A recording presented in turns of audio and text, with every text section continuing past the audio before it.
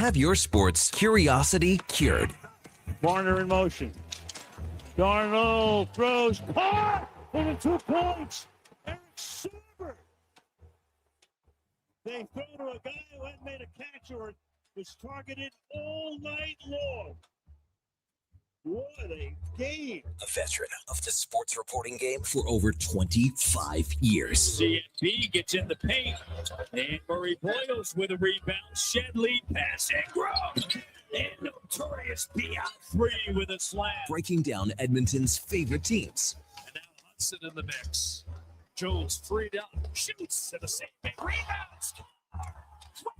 Hudson, his first in the National Hockey League. And Edmonton takes a 2-1 lead. Hudson, in his 4th NHL game, pushes Edmonton out front. This is Sports 1440 and the Kevin Karius Show.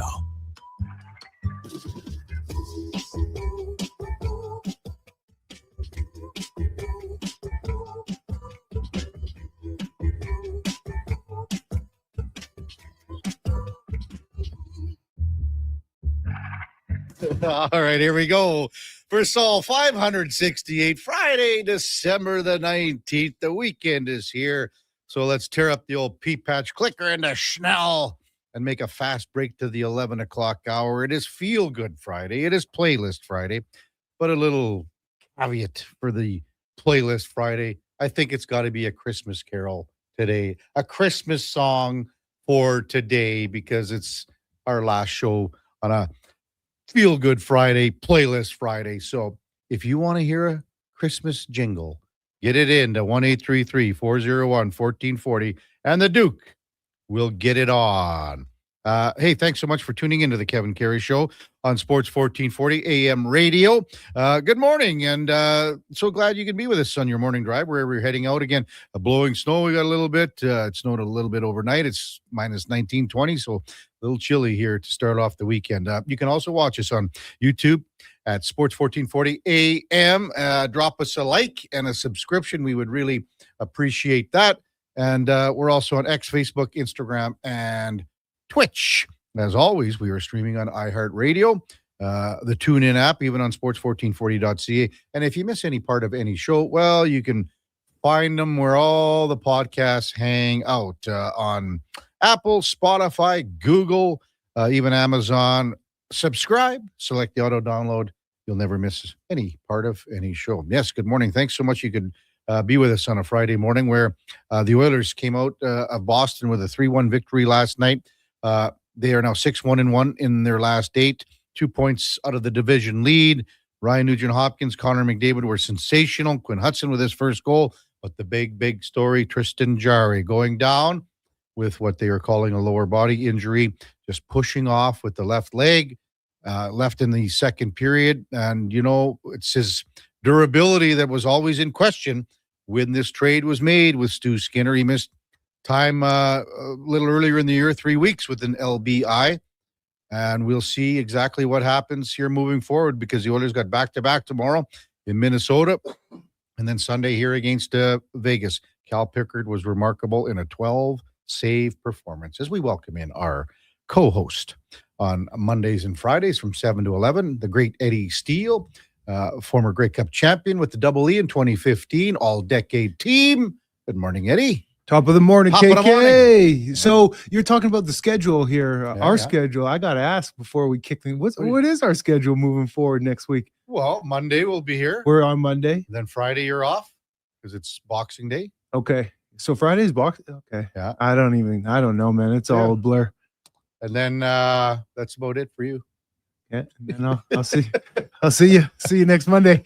I was just wondering when our next show will be next week. Okay. Monday, and then I'm going to actually do that show and head to Saskatchewan. So you're out because I knew you were going to be hitting the run road. the show for Tuesday, Wednesday. Okay. Then we'll be off. That's why I Thursday, asked. Friday. I knew there's some movement. Yeah. There's movement. Okay. Yeah, Just like the Oilers roster now, there's some movement. There's going to be wowzers. I mean, you have to figure out now. The bigger thing that comes into play here, Eddie, is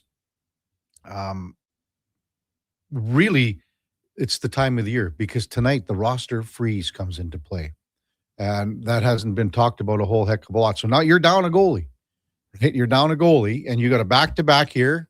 Then you've got Calgary next week, and then you've got a couple days off, and then you're back at it right after. But then the freeze, I think it's till the 28th. With this roster freeze, though, you're afforded the opportunity. Oh, yeah. You can bring We're a talking goalie. about trading. Okay. Talking about trading.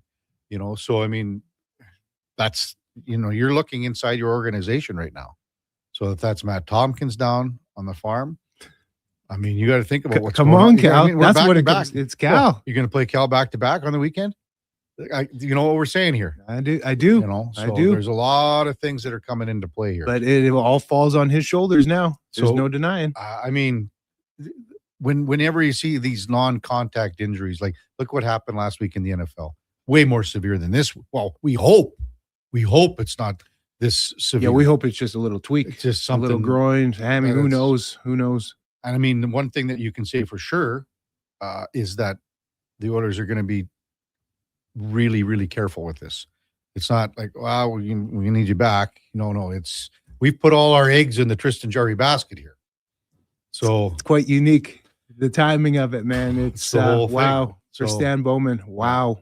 So I mean, they have to get another goalie in to the organization at some point, like from the farm here, or tomorrow, unless Jarry somehow it's a miracle and is back. This goalie position, man, here in Edmonton, it's been a struggle for many, many years now. Who's the last great goalie that you would say is the guy? Rolly? Well, yeah, Rolly, but that was a different situation too, because Rolly got hurt in Game 1 of the Stanley Cup Final. So at the start of when Rolly came here, there weren't a lot of Oiler fans that knew a hell of a lot about Rolly.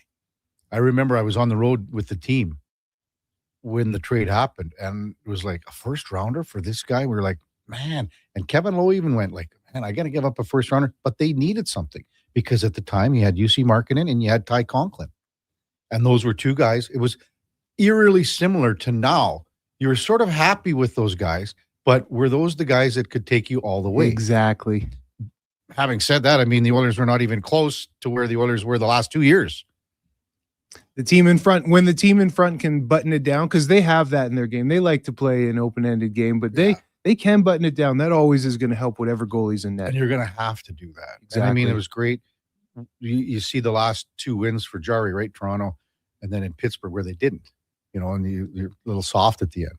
Yesterday that was, you got a 2-goal lead and you didn't give up that 3-2 one, that's big for the team. The game was getting a little loose at points. It's funny, Jack Michaels, he said something that I actually really had a good chuckle. He says, the game's starting to open up. Edmonton just can't help themselves. It was pretty funny because they can't, man. They got to fall into that game sometimes. Yeah. Again, so we'll see what happens with Tristan Jarry today. There was no update, obviously, last night because of, that never happens. And the way the Oilers keep things pretty close to the vest. How many games has he played? 3? That was his third game? That was his third game. So he's played 2.5 and a little bit better. The timing, that's tough sport. Wow. Again, roster freeze comes into play tonight. You're going to have to bring up, Tompkins has been better than Connor Ingram. Now you're going to see Matt Tompkins on Sunday against Vegas or what? Maybe you go, I'll tell you what, Cal, can you go back to back? Well, he can do it. Is he going to be great back to back? I mean, the last time that I can think of a goalie like this going back to back, and just recently was Eric Comrie. So Eric Comrie played the Friday, the Jets won, and then Eric Comrie played here and got chased. Now I've heard this sentiment a lot too, KK. Let's not act like going back to back. He played yesterday, which was Thursday. Yeah. Then you play Saturday, so you got today off. Then a Sunday. You're not lifting the world here. You can play back to back. Goalies used to play 70 games. You know what I mean? Back to back. You can get through a back to back. I get it, Eddie. And if the team in front of him, it's all about the team in front right now. Team in front needs to lock down for their goaltenders, whoever's in net.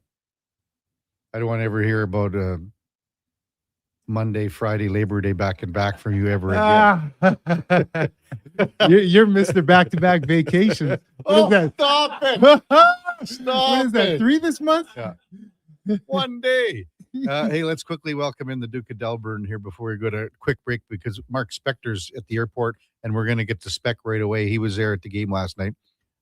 Duke and I were in Redwater with the Critters last night, another big win, but our fallen hero, SKS. Sean Hero Smith is the perfect word. takes yeah. one off the schnoz.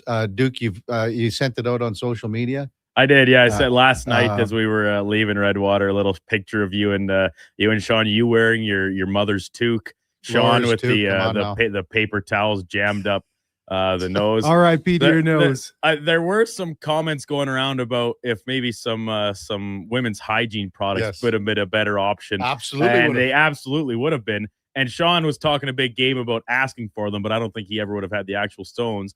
But then even the ladies in the lobby were saying that would have been better to use. So great night. Got the email from Marty late last night. Looks like about over $9,000 raised for the community, which is awesome. No goals for either you or I, Kev. Not our best performances, I don't think. Night. And you and Jules were a pretty leaky D pairing back there, I must say. I'll admit it, but I mean, it was a good time. We can't be our best. I just was concerned about our Eddie. Great friend and colleague, Sean. Yeah, exactly. I think he's going back. He's going to go to Fort Saskatchewan today to go to the hospital because there was a doctor there last night who came down and tended to him, and that's obviously where they work. So I believe he's going back to see them today. That's tough. He was leaking. There was a lot of blood. No cut. Just pure broken nose and blood everywhere. I know the feeling. Mark Spector will be with us right after the break here quickly. Then we got Ryan Carter, Minnesota Wild analyst again, Oilers and Mini tomorrow. Wild won again last night. That's six straight. They beat Columbus 5-2. Quinn Hughes played 32 minutes. Brock Faber played 31. They're running those horses. Quite something. Once we get rid of Eddie here, we got Ron Chizowski, EHC Munich sports director. I've known Ron for many years. He'll be calling in from Germany. He coached Leon Draisaitl when Leon was 15 years old. So this is a cool story. We had Ron on a couple of years ago, and Ron gave me some great notes of Leon handwriting, and I did the story at Global. Leon handwriting his personal assessment of himself. Cool. As a 15-year-old. It was unreal. We got Kenny Belkey from Sinbin. Vegas covers the Golden Knights at 10 with Tim Murray from CFB Tailgate Show and VSiN Live. The college football playoffs get underway tonight. When we come back, Mark Spector from Rogers Sportsnet. It's Kevin Karius, Eddie Steele, Duke of Delburne, Josh Fenwick on Sports 1440 AM radio. We're streaming on YouTube, X, Facebook, Instagram, and Twitch. Now's the time. Drive away for as little as $25 bi-weekly. Go Auto has over 7,500 used vehicles in stock with something for everyone. From budget-friendly cars and road trip-ready SUVs to powerful work-ready trucks. With around 70 locations across Canada, your next vehicle is closer than you think. Whether you're upgrading, downsizing, or buying for the first time, we've got the right ride at the right price. But don't wait. These deals won't stick around forever. Start shopping today at goauto.ca. Do you work for a company that wants to reach people who love sports? Or maybe you're looking to hire people who love sports. Sports 1440 partners with dozens of local businesses, connecting with tens of thousands of Edmonton sports fans every day. On the radio, on the listening apps, on YouTube, and on social media. Contact our sales team today to see what Sports 1440 can do for you. Email Gregor at sports1440.ca to get started. This hockey season, before every game, check out the pregame show with Andrew Walker on Sports 1440. It's brought to you by Titan Supply, your only source for rigging, lifting, and hauling products. Visit titansupply.ca. Hard to believe it's already that time of year again. Time to get your festive aluminum pole at Metal Supermarkets, where the staff will be completing feats of strength to get your metal ready without any grievances. When your project needs a festive miracle, Metal Supermarkets offers in-house bending, often by the next day. Plus, metal cut to your exact specifications, fast. The convenience stores for Southside, West End, metalsupermarkets.com. Heard of Uline? You know, the have-it-all in stock, ready to deliver shipping and industrial supply specialists. The company that does things for you that are unheard of.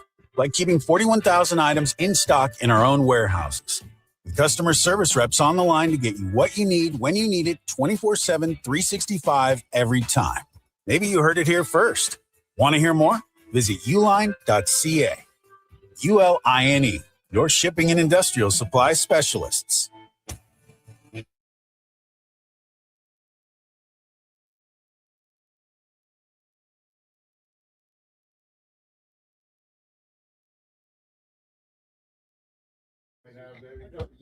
Portions of this hour are brought to you by Nectar.io. Learn more about how we can help your business automate processes, streamline operations, and save money at Nectar.io. Nectar.io, your business made better. Have your sports curiosity cured with the Kevin Karius Show. This is Sports 1440.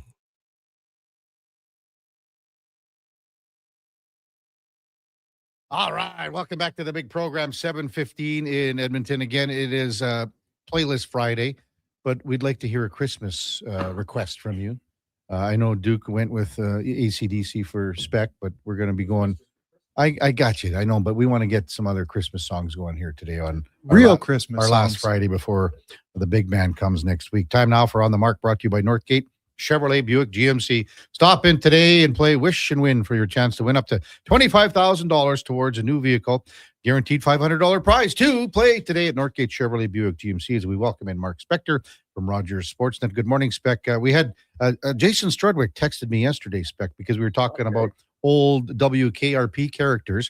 I said, Struds, you remind me of Dr. Johnny Fever. And he says, I love that. If I'm Dr. Johnny Fever, Spec has to be Les Nessman. Never mind. He was a geek, wasn't he? He's a geeky little weather guy, wasn't he? News guy. Yeah. Come on, the Hog Report. It's not true. Not me. No.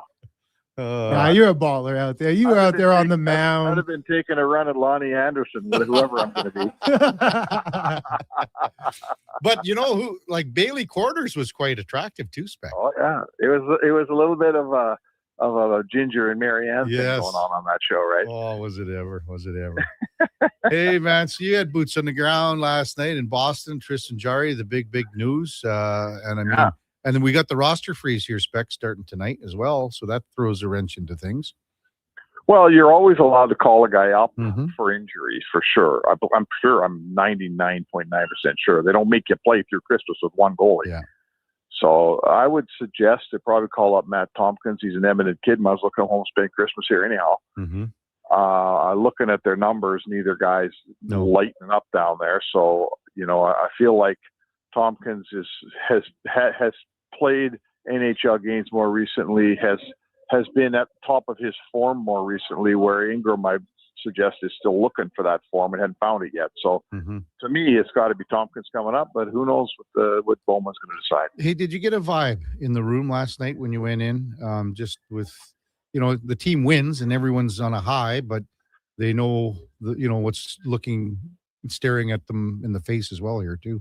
Yeah, no, there was none of that. There was no negative, we're in trouble vibe, not one bit. Interesting.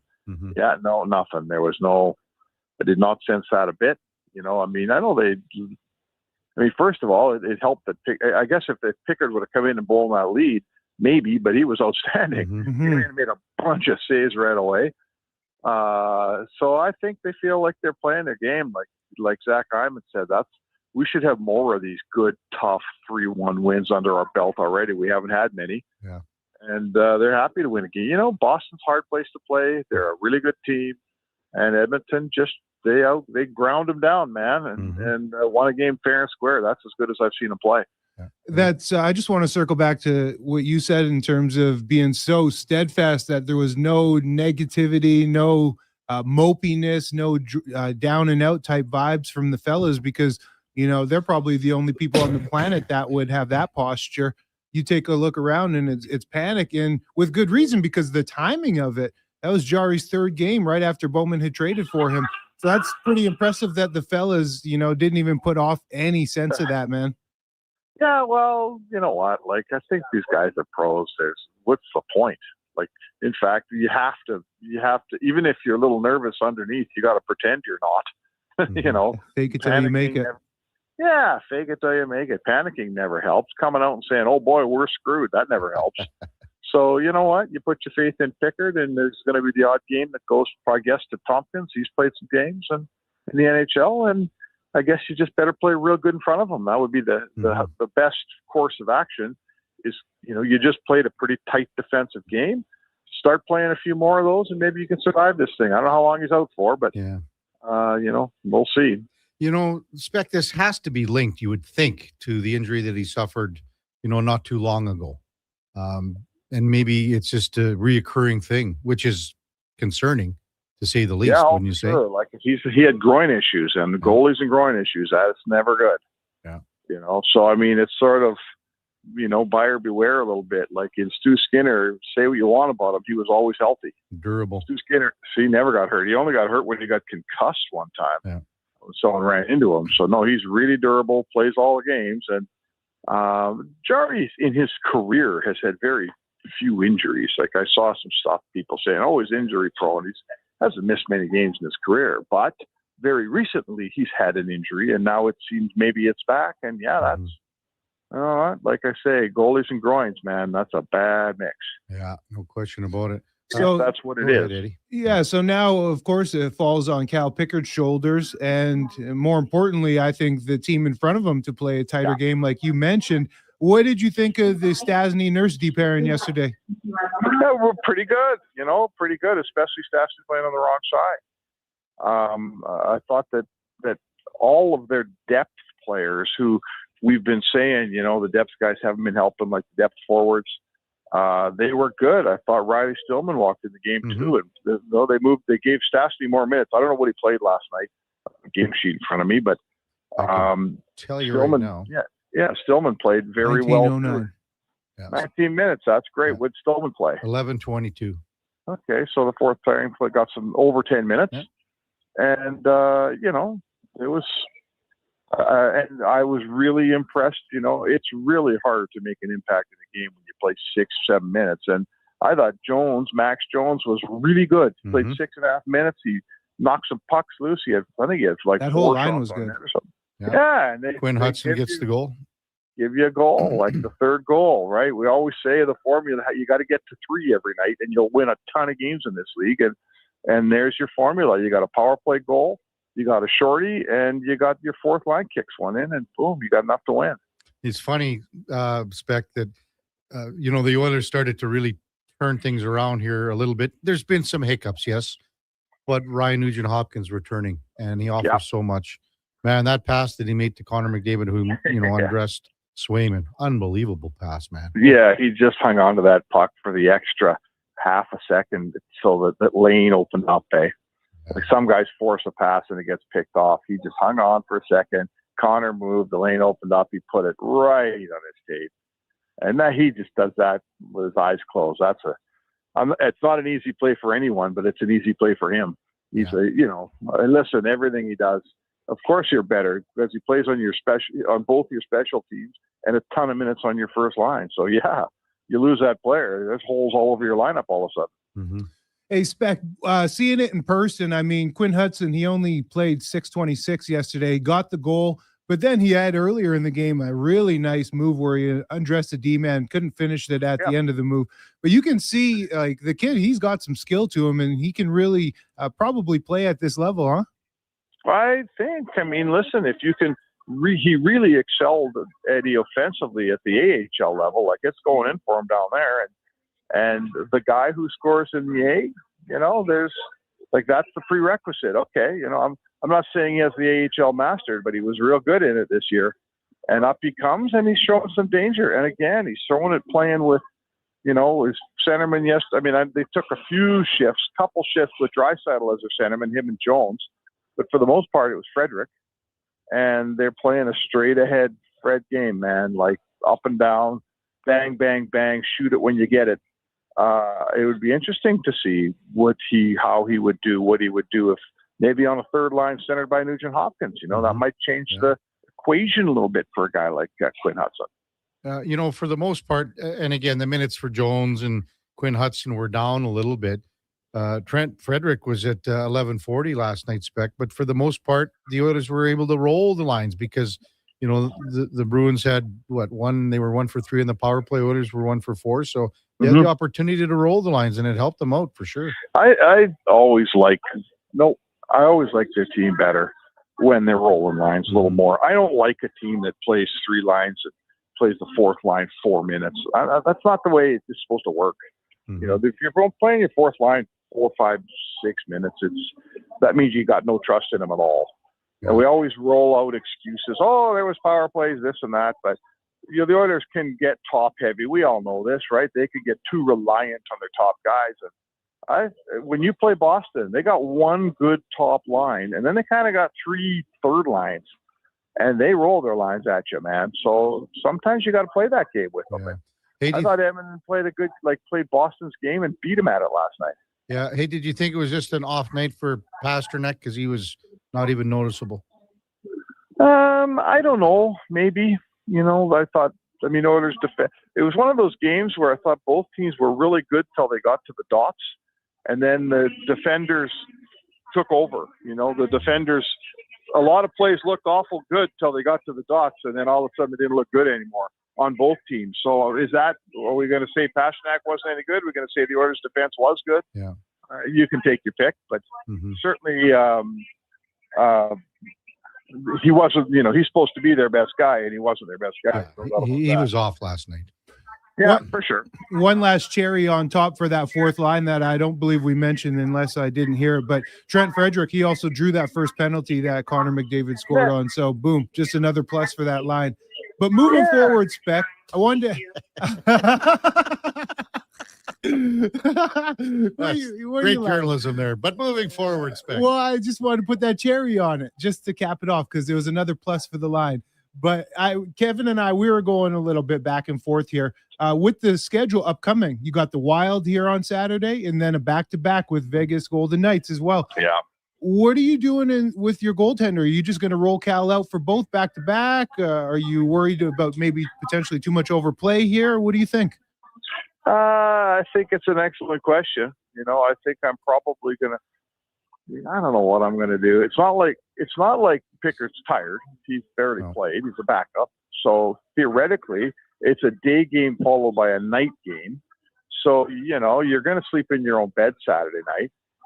So if ever there's a point where I could run the guy out 2 times, that's it. Then what do you got? Calgary on Tuesday? Yeah, and then you got the break. And then you get the break. So I might be able to get to the break without playing the backup. I think I guess it depends to me. I don't know how Tompkins is playing. Let's assume he comes up. I don't know if he's played in the NHL a bunch, hasn't he? Yeah. Right? Yeah. He's a local kid. So Sherwood Park Crusaders. There you go. Like, I know him. He's a good guy and all of that. But that doesn't matter. They're all good guys. They got to stop pucks. So I guess I'd say this. If you're hell-bent on playing Pickard out until the Christmas break, you could do that because the back-to-backs are sort of a day and a half apart. But I'd like to see Tompkins come home and play a game. Maybe give him the Calgary game on the Tuesday night. How about that? Or the Vegas game. Or the Vegas game, yeah, I guess. I guess there's no – if I'm giving him a game, I probably should give him Vegas. It's back-to-back. You're probably right about that. Yeah, sure. Why not? Trust the guy. He's not part of your organization. Let's put him in net and tell the team to play a strong defensive game in front of him. Yeah. We also had a text spec as well about Jarry being hurt. This came from BK. Samuel Johnson's playing quite well in the East Coast League. Maybe this is a chance for him to go to Baco, right? And get some time. Oh, yeah. No, that part works. I thought someone was going to say let's take up from the East Coast League into the NHL. No, that's what he said. Get him to Bakersfield. See what he can do there. Run him up there, give him a couple starts, see what he looks like. Absolutely. Yeah. Why not? Yeah. Are you getting close to that guy sounds like the goalie of the future in this organization. He does, yeah. He's a ways away, obviously. Are you getting close to boarding, Spec, or what? Yeah, people are boarding, but I'm cool. You're okay? Where do you fly to? I'm at YYZ right now. So I had a nice crisp 6 a.m. out of Boston. Oh. You got an aisle or window? I got an aisle, buddy. I've been around long enough. I usually get the aisles. I've been around long enough. In economy. It's true. In economy. It's true. Now, Spec, you've really been flying long enough if you know how to get the aisle armrest up. Oh, yeah. Do you know how to pop that sucker up? It's easy. Oh, yeah. Are you kidding? I could probably build one of these damn planes by now. So you'll be home about 1 o'clock, Spec? Yes, sir. I'm supposed to get home about 12:30. That's right. And I hope to be out shoveling snow at the lake while there's still daylight. Eddie and I, we went out last night and we shoveled it all off for you. I was going to say, I was hoping you guys would go out and get that done for me. That's awfully nice of you. Well, if it hasn't been touched, you're going to need more than a shovel, pal. Good luck. All right, boys. Have a great day. Okay, Spec. Safe travels back, and we'll talk to you on Monday, big guy. All right. All right. Mark Spector from Rogers Sportsnet Boarding in Toronto. after zipping in. That would have been a long night last night. And then, you got to probably get up at 4:00, get to the airport, Quick turnaround. go to Toronto from Boston, and then another, 4.5, 5 hours, whatever it is. On the Mark, brought to you by, powered by, fueled by Northgate Chevrolet Buick GMC. This truck's for you. Check them out at northgategm.com. I could build one of those things, eh? Listen to this. Listen to the spec. Oh, man. Thousands of hours. Oh, they call me a 1,000,000-mile flyer, eh? That's what they call it. But like, I think of the way I travel on the road, like how much clicks I do. That's thousands over the years, man. Just like you. Driving. Yeah. But him flying or, I mean, you in front of a camera, like thousands of hours. It's wild to think about. Well, not all of us can be as beautiful as you. Oh, just stand there in front of a camera. Stop it. We got to get out there, grind, buddy. Well, I mean, back in the day, we used to do a half-hour show. At the end of the line. It was different back then. You had to put in a lot of, you were editing and stuff yourself, weren't you? Well, when I first started, I was editing, like in the smaller, all the way up to, I guess, Calgary.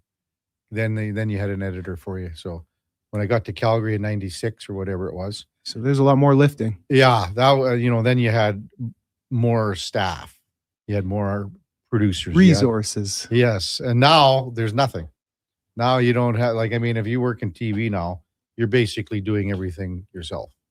There's nothing there. That's crazy. Yeah. And you have to basically, if you're a reporter, you write.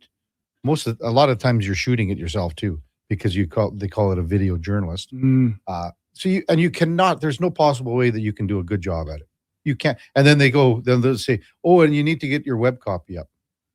And I can remember we had some reporters going, what do you want here?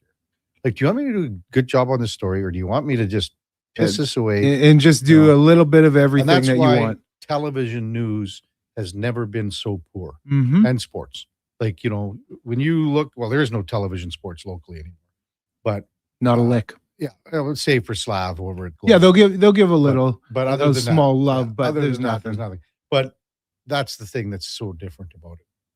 I want to talk about the Thursday night football game and this one play in particular too that we're sort of watching, because it ended up to be a play where it was a 2-point conversion, and no one really knew what the heck was going on because everyone gave up on the play. Yeah, and it ended up to be Charbonnet picked the ball up, and that was not the 2-point convert to win it, but that was the 2-point convert to tie it at 30, I believe. So it's coming up right after the break. Kevin Karius Show with Eddie Steele, Duke of Delburne, Josh Fenwick on Sports 1440 AM Radio. We're streaming on YouTube, X, Facebook, Instagram, and Twitch. At GS Construction, we focus on building a culture of collaboration, innovation, and respect. Our teams work together, supporting one another and striving towards shared goals. We're committed to creating a work environment that empowers individuals, values teamwork, and ensures everyone feels respected and safe. With decades of experience in the field, GS Construction prioritizes our people, our culture, and safety. This is what makes us unique. To find out more, go to gsconstruction.ca. Planning your next event? Let Loca Quality Market cater. From made-to-order meals to gourmet platters to full chef tasting experiences, they make entertaining effortless. Visit loca.ca to start planning today. Get ready, Edmonton. Glow Christmas Festival returns to light up the Edmonton Expo Center from December 4th to 31st with dazzling activities for the entire family. Wander the glowing trails, meet Santa in his sleigh, and shop from over 30 local artisans and vendors with handcrafted gifts and holiday treasures, perfect for everyone on your list. Get your tickets and learn more about what's on this season by visiting the calendar of events at edmontonexpocenter.com today. Boxing Week blowout starts early at the Brick. Find real Boxing Day prices early and beat the rush on the 26th. Score the best deals on electronics and appliances. Plus, save up to $1,000 off sectionals. Buy more, save more, up to 25% off bedroom and dining, up to 40% off mattresses, and up to $500 off big screen TVs. Don't wait for the crowds. Shop the Brick's Boxing Week Early Access event. Some exclusions apply. The Brick, saving you more. At Fountain Tire, success is a team effort. They're committed to their team members and their customers. And that means treating your vehicle like it's their own and finding solutions that suit your needs. Because whatever the road brings ahead, they're on it with you. Visit fountaintire.com today. A Saskatchewan boy who grew up loving and playing sports. At least we think he grew up. Listen to Kevin Karius weekday mornings from 7 to 11 on Edmonton's home for sports. Sports 1440. Wing Wednesday at First Round. Whether you're coming for the first round, the last round, or a few rounds in between, they've got you covered with half-price wings every Wednesday night. Half-price wings. Over 35 delicious flavors like Cajun salt and pepper, maple bacon, and Inferno wings. Now half price every Wednesday night. Wash them down with a cold pint of Canadian or Coors Light for only $5.75. Half price Wing Wednesdays at First Round in West Ed and now downtown. First Round, burgers, beer, sports.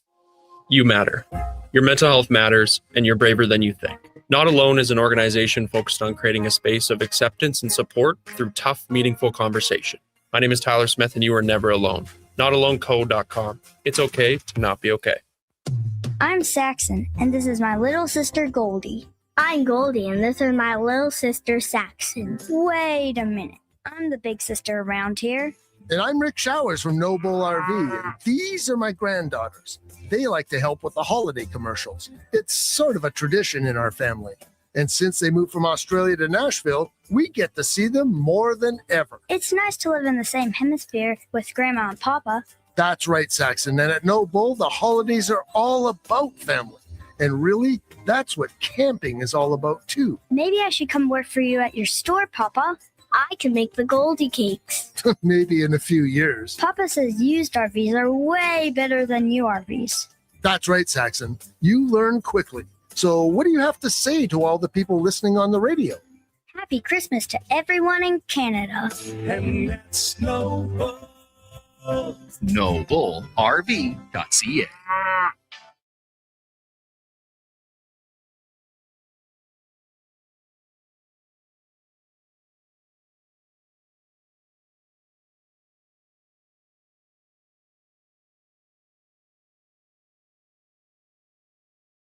Just in time for the morning skate. This is the Kevin Karius Show on Sports 1440.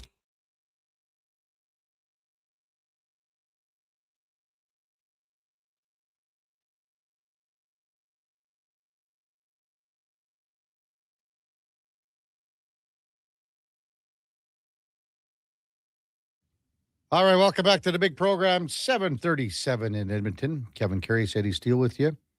I watched the Bryan Adams Christmas special the other day. Eddie, it was on. I told the Duke about it. I don't recall that song being in the Bryan Adams Christmas special the other night, Duke. Very disappointing. Unbelievable. We got Scrooge over Sad. here. Bah, humbug. Come on, play one Christmas tune for us. Christmas songs. I literally played one already. There's more coming up. Am I still not afforded the opportunity to play a song that I like on Playlist Friday? Not just because this is the special one. It's our last show before Christmas, dude. Well, here's the thing, Kevin. You see, next week, in the couple days immediately preceding Christmas, some of us will still be in here working, right. and we will be playing that. entirely Christmas music for probably a day or two, even perhaps. Duke, it's our last show, as a family. Christmas. The family. That isn't even true. On a Friday. We're here on Monday. Duke, Playlist Friday. It's the last Friday before Playlist Christmas. Friday. We don't have Playlist Monday. The Playlist Friday requests Put it to the texters that are coming in, it's not they're all in Monday. the queue. The Christmas songs that have been requested are in the queue. Put it to the They're texters. in the queue. See who's right, see who's wrong. This is a joke. King of Fort Nasty texts in. Good morning, KK. Duke Fenny. Eddie, the Duke considers a 2-point conversion when you pull the middle pin from the 3-point hitch. Wow. Whoa. Ooh, that a boy, Duke. That's 2-something. I'll tell you one thing, Eddie. We were talking about it with Laddie yesterday about Duke going up to Redwater, and Aunt Flo was going to be there and all of that. Well, there were some ladies giving Duke the eyes last night. I can tell you, we were getting ready to go out for the third period, and they were all kind of... They were huddled, eh? Well, they were leaning over the rail. They wanted to get their extreme close-up. Brandon. Yeah. Duke, is this the truth? Did you get out of there Duke, with some did you- digits? Did you get some digits? No. Duke, Kevin loves to stretch the we truth. gave our toques away. We wore Christmas toques for warm up, and not everyone, about half dozen of us, Duke, right? Gave the toques to the fans. You had to slide them under the netting. You gave yours over there. Yeah, I don't blame them, Duke. You're I strapping. gave mine to not a little kid, Duke. No, you did not. You went over to where these 3 hot women were sitting. Okay. And you made sure that you got to play the game, dude. The integrity of this program has to be so questioned by the listeners. Like, how can they take anything you say worth a lick, Kevin, when all you do is spin these fables and lies? I took it over. There were so many kids there last night. Santa Claus in attendance. It was a great night. And I was like, look at all these kids. You talk about Christmas cheer. They were like, their hands were through the netting like rabid animals reaching for this Santa hat. So I was just like, feathered it up there with the end of my my hockey stick. 'Tis the season. It was like tigers looking for meat at the Tiger King farm. Whatever. Yeah, no, but there was a few leading over the rails there, Eddie, going into the third period. I made sure I was aware of that. Text coming in 833-401-1440. Lots of requests. Even Elvis Silver Bells. I love it. Love it. Before we get to this Thursday nighter, which was wild, 38-37 Seattle over the Rams in overtime. A text from the real Duke. Good morning, team. Okay, Eddie, 85. Stand and deliver. What's up with Trey Ford? Merry Christmas. So this was, we talked about this actually last week, so he's got a big bonus coming. I would imagine this would be sooner than later, or would it be just in January that Ed Hervey says, you know what, we're not paying you the bonus, obviously? Yeah, I mean, they've probably either negotiated, and Ed would say come back for a lesser contract, or if they hadn't negotiated that way, Ed could have negotiated this way, simply once the bonus comes, we're not going to pay you, and you're going to be released. But they would do that in January because that bonus is due in February. Yeah, right? yeah. So you never know. I mean, they're not going to pay him the 110. No. I mean, you never know when they're going to do it. Yeah. The reality of this situation is, no, they're not paying him. It's a matter of when and if they release him prior to the bonus. Yeah, it would be, here's your options.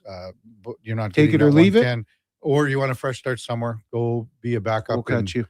Hamilton, Toronto, wherever you want to go. So that's kind of it. That's there's only 2 ways, and that's one of 2 ways is going to play out. I guess there's 3 ways actually. And yeah, they keep him here, but they're not going to do that. We just had Cody Fajardo on Elks Nation last Friday, and I asked him point blank because he got a nice juicy signing bonus. He got a pretty good contract, about $400K hard money, right around in there.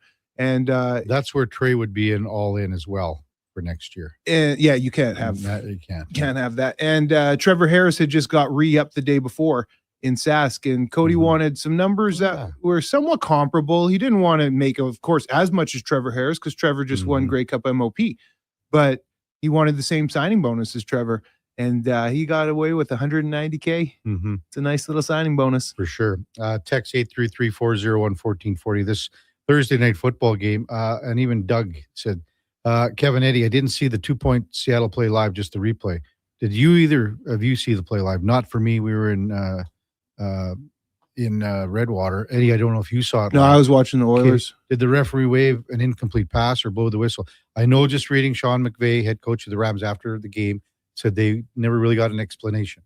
So basically it was a pass that everyone thought was going to be a dead ball, incomplete pass. And then it was very close to being intercepted. And then the ball's just lying there, on the goal line. Everyone had given up on the play. Yep. And Zach Charbonnet just picked the ball up. Randomly grabbed it, and then they afforded it to him. So, but there was, just looking at the Rams side of things here, they never really got an explanation on it. But there was no, I didn't watch it. I was watching the Oilers game. There was no whistle on the play. You got to play till the end. It's a loud building playing in Seattle. So players maybe didn't hear anything or maybe thought they heard something. But the reality is when you look at the replay, the ball goes backwards on the pass. So it's a live ball. When it goes backwards, it's treated as a fumble like that. Yeah. When you're throwing it backwards like that, it's a lateral. The Rams are the first team in history, Eddie, NFL history to rack up 500 plus yards of offense, don't turn the ball over, and 3+ turnovers by the opposition and lose. And hey, we haven't even talked about this. They lose because he finally overcame the big game. Sammy D. Sam Darnold. He overcame the big game. This was probably the biggest game of his career. And it wasn't pretty for him because LA, they're a tough team. All the numbers you just put up. Sam Darnold, we saw how he folded last year in big games. And one of those big games was against LA in the playoffs with 9 sacks he took.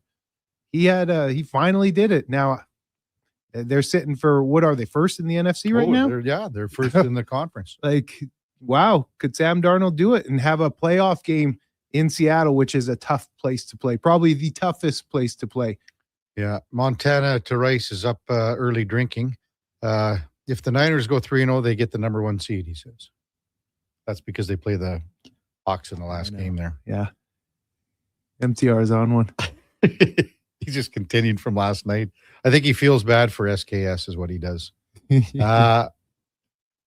one. I don't know if you can check this one out, Eddie, here. Slurpee Sean, I'd like to ask Eddie about Jordan Brooks, the linebacker for the Miami Dolphins. Leads the league in tackles, and watching him, he's honestly on the ball every single play. It's insane. But just as a fellow linebacker, well, Eddie was a lineman, technically, but I wonder if he has any thoughts on him. And I actually watched Brooks in the last game just because I had a vested interest in the game. But he is around the ball all the time. And, I mean, that's what you want for your linebacker. I mean, those guys don't quit on any play. They are on the ball, and they are swarming on every play. So as you're kind of checking out his stats. I remember him. Yeah. He'd been a good player back when he was in Seattle, too. A few years back, he had 100+ tackles for a couple of years in Seattle. But he's, I think he wears the C on the chest in Miami, too. He's a leader of that defense. He does fly around a lot. He really does. Yeah. Good player. When you look at his stats, 88 tackles, 3.5 sacks.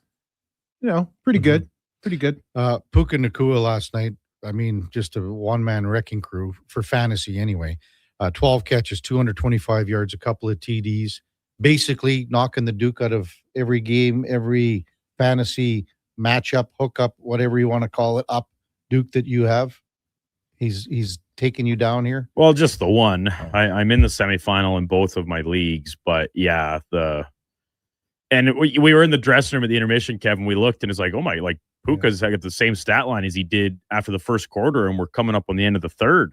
But then, the Rams just kind of went nuclear there towards the end of the third quarter, fourth, and then attacking on one more in overtime. So I'm staring down the barrel of a pretty sizable hole.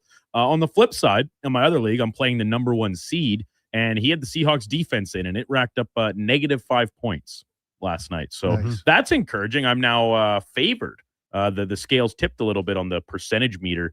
I'm now favored to win that without ever having a guy play yet. So that's a little positive here on a Friday morning. Anything to rebut there, Eddie? No, I got nothing to rebut there. Puka, he did go off, and just a lot of noise surrounding this dude, huh?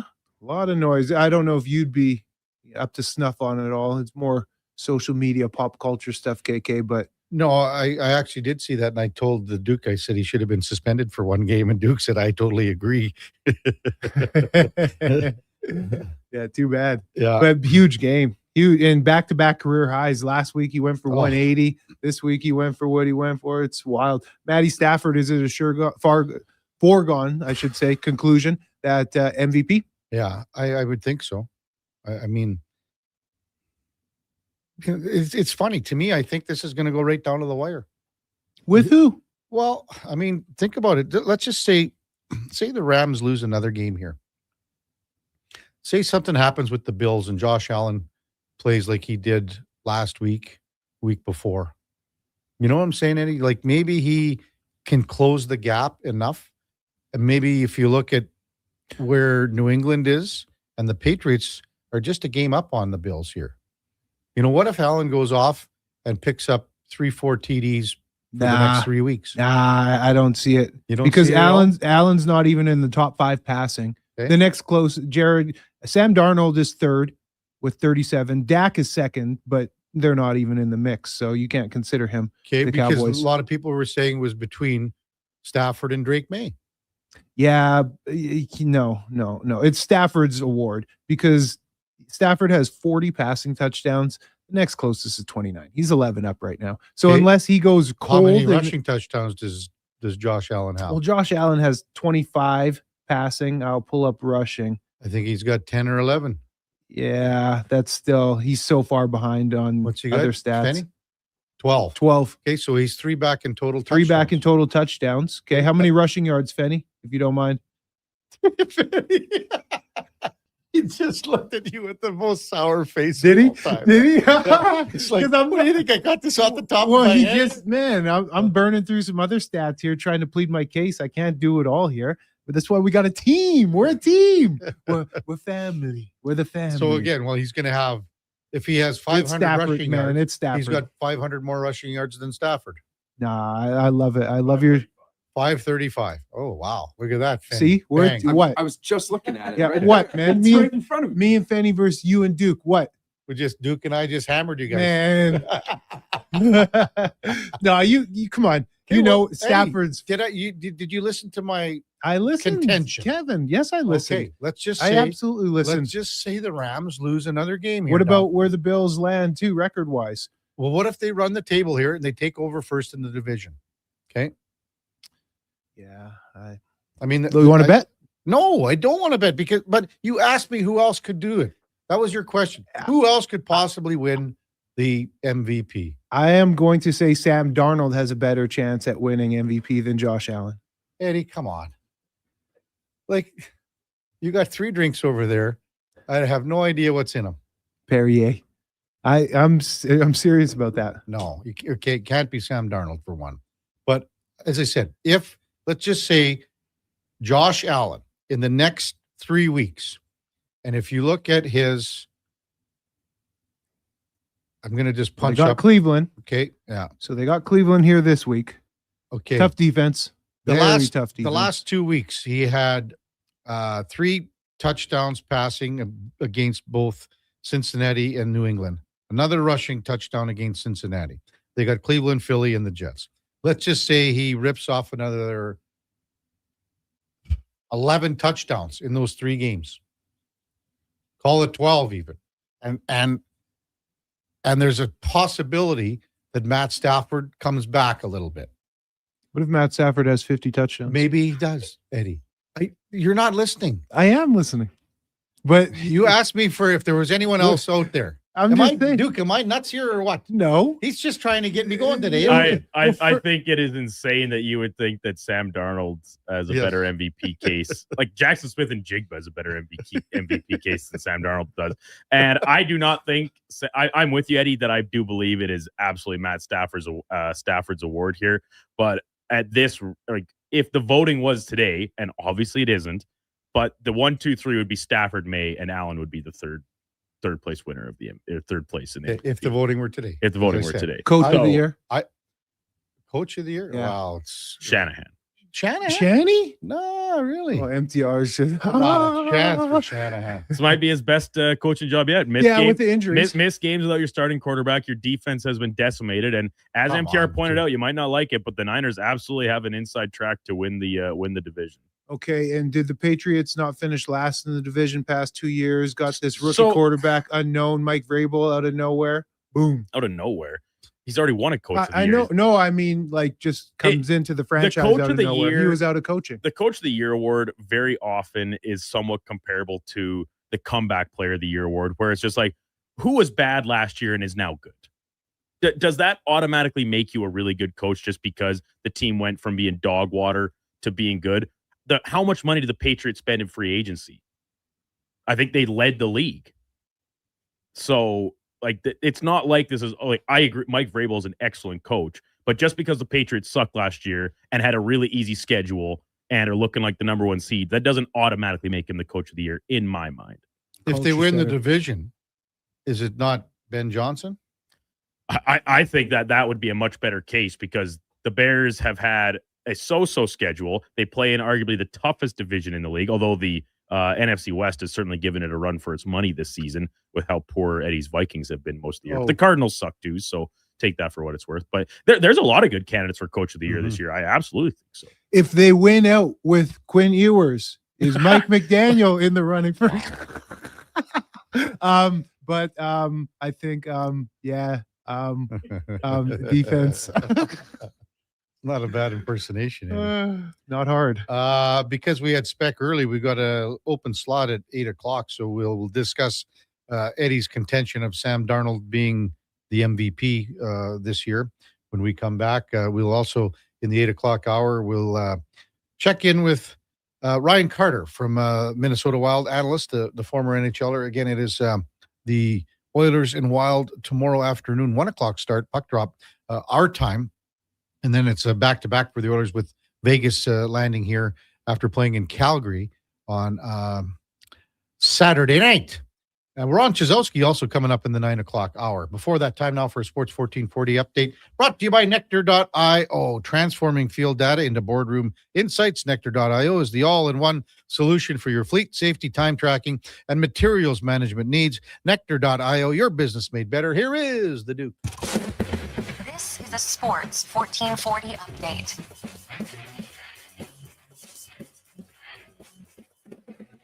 Edmonton Oilers victorious last night in Boston, 3-1 over the Bruins. Quinn Hudson scoring his first NHL goal in the victory, but Tristan Jarry exiting the game just past that midway point with a lower body injury. Cal Pickard making 12 saves in relief. None of the games around the NHL, including the Habs stop in Chicago, 4-1. Leafs blanked in Washington, 4-0. Linus Ullmark, 24 saves as Ottawa shut out the Pens 4-0. Rangers win an OT 2-1 over St. Louis, and Calgary doubling up Seattle 4-2. Week 16 in the NFL kicked off in Seattle, and it was an instant classic. Seahawks win it over the Rams 38-37 in overtime. Sam Darnold throwing 2 picks, but had a pair of touchdown passes and 270 yards through the air to lift the Hawks to what is now the number 1 seed in the NFC. In the association, Raptors snapping their 4-game skid with a 111-105 win in Milwaukee. Brandon Ingram leading the way with 29 points. And 11 other matchups across the league, including the Thunder getting back in the win column. SGA with 32 to beat the Clippers, 122-101. Wizards lose to the Spurs, 119-94. Lakers take a track meet over Utah, 143-135. And Nikola Jokic cannot be stopped, 23, 11, and 13 for the triple-double. Nuggets win over Orlando, 126-115. Coming up in hour 2 of the Kevin Karius Show, we'll be joined by Minnesota Wild analyst Ryan Carter, and we'll check in with a new edition of In or Out. I'm Brennan Douglas. That's your Sports 1440 update. Sports 1440 in West Edmonton Mall and Wetaskiwin. CKJR is a Stingray radio station. Download the free radio player app and listen wherever you go.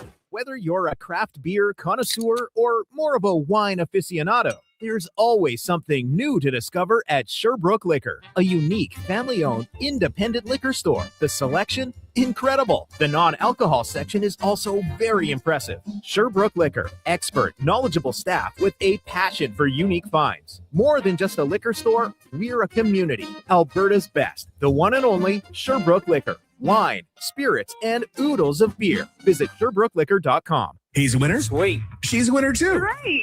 Everyone's a winner during Wish and Win at Wolf GMC Buick. Every single customer is guaranteed at least a $500 bonus with a chance to save up to $25,000 towards a new GMC or Buick. At Wolf GMC Buick, we also have 0% financing up to 84 months on most of our popular SUVs and trucks. And we're clearing out remaining 25s, including cash discounts up to $10,000 on a great selection of Sierra HDs. 90 seconds east of the Henday. Wolf GMC Buick, where everyone wins.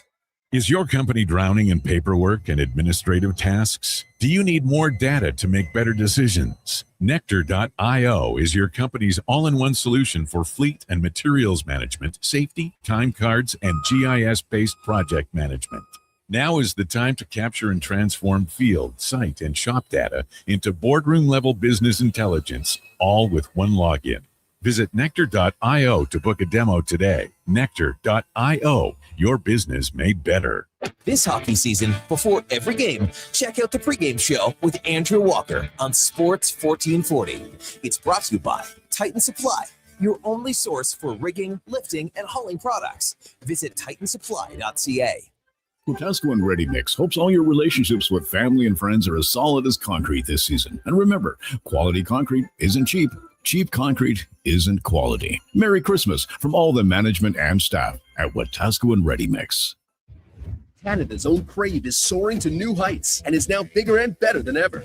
Crave has added over 10,000 new hours of amazing content, including the biggest live events. And the Oscar goes to? Select live sports like golf and NASCAR. And even news. We have exclusive details tonight. Plus, hit shows and movies from 18 leading TV channels. And all at the same price. Crave, bigger, better, endlessly entertaining.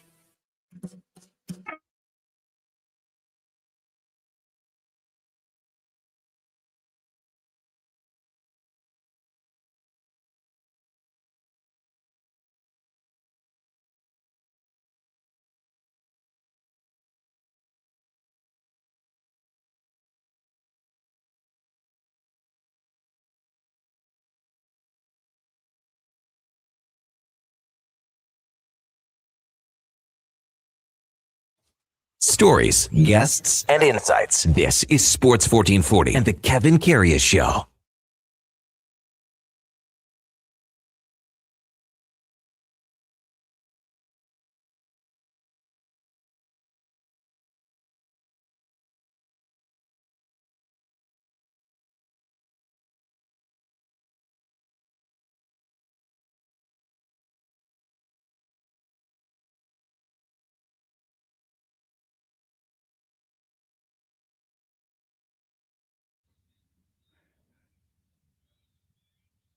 Now we're talking, Duke. Now we're talking.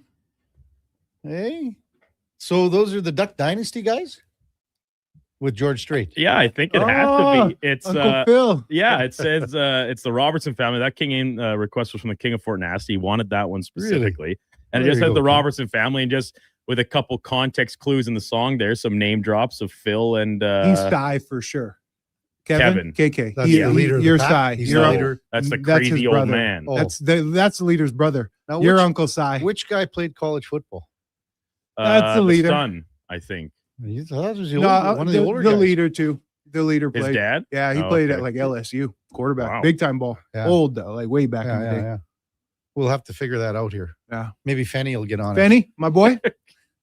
Come on, Fenny. Come on now. It's the Fenny and Eddie. Welcome back to the big program. 8:02 in Edmonton. Kevin Karius, Eddie Steele with you. We got the Duke of Delburne, Josh Fenwick, working extremely hard over there in our research and development department. It is the week before Christmas, and we'd sure like to get a request in from you at 833-401-1440. What song would you like to hear? And we, even the Schwackhammer. And I should mention this. He texted in a while back. He wanted to hear Slade, Merry Christmas. But Schwackhammer also said that roads out to the airport drifting up a bit. And again, he was kind enough on Wednesday, I guess it was, to say that, call your provider, your carrier, because you might be delayed, you might be canceled. He said this morning, roads not good going into the airport. Wind a big factor. Great win last night. What's the concern on the injury front with Jarry? Same injury earlier this year. He was off for 3 weeks. Don't know what they're going to do, as Ingram not doing any favors in Baco, and he wants Slade. There you go. I think we're full. Really? We got to get Tim's in, because that's one of my favorites. The Bruce Springsteen. Santa Claus is coming to town. Well, I guess, Kevin, are you willing to sacrifice your Friday song absolutely. slot? Oh, I will, because see, I'm a team player, Duke, Well, not like you. There you go. Way to answer my challenge. I put you on the spot and team player, forced you into it. Not like Duke and Play my BA or I'm leaving. Come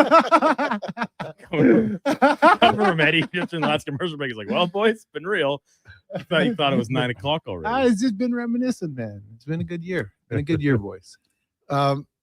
Oilers win last night 3-1 in Boston.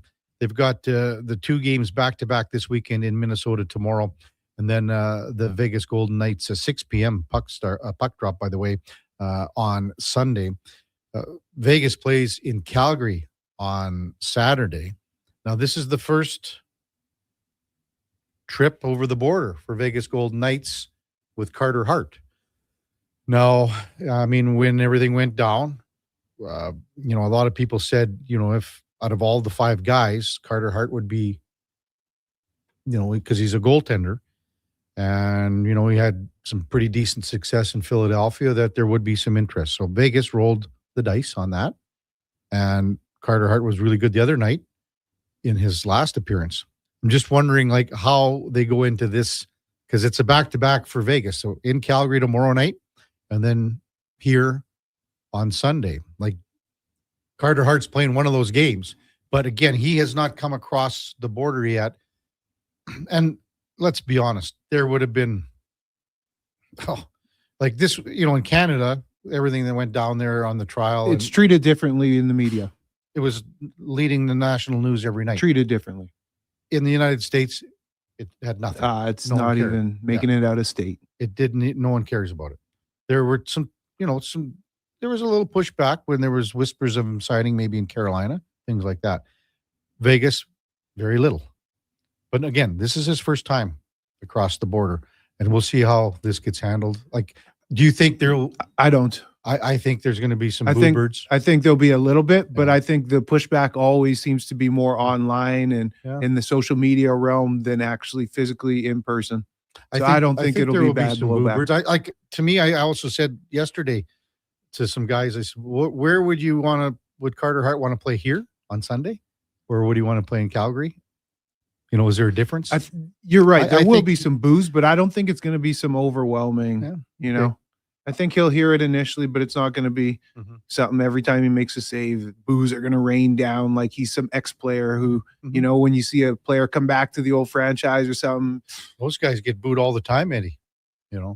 This is different. And and I don't want to spend too much time on it because we've beaten it to death. Absolutely. And you can land on two sides of this. You can land on the side where it's egregious, and don't paint me on any side. I'm just explaining where you can come out on it.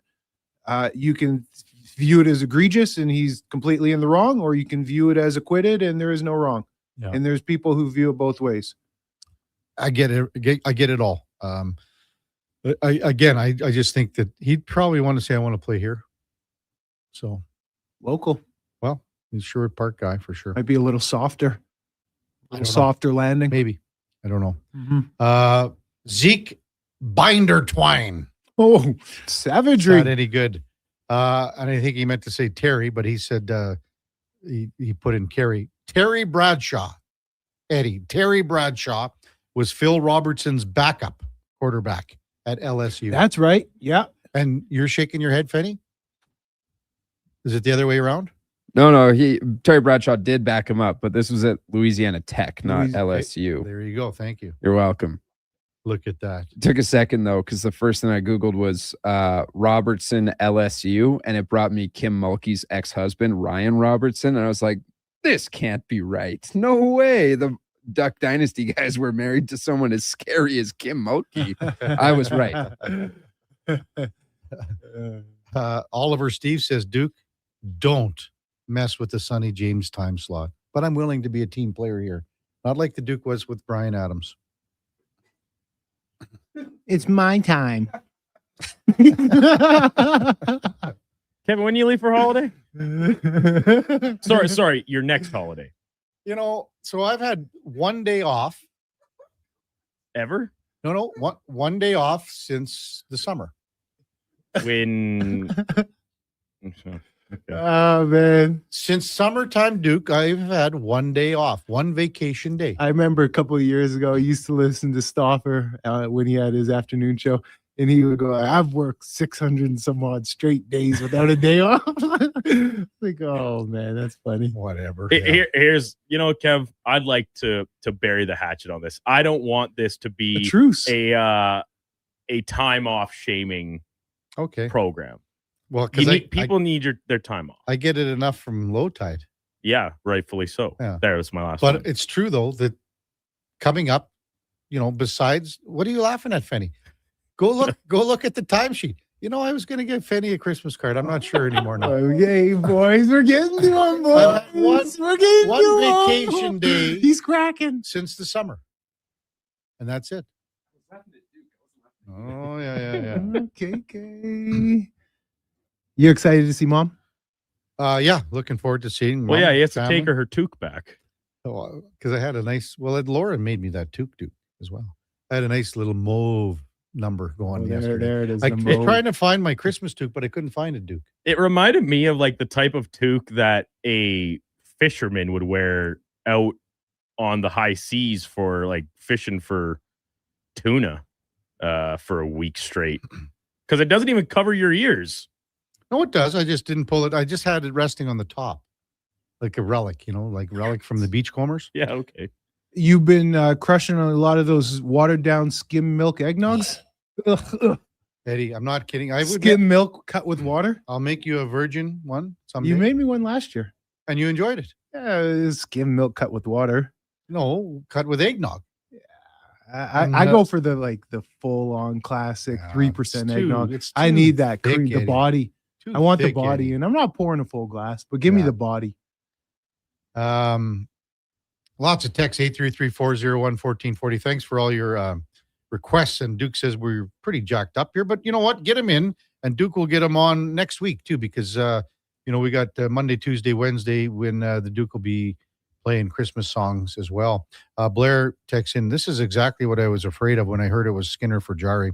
TJ would get hurt and we'd be stuck with Pickard. Well, I mean, Pickard was really good last night. He was really good Sunday in Montreal, was he not, Blair? I think his game is going to improve. I mean, the numbers have been getting better. And that was a massive save last night as far as I'm talking about the save, like a relief pitcher coming in. Absolutely. Because you're coming in cold, and they were on him right away quick. And it's on not only him, but the team in front. Yeah. And they can. We know that this team can play a good defensive game. I mean, I think just again, when you look at the games that they played, the Minnesota game, it was a 1-0 game for Minnie. But for the most part, I mean, the Oilers they could have won that game. And those are the games that you need to harden yourself here too, and battle test yourself. These are the games where you got to, like, when you got a 2-1 lead on the Boston Bruins in Boston. And again, Boston has had a good start to the season. But when you think of upper echelon teams, the Bruins aren't one of them. No, not right now. But to go in and to have a 2-1 lead and to nail it down and even get another goal, those are the games that you need to find out who you are as a team. And since that mini game that was at the beginning of December, it's about a good handful. About 8 games ago, they've had 2 losses in regulation, 1 OT loss. So they've been playing really well since that game, that 1-0 loss. Yeah. But Connor McDavid's playing on another level right now. He wasn't playing like that back then. And he has been playing hot hockey lately. So, and we said it yesterday, Eddie. It was after that game, and Connor McDavid post game said, "You know what? I got to shoot the puck more. I got to be better shooting the puck more." So he gets a goal. He gets an assist yesterday. He's tied for the league in points right now with Nathan McKinnon. that was 8 games ago too. He was down 12, I believe it was. I mean, he is playing at a level right now that is as good as we've ever seen him play. 58 points for both McKinnon and McDavid. He went into last night's game as far as he had 20 points in the 7 games, 9 goals. And it's funny. Now he's got 21 goals. And I know a month and a half into the season, everyone's going like, is he going to get 20 goals this year? Well, even a month ago, just the puck touches, right? Everything just seemed a little off, chopping at it a bit more. Now he's back to highlight reel McDavid that we thought maybe was starting to be on the decline, but no. Yeah. I mean, he's like, again, another highlight goal. Skating through teams again. I got to check exactly how much the PK Fenny did he play last night on the PK, Connor McDavid, Lock it, Fenny. Come on, Fenny, quick. Because he hadn't been playing any penalty kill minutes at all. And this was one of the games where he did. Connor McDavid played on the shorthanded situations. He played 2 minutes and 10 seconds yesterday. A little quicker than Fenny. Wow. How did you pull that off, KK? Well, out of nowhere. I was waiting for Fenny. Yeah. Kevin already had that. He had it. Did not. The information tag. imagine And so that. then he's just setting himself up to try and diminish poor Josh What over a here. douche if that was real. 2 minutes. Sorry, it's 2 minutes, 4 seconds. It's just everyone's on everyone's on edge here today. You could just feel it. Oh man, I'm having a lot of fun. To be honest, I'm because laughing. it's just been like back and forth. You're getting it now. It's your turn to get it. Oh yeah. Yeah. It's They're how we do ganging it. up on me, Eddie. They're ganging up on me. That's how we do it. And you know what you need? You need a vacation, pal.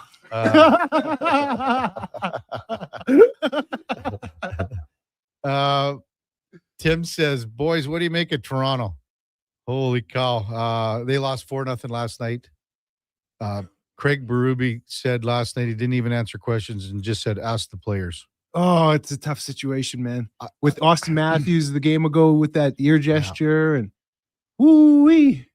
It's unbelievable. Where there's smoke, right? Where there's smoke. When we come back, we've got Ryan Carter, Minnesota Wild analyst, the former NHLer. In the 9 o'clock hour, Ron Chizowski calling in from Germany. Actually, is he going to be on the old web link? No, it's going to be a internet phone call feed? via WhatsApp. What's it? Oh, really? Well, that's pretty neat. We're quite technologically Good job, advanced dude. here. I don't know how you do it. Like, see, that's a compliment right there. Eh? Didn't really sound like one. sounded a little facetious. I don't know how you do it. Ryan Carter, when we return, Kevin Carey Show with Eddie Steele, Duke of Delburne, Josh Fenwick on Sports 1440 AM radio. We're streaming on YouTube, X, Facebook, Instagram, and Twitch. Ready for a silly hockey fans. Your partner in power just skated onto the ice. EWEL.ca, the new e-commerce website for electrical wholesalers Edmonton, is ready for the power play 24/7 365. UL skates to where the puck will be in 5 years. Now that's forward thinking. Killer selection, slamming products from the best brands, and legendary service. Don't sit on the bench. Get your account today at ewell.ca and win that project. Plug into your partner in power. Get an EWEL.ca account today. Jingle bells, jingle bells, jingle bells. Tired of the same old holiday tunes? Spice things up with the sound of a Wilhauk beef jerky bag being torn open. It's the carol that everyone wants to hear, promising a chorus of tender, perfectly spiced beef jerky. This holiday season, make sure you're Wilhawking around the Christmas tree with Alberta's best beef jerky. Available at Wilhauk Beef Jerky in Leduc. At Fountain Tire, success is a team effort. They're committed to their team members and their customers. And that means treating your vehicle like it's their own and finding solutions that suit your needs. Because whatever the road brings ahead, they're on it with you. Visit FountainTire.com today. You wanted local sports on weekends. Saturday mornings at 9, check out the Saturday Sports Setup, where we'll tee up what's happening on the weekend sports scene. Tune in Saturday morning at 9 on Sports 1440. We're taking low prices even lower with holiday rollbacks on now at Walmart. Grab a 650-gram tin of quality street chocolates and candies for only $15.97. That's $8.65 in savings right now at Walmart. Hockey talent from across the globe is coming to Camrose. The Viking Cup returns for the first time in nearly 20 years, December 28th to January 3rd at the Encana Arena. Witness this elite competition between teams from Canada, the USA, and Europe. See the speed, skill, and intensity of world-class hockey right at home. Fully bet packages are on sale now with adult and student pricing available. Get your tickets before they sell out at vikingcup.ca. Canada's own Crave is soaring to new heights and is now bigger and better than ever. Crave has added over 10,000 new hours of amazing content, including the biggest live events. And the Oscar goes to? Select live sports like golf and NASCAR. And even news. We have exclusive details tonight. Plus, hit shows and movies from 18 leading TV channels. And all at the same price. Crave, bigger, better, endlessly entertaining.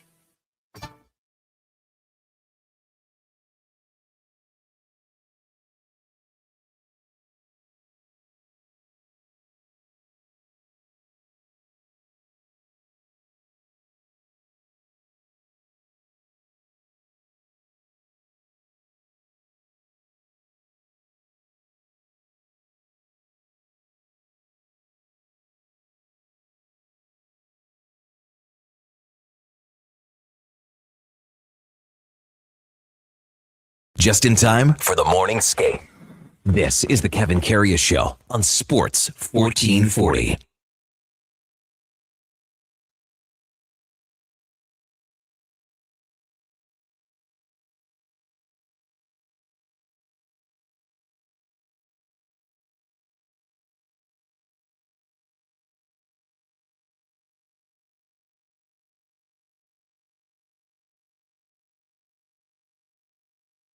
All right, welcome back to the big program, 820 in Edmonton. Kevin Karius, Eddie Steele with you in the Sports 1440 AM studios at West Edmonton Mall. We're also streaming on YouTube, X, Facebook, Instagram, and Twitch with the Duke of Delburne, Josh Fenwick, man in the boards here at the mall that has it all. Hacksaw text in, hey, Double K, the fact you get holidays with a part-time job is unreal as it is. Look at that, Eddie. And these guys, man. You know, that's a good one. But yeah, even Mitch texted in about Phil, the dad, backed up Terry Bradshaw as well. Coach Al wants you to sing Free Fallin' yet too, Eddie. Missed that one. Oh, maybe some Christmas carols we could sing together, Kevin. Well, for us, it would be the Little Drummer Boy, right? I was because thinking, you know that's the duet. It's like David Bowie and what's his name? Bing Crosby. We could also All I Want for Christmas. No, we're not is my singing that, Eddie. front teeth. It's awful. Time now for the headliner of the day, brought to you by Mr. Reuter Plumbing.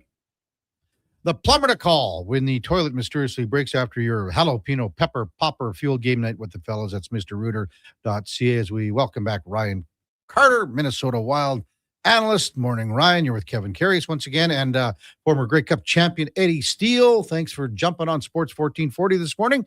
Really appreciate it. We got you, Ryan. Can you hear us? Yeah. Hey, yeah, I've got you. It's cutting out in and out a little bit here, but I got you. Yeah, how you guys doing? Good. We got you now. Yeah, Ryan Carter's with us. Man, this Minnesota Wild team is smoking hot. It's the talk of the league right now, Ryan, as you know. Don't have to tell you that ever since the Quinn Hughes trade, but everything is coming together right now for this team. It must be just fun to watch, fun to cover. Yeah, they really are, you know, and it's a different part of the game. Seems like stepping up at different times too. I mean, they rode the hot goaltenders for a while, and it looked like it was going to be Gustafson's net. It all of a sudden turned into a rotation because Jesper Wallstedt decided to say, "Hey, let's not forget I'm a first-round pick and a pretty good goaltender." Mm-hmm. So it got into a rotation.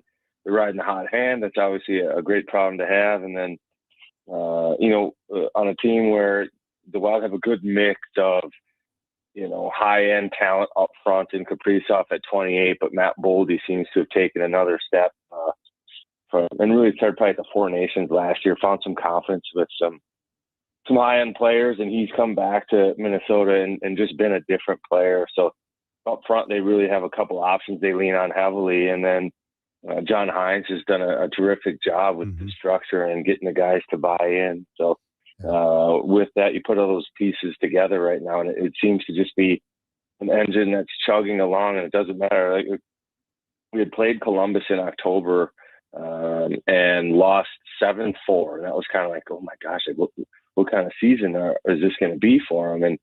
And here they are now, December. They play Columbus last night with 10 different players, 7 regulars out injured, and then with the trade for Quinn Hughes, they had 3 guys, roster players moved out, so 10 different players from that game. But it didn't matter, and they just continue to do what they're supposed to do structurally with Hines, and then the top end guys play well, compete hard, and they've been getting the results that they want. Ryan, you look at the game last night and the pairing of Quinn Hughes and Brock Faber, they both played over 30 minutes. I mean, Brock just under 31, Quinn Hughes above 32 minutes. What has the addition of Quinn Hughes, the impact on not just the D core, but the entire roster? How has Quinn Hughes impacted them? It's a good question, and I think it's one that really remains to be seen.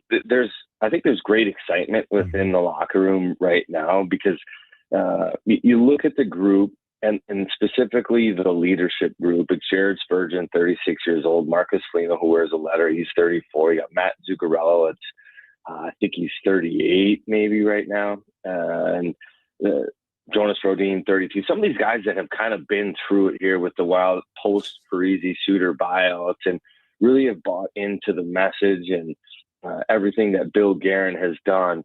And for me, and I think for them, this trade was an endorsement and a recognition of the sacrifice those guys have made for the organization, for Bill Guerin, for the plan. And when he says, like, our winning window is open because the Wild are through the flat cap and the buyouts of Parise and Suter, a move like this kind of backs up what Bill Guerin has been saying. So I think with the roster, there's just great excitement that there's Quinn Hughes. Like, oh my gosh, we're right there, a legitimate contender.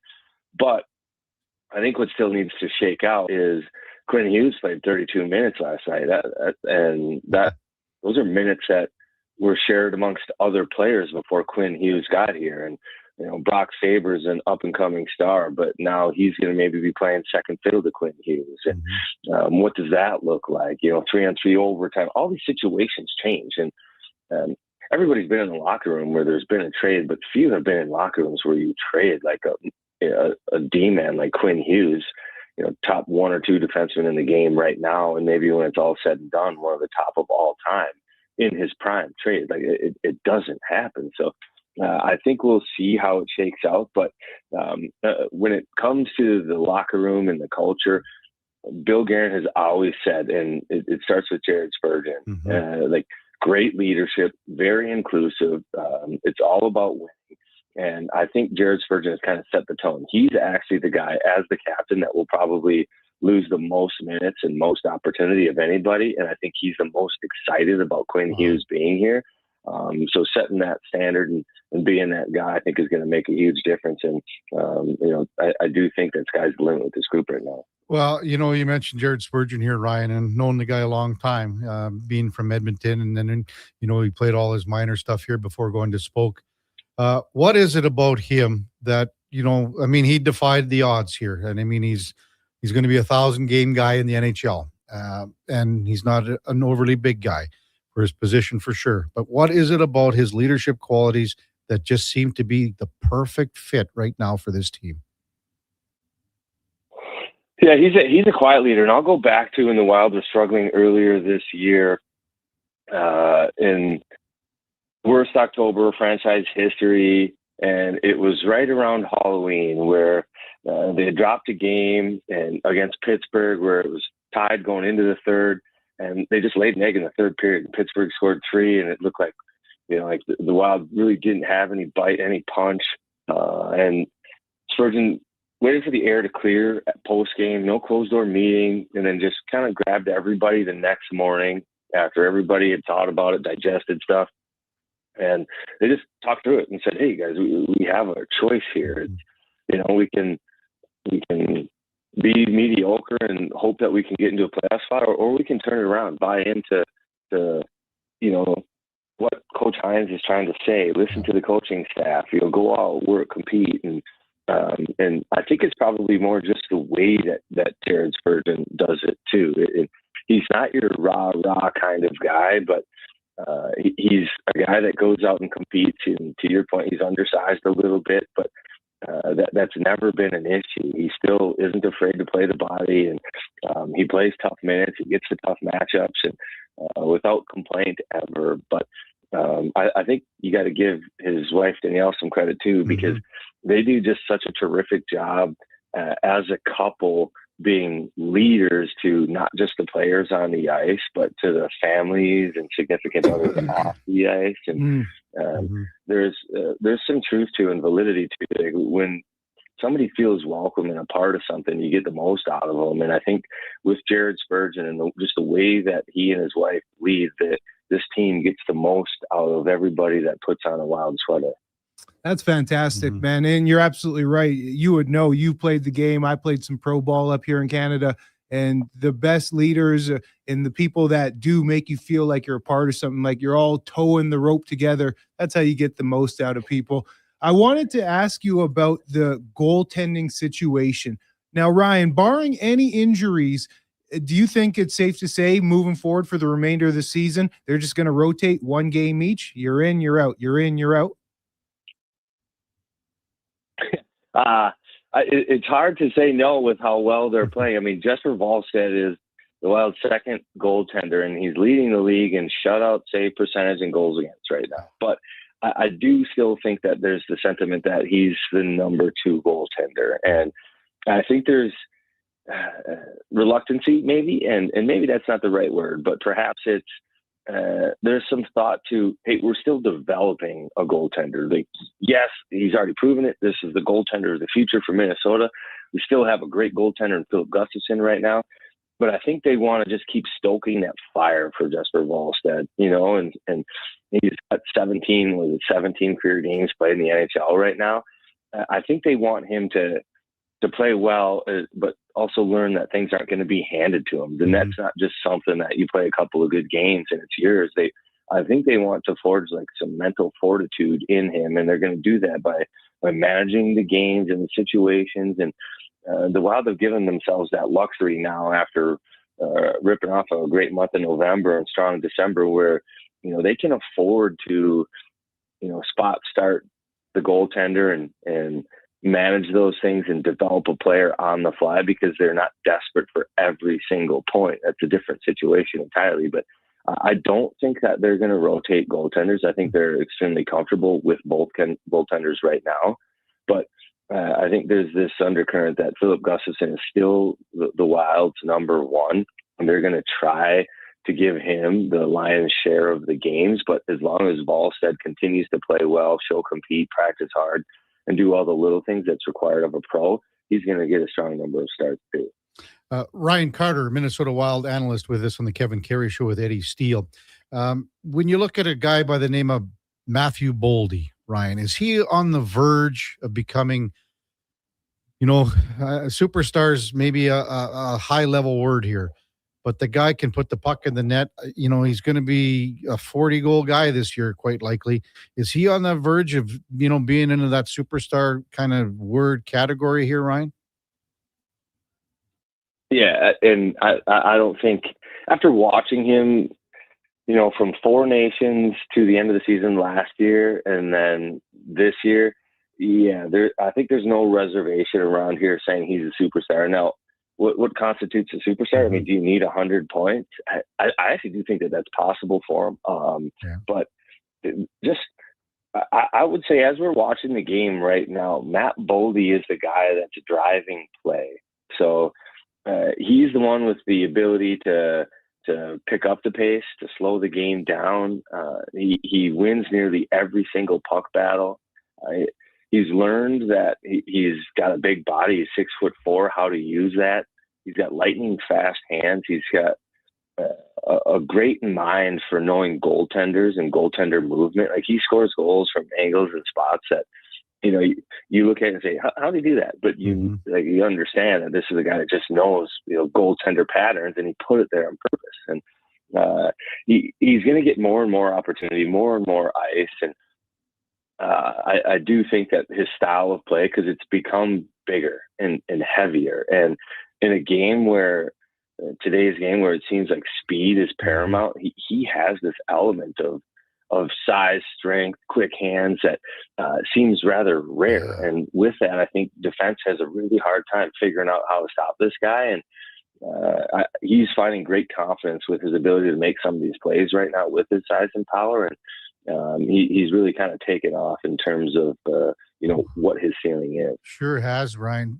When you look at the U.S. Olympic team roster, where does he fit in? Like, what players would he play with that he could complement, and vice versa, where other players could complement him? What line or what players do you see him playing with?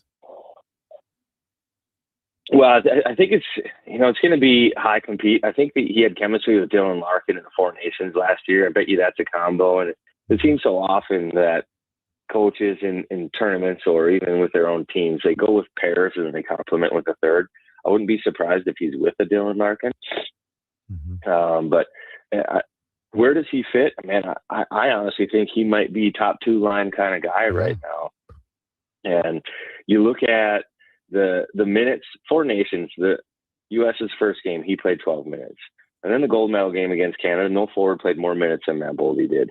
And I think Sullivan got his eyes on Matt Boldy and said, man, this he's a player. Like, he competes. He's long, he's strong, he's fast. And he gave him more minutes on the penalty kill and in tougher situations and down the stretch in that gold medal game. And I think he liked what he saw. And I think that first impression on him is going to affect the way that he's used here in the Olympics. So if the minutes in that gold medal game at the Four Nations are any indication, Matt Boldy's going to be a number 1 or 2 wing on this team right here.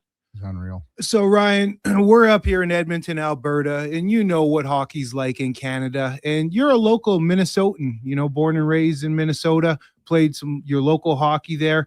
I just wanted to ask, where is the state of hockey in the state of hockey that is Minnesota in terms of the growth of the game? What's it like at the amateur level, and how has the game really taken off down there in Minnesota? Well, it's marketed as the state of hockey, but it's really the game that I think everybody kind of embraces as Minnesota's game too. And the winters can be grueling, but I think it takes an element of toughness to want to get outside and skate and battle the elements to play. I think Minnesota take great pride in that. But the game of hockey is healthy in Minnesota, and if the listeners there don't know much about the way that Minnesota does it and how it's different, there's no midget hockey. There's very little AAA hockey. It's all about playing for your community. And then you go to your local high school, and your high schools compete for a chance to play in the state tournament. And the state tournament sells out at Grand Casino Arena. The Wild have to move out every March for that tournament, and tickets sell out. It's an exciting weekend. So it's just an illustration of how Minnesotans love not just their hockey, but their youth hockey too. But what I will say is the landscape is changing a little bit, and I have to say I think that this model that Minnesota has, the community-based model, is under attack a little bit because there's kids specializing in sport earlier, and with that, there's now entering like some of these AAA teams and kind of pay-to-play kind of hockey, and I think it's cannibalizing some of the community-based hockey, but there's initiatives and pushback right now to preserve youth hockey and the way that Minnesota does it, because if you look at the numbers, Minnesota develops and produces a lot of NHL caliber hockey players, and I think that that's something that I think is wanted, or at least around here, from the Minnesota Wild on down to Minnesota hockey. It's something they want to protect, but I've spent a little bit of time here talking about boys hockey, but on the other side, girls hockey, I don't want to overlook that because that's growing at a rapid rate too. I've got 3 daughters. They all play. They bust my chops to have that rink outside ready to go because they want to play. Yeah. Their buddies are enthusiastic about it.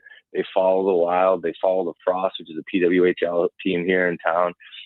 So the girls' game is really healthy and growing too, and it's getting to a level that's probably similar in terms of volume to where the boys' game is at here in Minnesota. Wow, cool stuff, Ryan. Great to hear from you. Thanks so much for coming on this morning. Enjoy the Wild and Oilers tomorrow afternoon, and have a great holiday season. Merry Christmas and happy holidays to you and yours. Take care, and we'll speak to you in the new year. Thanks, Ryan. Yeah, I appreciate you guys. Have a Merry Christmas too. All right, that's Ryan Carter, Minnesota Wild analyst, and our headliner of the day for Mr. Rooter Plumbing, the #1 overall pick in your fantasy plumbing pool. That's mrrooter.ca. Yeah, Eddie. Now, is there high school hockey here in Edmonton? No. That's interesting because in Winnipeg, there's high school hockey. I shouldn't say there is, yes. But it's different. Yeah. It's not like football, Yeah. right? It's not like high school football and then the provincial tournament. Exactly. Because that's how it is in Manitoba with hockey. Yes, there's other clubs and stuff, but there's high school hockey and then you all play in the provincial tournament. And it's a big deal. It's a massive deal. So it's just different here. Like, okay, it's kind of where you're talking about academies. Totally. So the academies, and then they have the JSHHL, whatever you want to call it. So it's similar but different. It's not like you go to Harry Ainley and have a high school hockey team. Yeah. That doesn't happen. In Minnesota, it does, and it happens everywhere. That's how my high school was. Yeah. Now, the coolest thing in Minnesota, So it's in St. Paul. The Oilers play, that's where the rink is. Now, the hotel where the team stays, and I did many games in Minnesota. One of the coolest things is when you walk from the hotel, it's a couple hundred meters to where the rink is, but you're walking through think of kind of going through Ford Hall times 100. There are hundreds and hundreds of high school hockey jerseys that are hanging on the walls during your walk through. Like, I'm talking about hundreds, and every team in the state is recognized. That's really cool. It's unreal. So it's something else for sure. When we come back, we're going to be going in or out with Eddie Steele on Sports 1440 AM radio with the Duke of Delburne, Josh Fenwick. We're also streaming on YouTube, X, Facebook, Instagram, and Twitch. When you have lifting and material handling needs, Northwest Crane delivers. Western Canada's Sandy dealer, backed by the industry's toughest one. 3 years, 3,000 hours, no compromises. They service all crane makes and models with skilled technicians and deep industry expertise. Alberta owned with locations in Leduc and Grand Prairie and fully equipped service trucks. Northwest Crane keeps your operation lifting.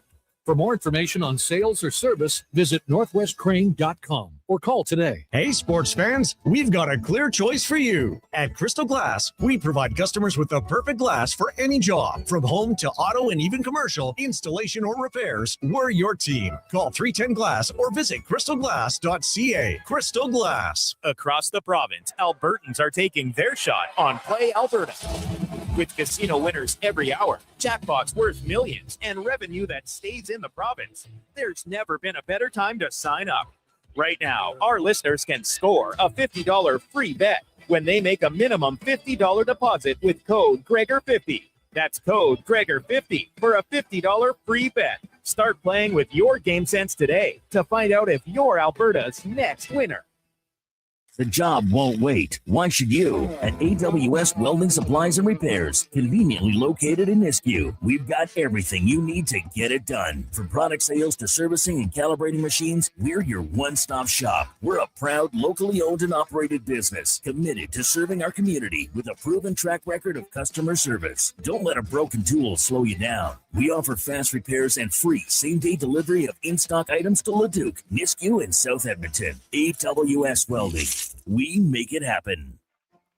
Do you work for a company that wants to reach people who love sports? Or maybe you're looking to hire people who love sports. Sports 1440 partners with dozens of local businesses, connecting with tens of thousands of Edmonton sports fans every day. On the radio, on the listening apps, on YouTube, and on social media. Contact our sales team today to see what Sports 1440 can do for you. Email Gregor at sports1440.ca to get started. This is Andrew Walker, host of the postgame show on Sports 1440. After every hockey game this season, tune in and chime in as we talk about the game. It's all sponsored by Legacy Heating and Cooling. Don't get left in the cold. Visit legacyheating.ca. This Christmas, Subaru is proud to support the Little Warriors, a national charitable organization dedicated to protecting children, raising awareness, and helping survivors heal from the trauma of child sexual abuse. Join us for a Phil Forster event at Rally Subaru in Subaru City. We're collecting much-needed items like AAA batteries, art supplies, backpacks for kids, winter gear, and laundry essentials. Drop off your donations at either location and be entered to win a free detail package. Thank you for your support from Subaru. 'Tis the season for Selly.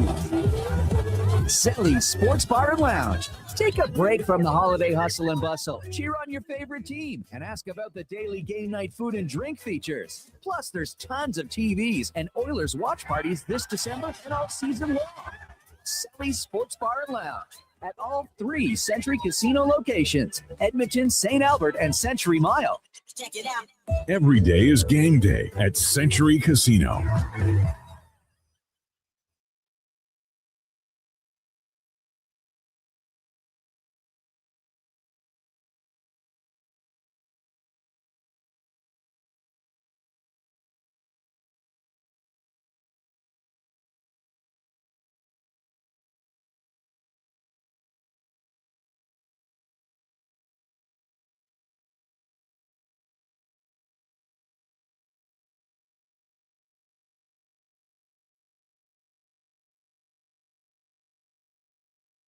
The Karius Show, breaking down Edmonton's favorite teams, even though his favorite Junior A hockey team is the Yorkton Terriers. Thanks for checking in with Sports 1440.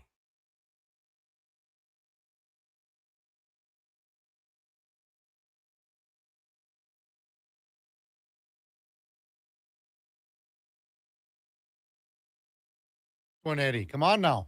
Cause man, I'm scratching my head. I didn't request this. Why am I profiled to a rap Christmas song, Duke? I didn't request. What's going on here? No, you didn't request this, but someone else did, and this is just where it came in the order of operations. There, yeah, well, you're saying, you're just not saying. Eddie's trying to accuse me of profiling. I would never do such a thing. Eddie has to be out of here by 9:05, so we better get rolling for in or out time now. Are you in or out? Okay, you know what? Moving too fast. Bottom line, are you in or are you out? In or out of what? No time for questions, just action. In or out? Well, then I'm out. I'm sorry, Jet. Actually, you're already in. Are you in or are you out? On Sports 1440. I thought you would go, I'm in, Bob. We would have had a really cool moment, but you kind of ruined the whole thing. All right, Duke. Letterbuck. The Edmonton Oilers, winners last night in Boston. 1 game remaining on their road trip. 3-1 last night's final. Quinn Hudson scoring his first career NHL goal. Connor McDavid, another burst through defenders to tuck home the third marker. Ryan Nugent-Hopkins, a great pass to Springham on that play. Many great individual performances in last night's contest. But I actually think none of them were more impressive than what Cal Pickard did. Coming in just after the midway point of the game, making 12 saves, stopping every shot he faced in relief to not get the win, but as you said earlier, Kevin, to borrow the baseball phrase, pick up the save. You know, I'm going to go in on this one, Duke, only because, for the main reason. We've been crapping on the goalies all year long, and finally some good happens with Cal Pickard, coming in and nailing it down, and to be in a tight game in that sense where they hadn't been able to nail things down later in the game in their last 2 wins. And they did that last night. Cal was a big reason why.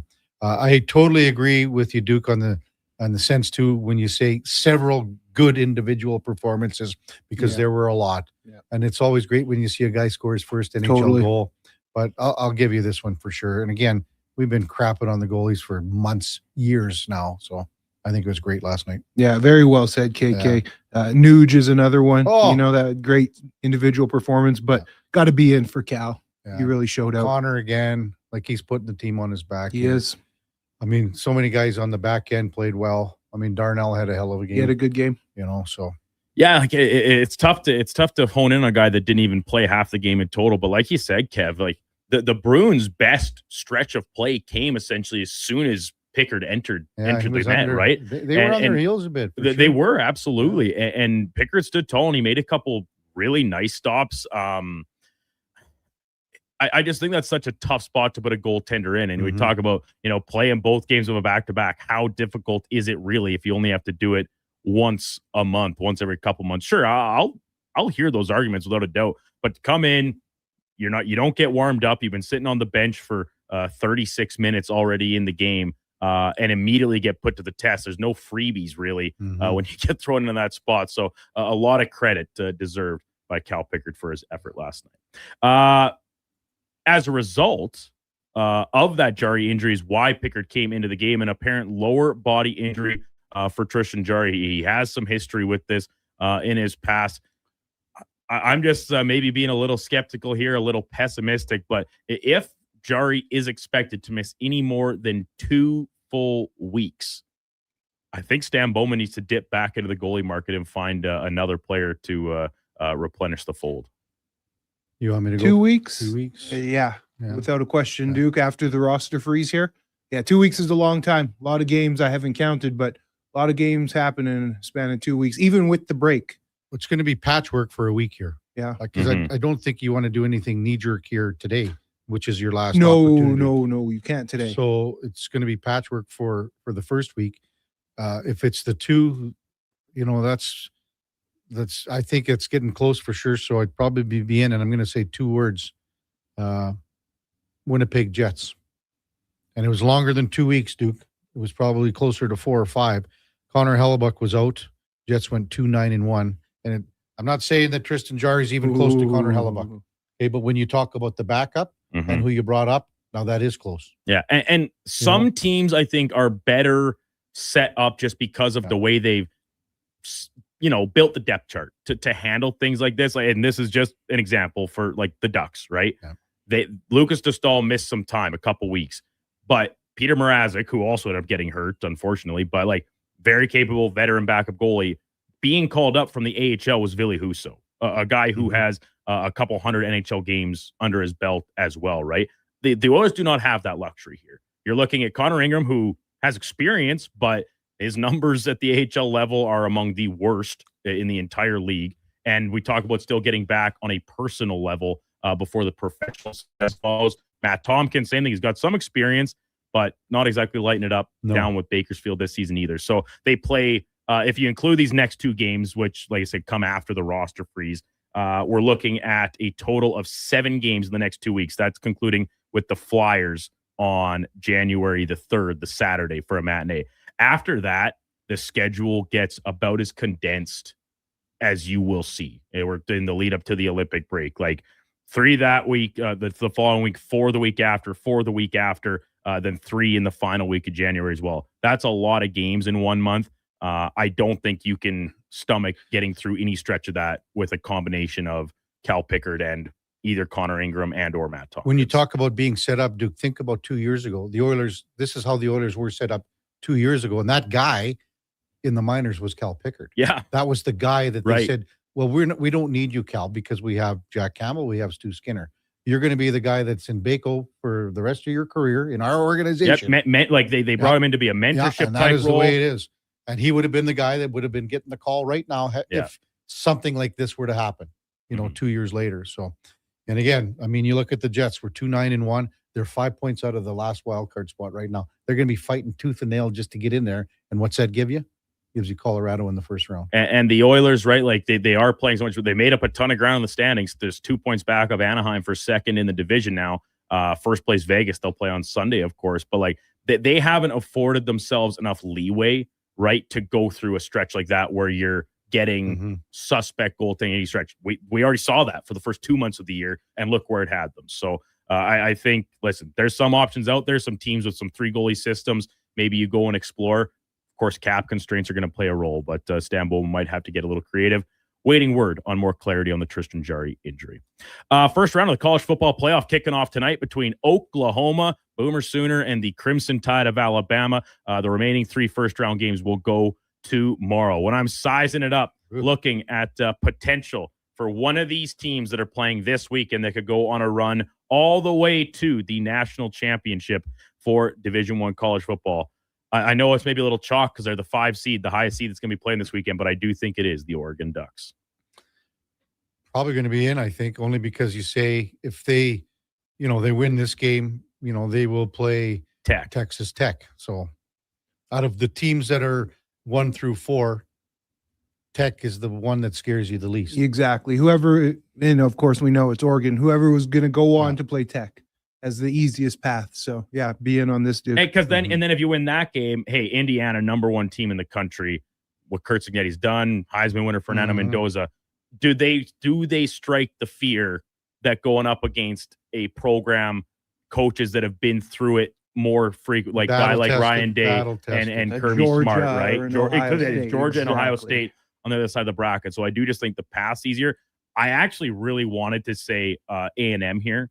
I think A&M's defense is unbelievably good, but should they beat Miami tomorrow, they get the task of an Ohio State that is just fresh off of losing to Indiana in the Big Ten championship game. I mean, so you have to think of motivated. The question as it pertains is, it's the easiest path. And that's what it is. And hey, it's not meant to be a little slight at Oregon. They're the 5 seed for a reason. Really good team. Dante Moore going to be one of, if not maybe even the first quarterback off the board coming up in this next spring's draft. So the Ducks, Declan Kruger, I'm sure will be glad to hear it, rooting for his team this weekend. I think they got a good chance to go on a little bit of a run this next couple weeks. Over in the NFL, Week 16 kicked off last night. Instant classic. Thursday Night Football between the Rams and Seahawks. The rest of the slate, our Friday tradition, dog of the week. I'm thinking it is Connor Halley's Los Angeles Chargers on Sunday. They are 1.5-point dogs at Jerry's World against the Dallas Cowboys. I just looked on Sports Select, Duke, and it's Dallas minus 2.5. That's nuts. I got 2.5 as You well. got it too? That's nuts. What are you on? Where are you on? My score. Okay. On the score. I'm just on ESPN's website. Well, Yeah. I mean, I really want to say it. I'm going to be in, but there's a part of me that wants to say Jacksonville at I'm just Denver. gonna look at. I was just Denver looking by at that 3.5. I have, but man, I just believe that the Chargers are a far better team than Dallas. I get that it's on the road in Dallas, but yeah, so I'll be in on the question. And the Chargers' biggest issue right now, of course, is their offensive line. Mhm. It essentially doesn't exist. But the Cowboys' defense has, for most of the season, been pretty porous. And now it got some reinforcements, but I don't think we're necessarily going to see Quinnen Williams play on Sunday in the concussion issues. I think if the Cowboys were smart, they wouldn't play him even if he clears protocol. But that's maybe up to Brian Schottenheimer. What's really just kind of head scratching is you have a 10-4 Chargers going into a 6-7-1 Dallas. Like they're a way better team. Yeah, that's head scratching. Definitely dog of the week, Duke. The other one I was looking at too, and it just because Sunday Night Football. Yeah, New England and Baltimore. Yeah, I mean Baltimore. Who knows what you get anymore? And New England, I think maybe after they pissed one away against Buffalo, Vrabel goes, "What did we do here? We had a chance to wrap things up." Yeah, T-shirt and hat game, and they didn't close. And now maybe they look at that. And Yeah. Because that's One slip. -3 right now. Yeah, it is. Yeah, that one definitely was on my card as a potential for this choice, but I think maybe the road factor, being on the road, plays a little bit. And like from what we know of Lamar Jackson, and he's apparently questionable right now with an illness, I think. Can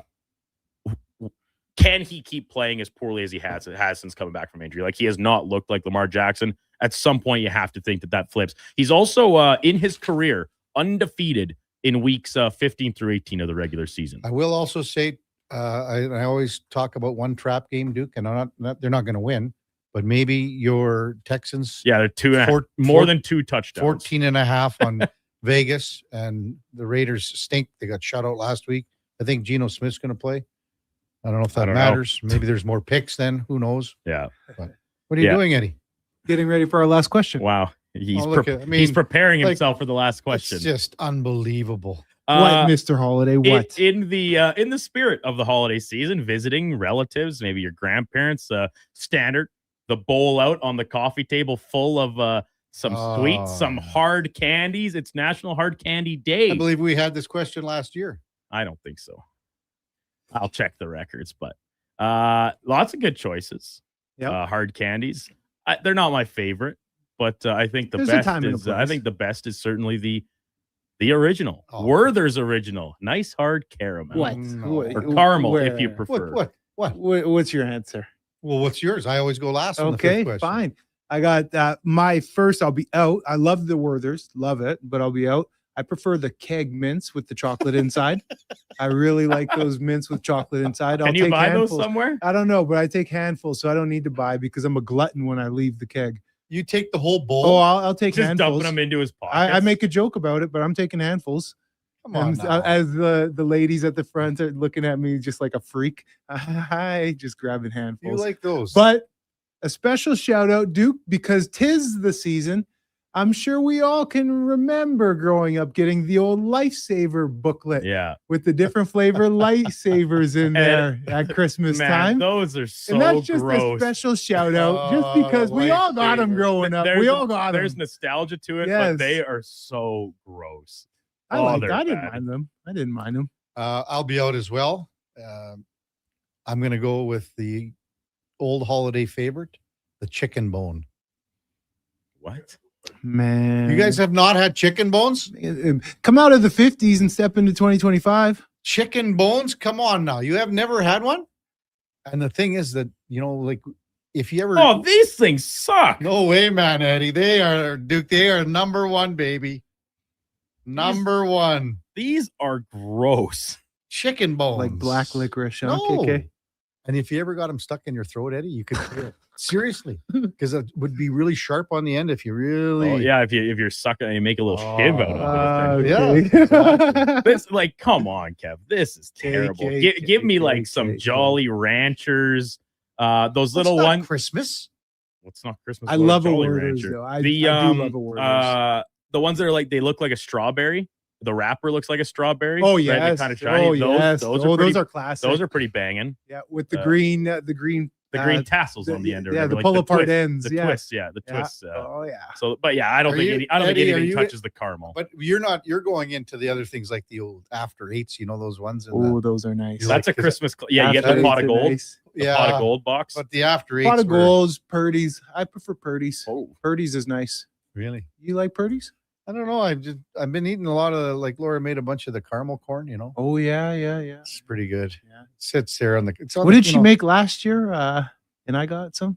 You got caramel corn, probably. No, it wasn't the corn. It was almond where roca. your teeth were falling out. Yeah, almond roca. There's a whole bunch of that in the freezer right now. I haven't dipped into that yet. But I've been just started dabbling Have you? into some shortbread. And well, last night treats. they had like unbelievable lasagna and pie in Redwater. Eddie, you would not believe the assortments of pie that was there. Duke had 2 pieces of pie. Or no, what? I didn't. Just I had one? one slice of apple pie with a scoop of ice cream. Oh, they had ice cream there. Boys, enjoy the weekend. What's It's going been a on with you, slice. Eddie, right now? Oh, we're going down to Elks Nation, man. And what's happening there? Interviewing Joel DeBlanco, 9:30. Gotta go. And he's in town still? No, I think this is video. No, he might be in person. I don't. He's coming even- in studio? I don't even know, Kevin. Really? I don't even know. What'd you think of his play last year? You're silly, man. And he's just trying to get the hell out of here. He just pulled his earplugs out. He's like, yeah, he was really just trying to squeeze another minute out of old Eddie. Love you, Edmonton. Okay, Eddie, great show, big guy. Have a good one. He's gone. He's gone. Look at this. Coach Al just texted in. Chicken bones are the best. Coming up in the 9 o'clock hour, we got Ron Chizowski. He'll be dialing in on video from Germany. And Ron coached Leon Draisaitl when Leon was growing up in Germany. Ron is from Edmonton, played all his minor hockey here, and then went on to Northern Michigan and ended up going over to Germany to play after his university career down in or college career, and stayed there. He's just the salt of the earth, and we'll talk to him at 9:20. You know, this is such a big deal. I mean, Leon Draisaitl, first German-born player with 1,000 points. I mean, maybe someday Tim Stützle gets there. Probably, you know, if he's around long enough. He's probably good enough to get there with a long career to get 1,000 points. Ron will be with us at 9:20. We got Ken Belke from Sin Bin Sports in Vegas to preview the Sunday game with the Oilers, and then Tim Murray from CFB Tailgate Show and VSiN Live to discuss the 4 games of the college football playoffs starting tonight with 3 more tomorrow. Before all that, time now for a Sports 1440 update brought to you by First Round. And you know what? Sunday's got even better at First Round. You could win an NFL helmet or a jersey. And actually tomorrow you can go down because there's 2 games tomorrow. You can enjoy the Pro Bowl brunch on Sunday. It's only at Edmonton's NFL headquarters, First Round, downtown or on Bourbon Street. Here is the Duke. The Sports 1440 update.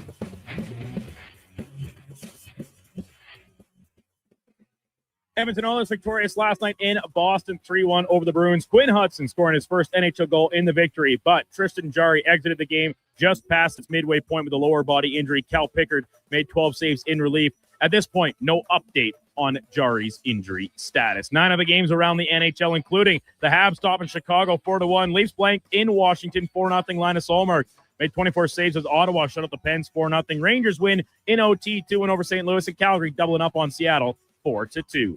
Week 16 in the NFL kicked off in Seattle, and it was an instant classic. Seahawks win over the Rams 38-37 in overtime. Sam Darnold throwing 2 picks, but had a pair of touchdown passes and 270 yards through the air. lifts the Hawks to the number 1 seed in the NFC.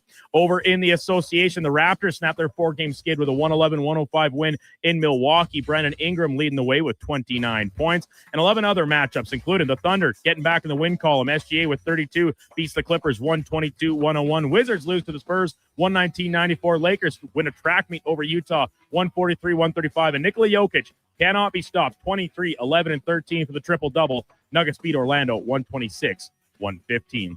And reports this morning, Kansas City Royals acquiring left-handed reliever Matt Strom from the Philadelphia Phillies in exchange for right-hander Jonathan Bolin. Strom, each of the past 3 seasons in Philadelphia, posting a 2.89 ERA and a .955 WHIP. Coming up in hour 3 of the Kevin Karius Show, we'll be joined by EHC Munich Sports Director Ron Szazowski. I'm Brandon Douglas. That's your Sports 1440 update. This is Sports 1440, a Stingray radio station broadcasting on Treaty 6 territory. Download the free iHeartRadio app and listen to CKJR wherever you go. Hi, Mike here from Northgate Chevrolet Buick GMC. December is here. Christmas shopping, Christmas wrapping, Christmas baking, grocery shopping. What about our vehicle? Does it need tires? It's not running? No problem. We got you covered. At Northgate GM, we have a tremendous selection of newer used vehicles, winter tires at cost, and of course, service with a smile. Come in and see us today, 13215 97th Street, or visit us online at northgategm.com. You're in Northgate country.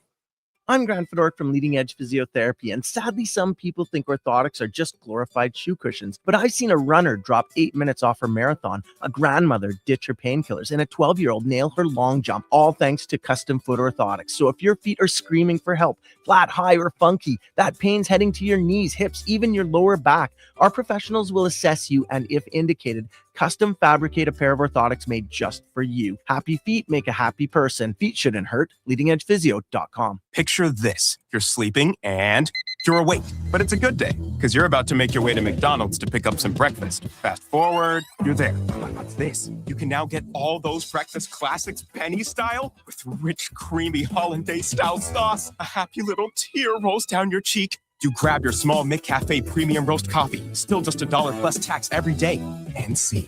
Get up and at 'em with the Egg McMuffin. At participating McDonald's restaurants in Canada, prices exclude delivery. This hockey season, before every game, check out the pregame show with Andrew Walker on Sports 1440. It's brought to you by Titan Supply, your only source for rigging, lifting, and hauling products. Visit titansupply.ca. The wrapping paper is coming off. The gift box is opening, and the crowd goes wild.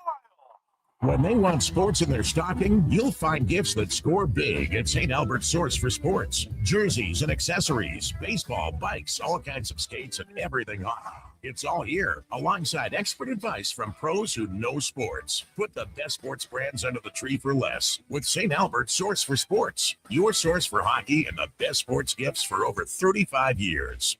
Warm wishes for a happy holiday season from Bashaw Concrete Products. May you enjoy this festive time of year with family and friends, making memories to last a lifetime. Merry Christmas from Doreen, Dallas, Dylan, and all the staff at Bashaw Concrete Products.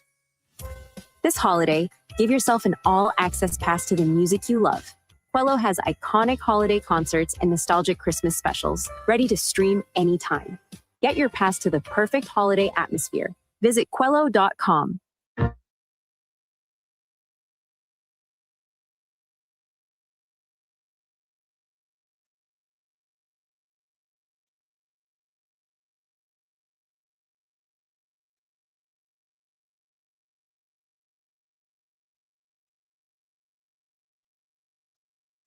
Have your sports curiosity cured with the Kevin Karius Show. This is Sports 1440.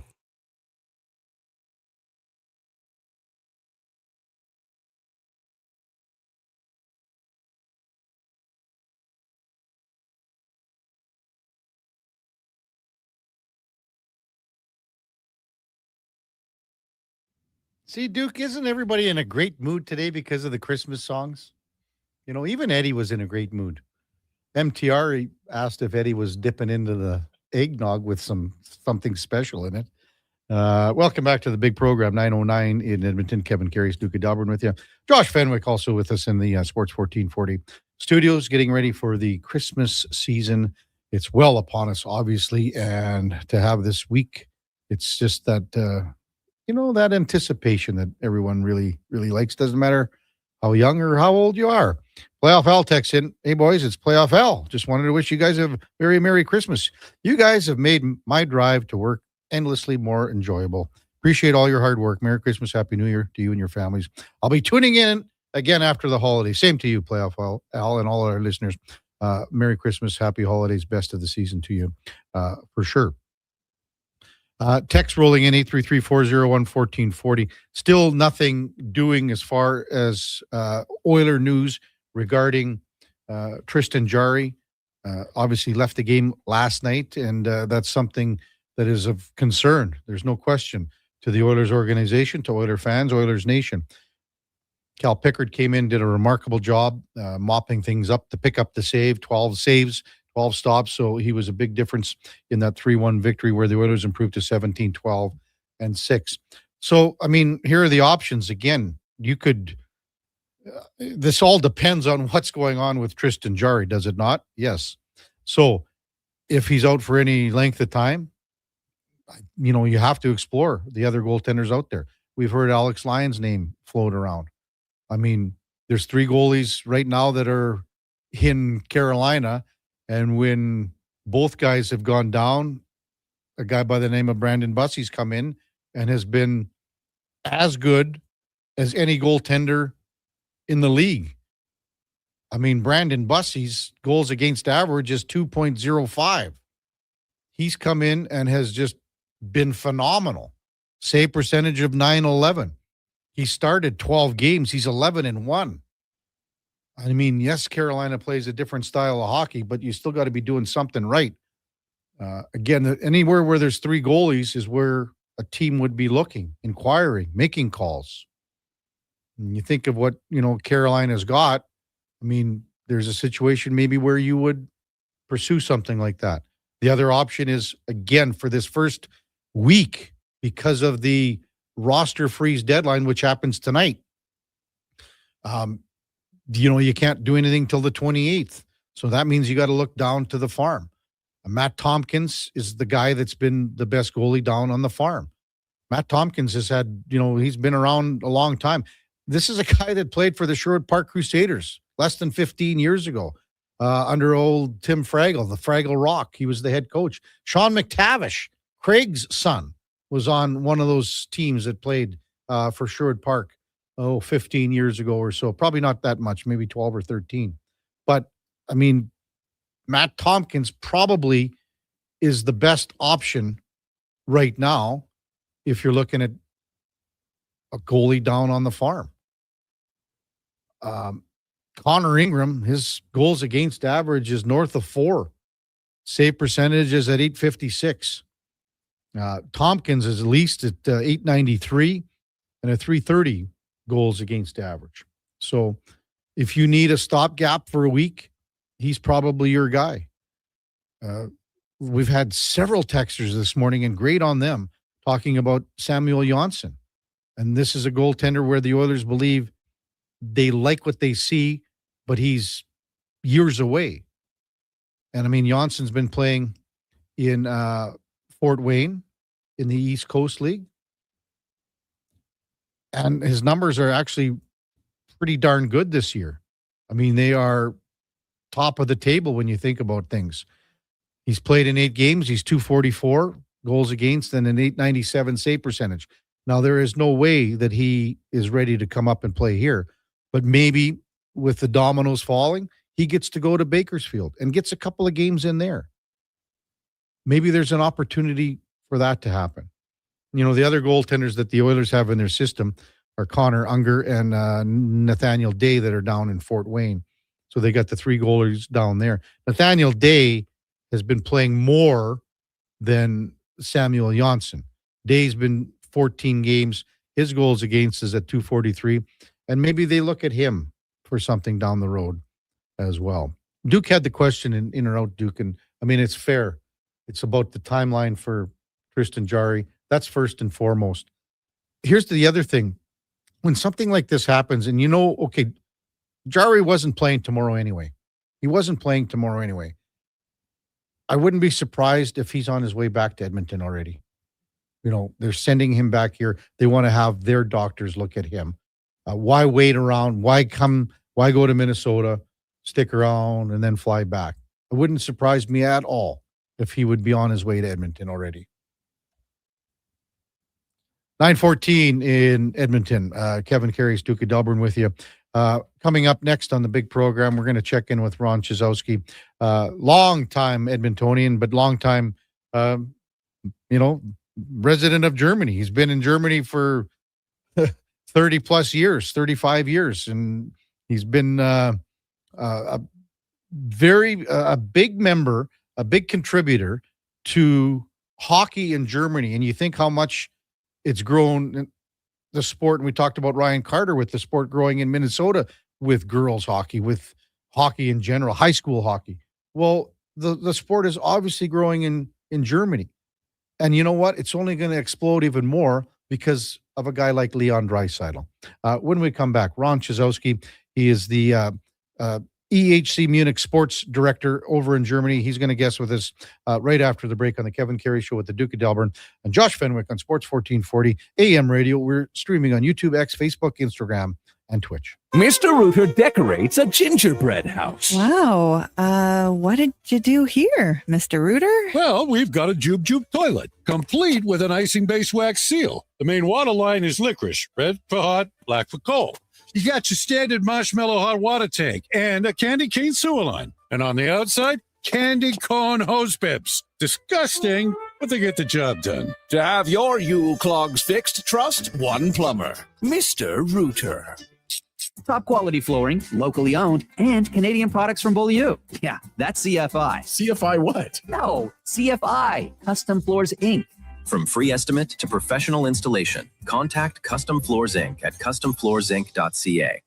At Fountain Tire, success is a team effort. They're committed to their team members and their customers. And that means treating your vehicle like it's their own and finding solutions that suit your needs. Because whatever the road brings ahead, they're on it with you. Visit fountaintire.com today. Come for Canada's largest trade shows, the biggest names in entertainment, exhilarating sporting events, and more. And stay for the experience at the Edmonton Expo Centre. Looking for the perfect place to host your next big event? From trade shows to galas, meetings, and concerts, the Edmonton Expo Centre has the space, event expertise, and service to make your next event unforgettable. With over 522,000 square feet of flexible event space, in-house catering, and operational expertise, they bring your biggest vision to life. Learn more at edmontonexpocentre.com today. He's a legend in the booth and a master on the mic. Low Tide brings the banter weekdays from noon to 2. Sports 1440 is where Edmonton talks sports.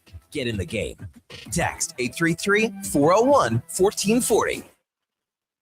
Across rural Alberta, volunteers and community groups work hard to make life better for their neighbors, creating new playgrounds, better rinks, and gathering places that bring us together. Vision Credit Union is proud to lend these local heroes a helping hand. Apply today for a Helping Hand grant up to $10,000 to support your community's next big idea. Let's make great things happen together. Applications are open until January 31st, 2026. Learn more at whatsyourshare.ca. 'Tis the season to find the perfect gift at the perfect price at Leduc Goldsmiths. The annual Christmas sale is on now with 10 to 25% off all in-store products. All natural and lab-created diamond engagement rings up to 25% off with a wide selection available. You'll have no trouble finding the right piece. The team at Leduc Goldsmiths have years of expertise to help find what you need. Leduc Goldsmiths on Main Street, Leduc. Leduc's Jewelry Store. Family owned and operated for over 30 years. I'm Rick Showers from No Bull RV, and people often ask me, hey, Rick, do people actually buy RVs from No Bull in the fall? Fair question, Rick. Why would you want to buy an RV just when it's time to put it away in storage for the winter? And I have the answer, Bob, because the RVs at No Bull are used. And that means every RV on our lot is a one-of-a-kind. So when you're looking for a used RV, you can be really picky. One of a kind means you don't have to compromise on what you're looking for. That's right, Bob. But it also means when you find the right one, you grab it up before someone else does. Sometimes that's in the fall, but No Bull makes it easy because when you buy your used RV now, we include winterization and winter storage for free. We even get it prepared for spring camping at no charge to you. All you need to do is be ready for the great outdoors come next spring. When you think of it that way, the fall might be the best time to get your RV. And that's no bull. NoBullRV.ca. Hockey talent from across the globe is coming to cameras. The Viking Cup returns for the first time in nearly 20 years, December 28th to January 3rd at the Encana Arena. Witness this elite competition between teams from Canada, the USA, and Europe. See the speed, skill, and intensity of world-class hockey right at home. Fully bet packages are on sale now with adult and student pricing available. Hey, Brandon. Get your tickets before they sell out at vikingcup.ca. Let's see here. How come it's not working? The first Noel, the angels did sing unto certain boy.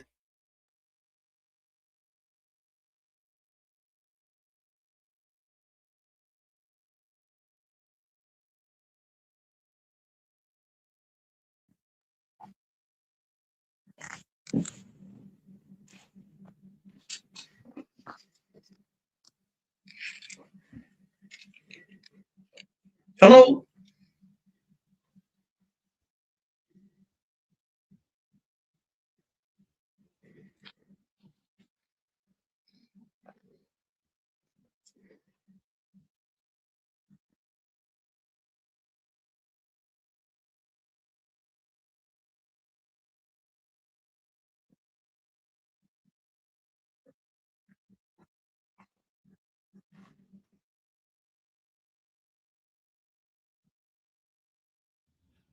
All right, welcome back to the big program. 921 in Edmonton. That's from our request line. Crash test dummies. Oh, yeah, that's an oldie, but a goodie for sure. Welcome back to the Kevin Carey Show with the Duke of Delburne, Josh Fenwick. We're trying to hook up with Ron Chizowski in Germany. The Dukes kind of got him, but we're just working on a few little, not technical difficulties, but just trying to get something in sync. And again, Ron Chizowski was on the show a couple of years ago because we were talking about his time that he spent with Leon Draisaitl. Ron moved to Germany after a stint with the Canadian national team in, I guess, 1990. And after that, had a career that spanned a good decade playing in various teams, you know, in the DEL and different levels of Germany. They've got, obviously it's like here where you have certain levels and divisions, you know, 1, 2, 3 kind of things like that. But he ended up playing many years over there and then, you know, stayed over there and started raising a family and things like that. I actually texted his mom, Ev, and I know she's listening right now, to give her the heads up that Ron was going to be on today. And again, the Duke is just kind of working out things as well. But again, you know, this is a local guy that ended up over in Germany. And, you know, at the time, the hockey there is, you know, it's light years. It's light years from where it is today. You know, when Ron first went over there 35 years ago, they're still trying to find their way back then.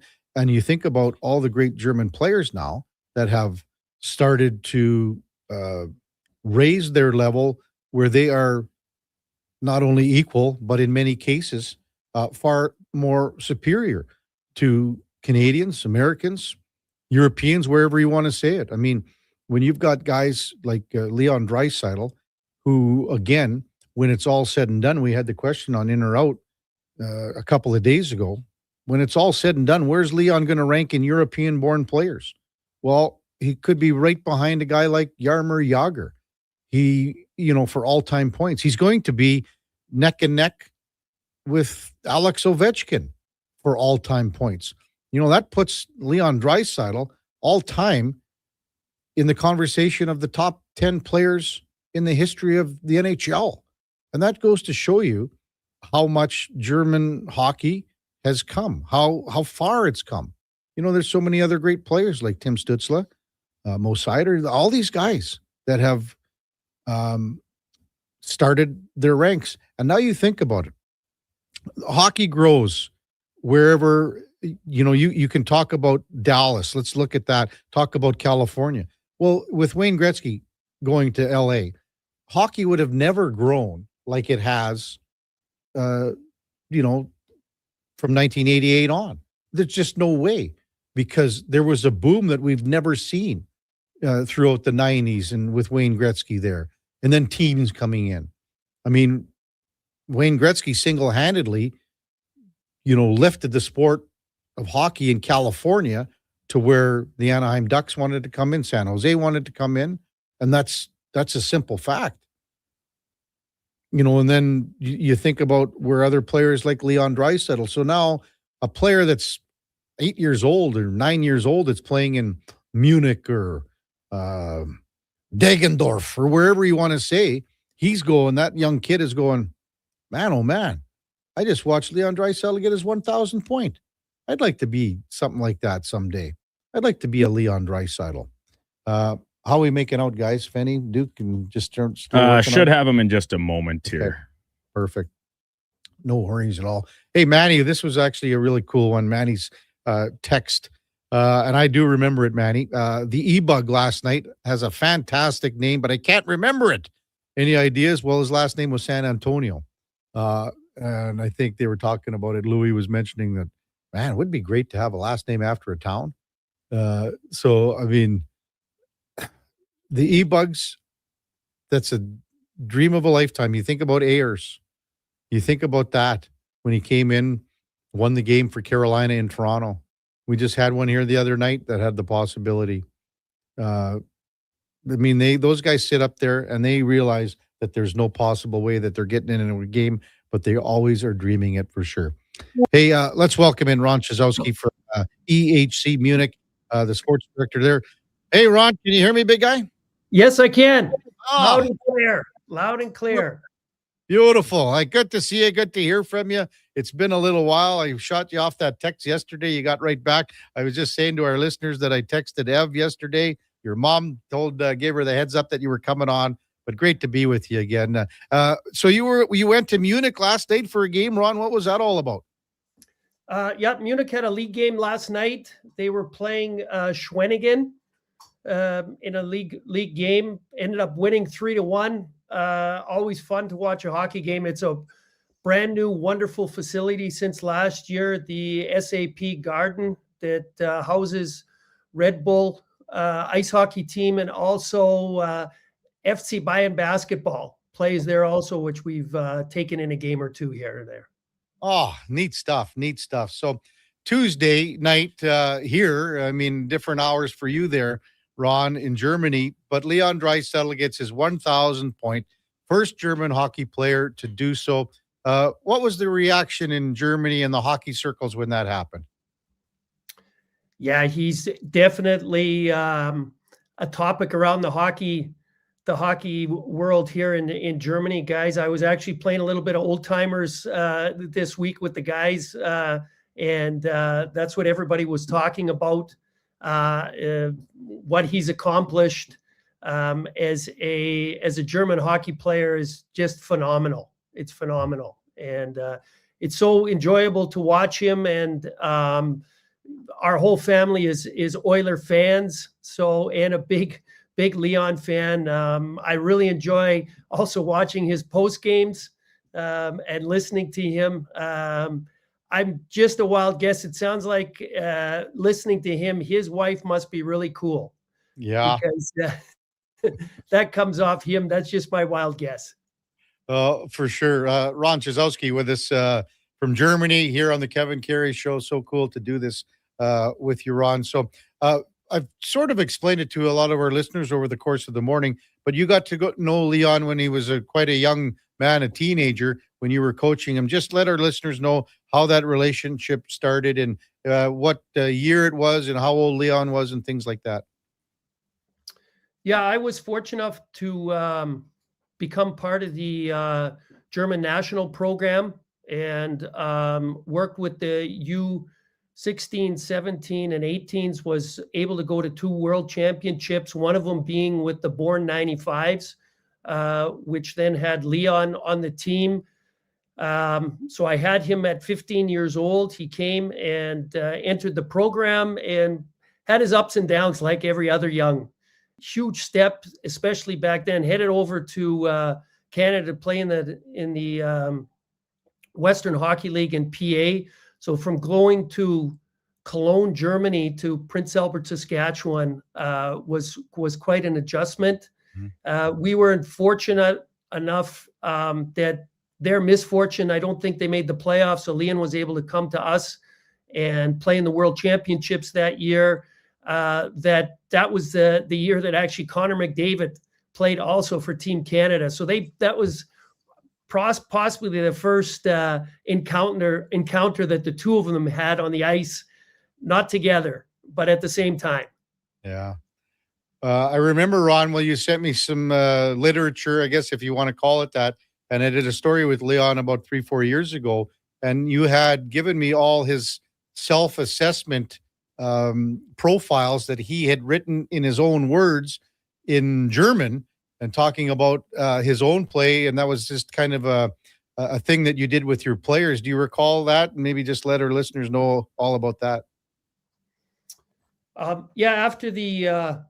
After the camps or tournaments that we had, we would have the kids do some feedback questionnaires. And Leon was even back then pretty critical of himself, maybe positively critical. He wanted to always push himself to get better.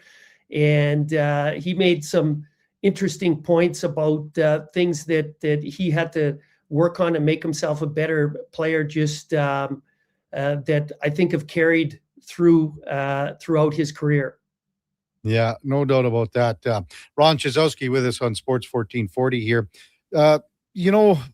We were mentioning the growth of hockey earlier in the show and just before you came on, Ron. How much will this even help? Like the young kids that are 6, 7, 8, 9 now, and they see, their fellow countrymen, a hero to them to get to 1,000 points. How big do you think this will be for the growth of hockey to continue in Germany? Oh, definitely is contributing. We're seeing it year by year.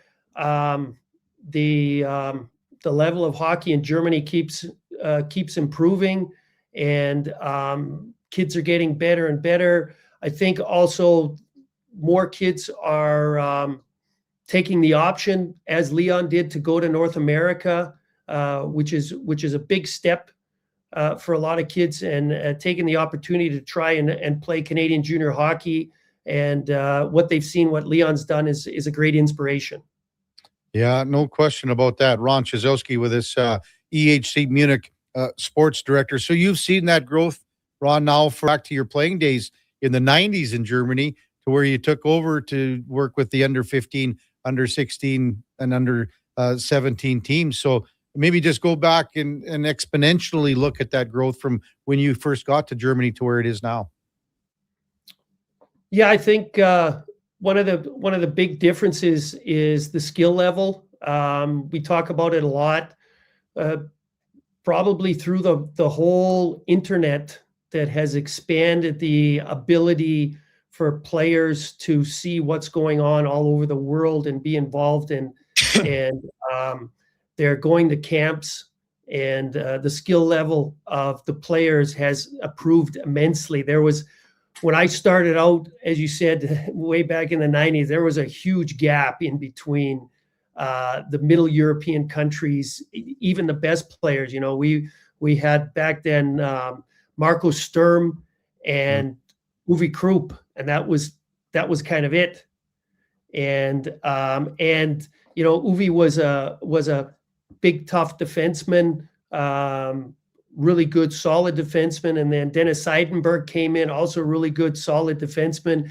And now they're coming Stützle and Draisaitl and Seider, very, very high-skilled players that has changed the dynamic here in Germany.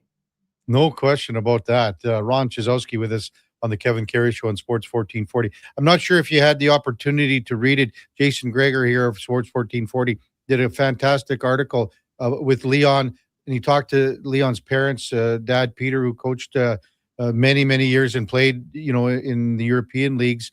I got to talk to his mom and sister as well. and just about growing up in Cologne. And maybe can you express what it would have been like for a younger player like Leon to grow up and compare to what you would have done here growing up, in a sense, Ron, because just a total different scenario with, country systems.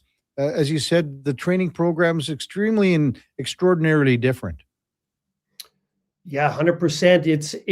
It's that much more intriguing what he has accomplished, because when he was growing up,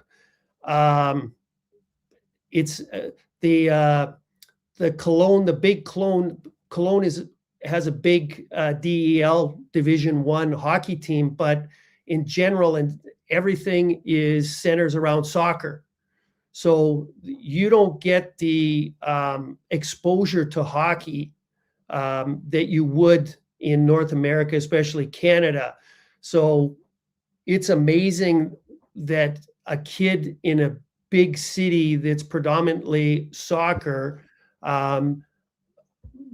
just through the lifestyle of his dad and him growing up and being able to be around the rink and playing hockey and learning it through that opportunity, it's very, very unique, because they're definitely back then were not nearly exposed to what we were in having hockey all around us every day on every corner. Hey, Ron, what would you say, excuse me, with the players for the upcoming Olympics? And you mentioned most of the great players in Mo Seider and Stutzla, and, JJ Peterka is another one there. For sure. What kind of team will Germany have going into the Olympics here?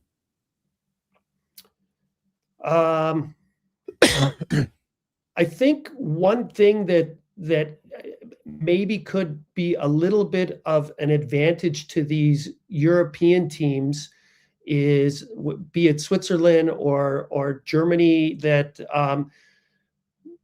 over half the team is together all the time and knows each other. These guys all grew up with each other through the program. So when they get together, it's kind of like a family reunion for them. So that might be a little bit of an advantage, that things can get started up a little bit quicker. I think that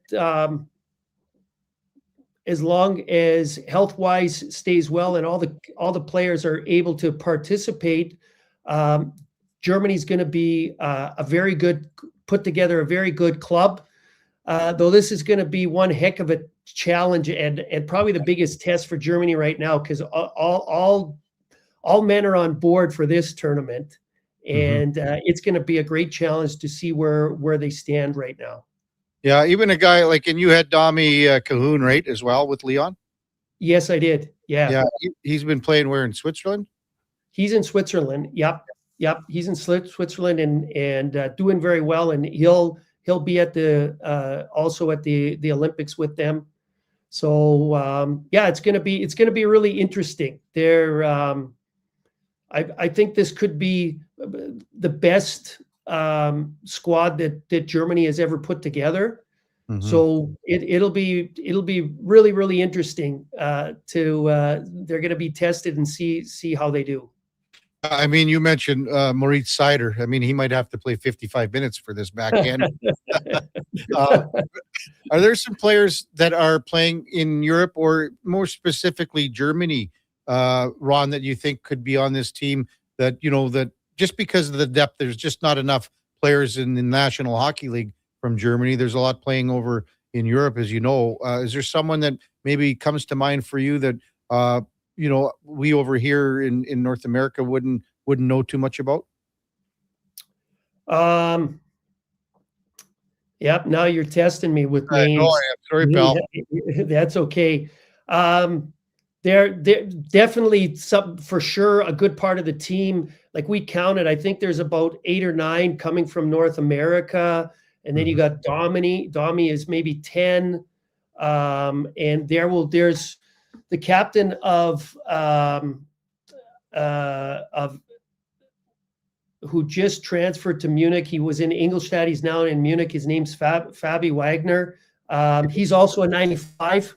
These 95 kids keep popping up born the same year as Leon. He should be a national player who's going to be really solid for them also. Yeah, I got Fabio Wagner. I was just checking him out too, Ron. He's a defenseman, correct? Yes, and then there's also a 95 defenseman in Berlin by the name of Jonas Müller. Yeah, Jonas Müller. Yeah, he'll definitely be there. He's played in Berlin his whole career and played at all the World Championships and the last Olympics. He'll be another player who's going to play a big part for Germany. Right. Ron Chizowski with us on Sports 1440. Well, right off the hop, Ron, you were saying that you were playing in some alumni game. What are you still ripping it up here? The old 60-year-old Ron Chizowski. What's going on here? Ripping it up is way over exaggerated. I just like to get a good sweat and chat with the boys. I mean, the dressing room is absolutely the greatest place in the world. To be able to still hang out there with some of my ex-teammates. And there's actually the oldest player who comes is a fellow by the name of Franz Reindl, who was my first coach. And he's part of the IIHF and will be chairing the under-20 World Championships in Minnesota here coming up. Wow. And he's with us. Oh, that must be so much fun for you guys. How often do you get out? Once a week, and then 6 days of regeneration.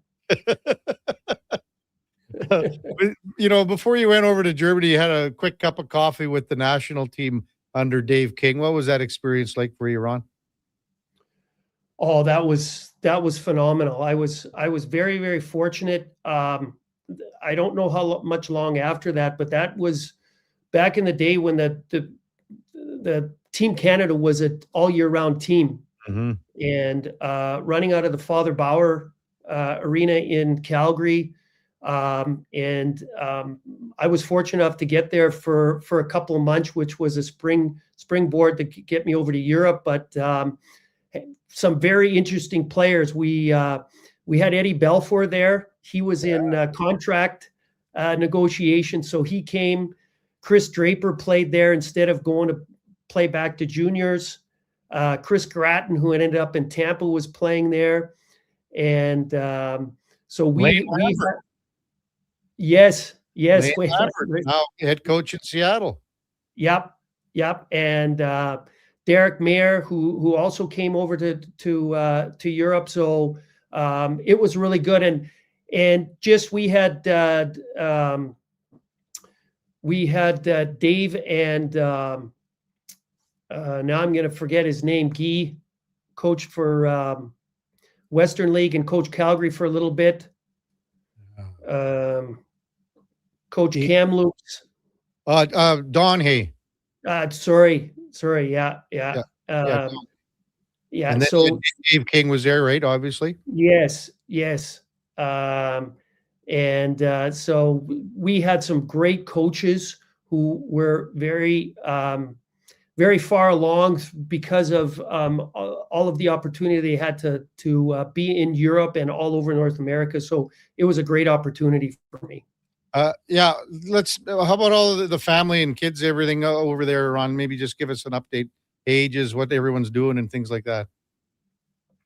So there's I met my wife at the hockey rink. She's a figure skating coach. So that's how that all started. And she's still active with our club, working there, helping out whenever she has time. And my middle daughter is now in her second semester in Munich studying.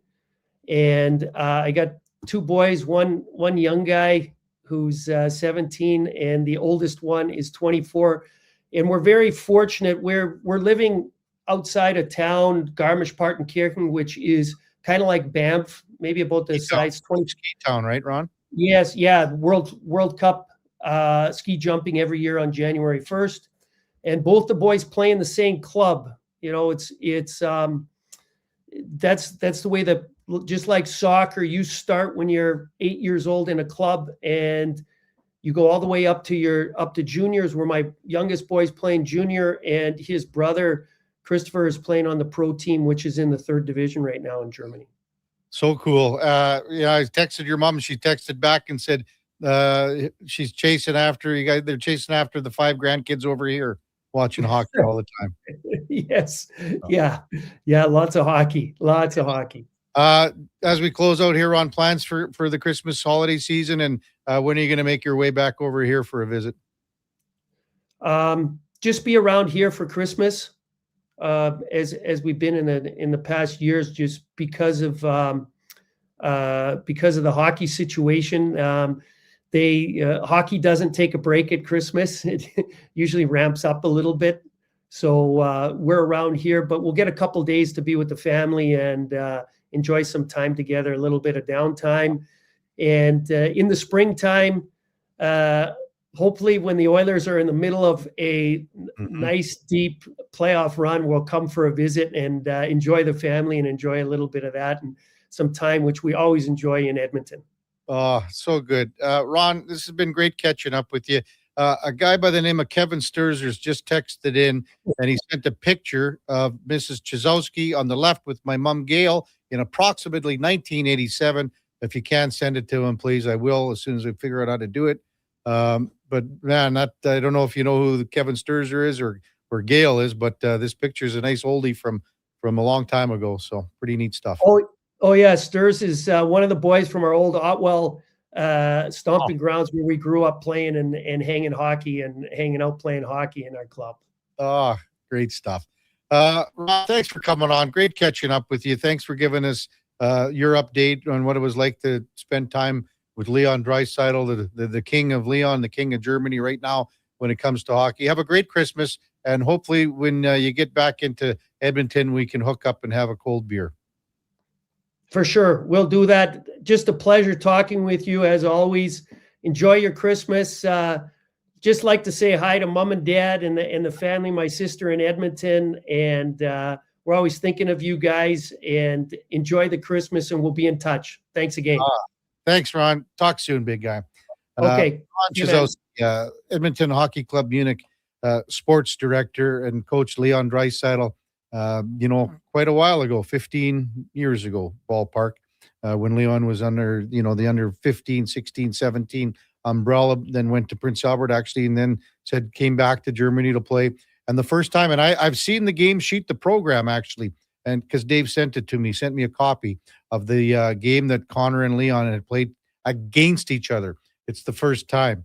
And actually, when I brought that into the Oilers dressing room several years ago to do the story about it with Leon, that's one of the first things that he noticed, and he brought Connor over and said something about that Connor only had about 3 or 4 goals that game or whatever, and the two really had a good time, good chat about it. When we come back, we'll get to some of your texts, 833-401-1440.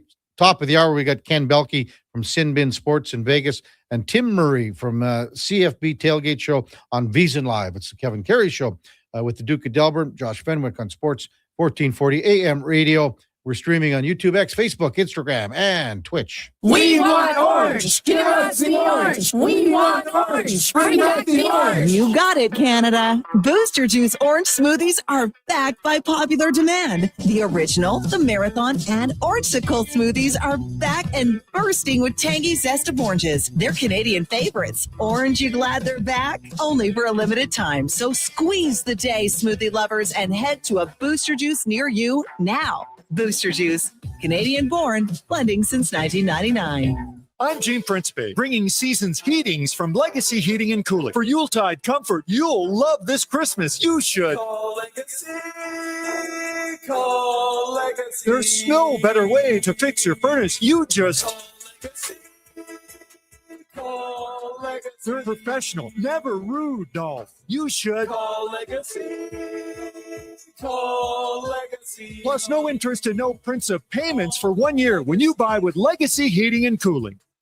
At Fountain Tire, success is a team effort. They're committed to their team members and their customers. And that means treating your vehicle like it's their own and finding solutions that suit your needs. Because whatever the road brings ahead, they're on it with you. Visit FountainTire.com today. This hockey season, before every game, check out the pregame show with Andrew Walker on Sports 1440. It's brought to you by Titan Supply, your only source for rigging, lifting, and hauling products. Visit titansupply.ca. Weekly NFL giveaways, drink specials, huge screen TVs. The hits keep coming at First Round, Edmonton's NFL headquarters. Watch NFL football at First Round, and you could win a trip to your favorite NFL city for a regular season game next season. Catch NFL action Thursday nights, all day Sunday, starting with the Pro Bowl brunch from 10:30 to 2. Then Monday night with half-price boneless wings after 6 p.m. First Round, burgers, beer, sports. Downtown and Bourbon Street, West Edmonton Mall.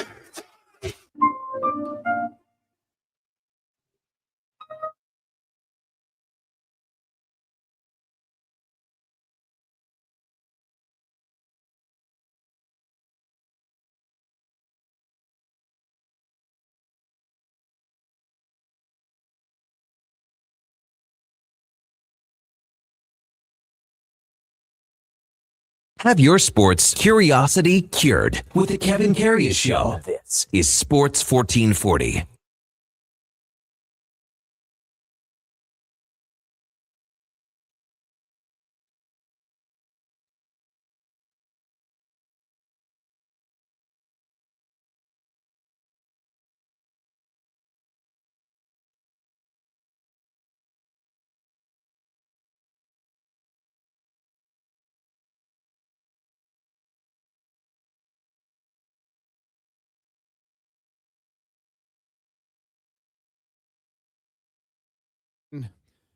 Kevin Karius, Duke of Delburne, Josh Fenwick with you. We had a request for Eddie and I to sing a duet earlier. And that was the song that I thought about Eddie and I doing, to be honest with you, Duke.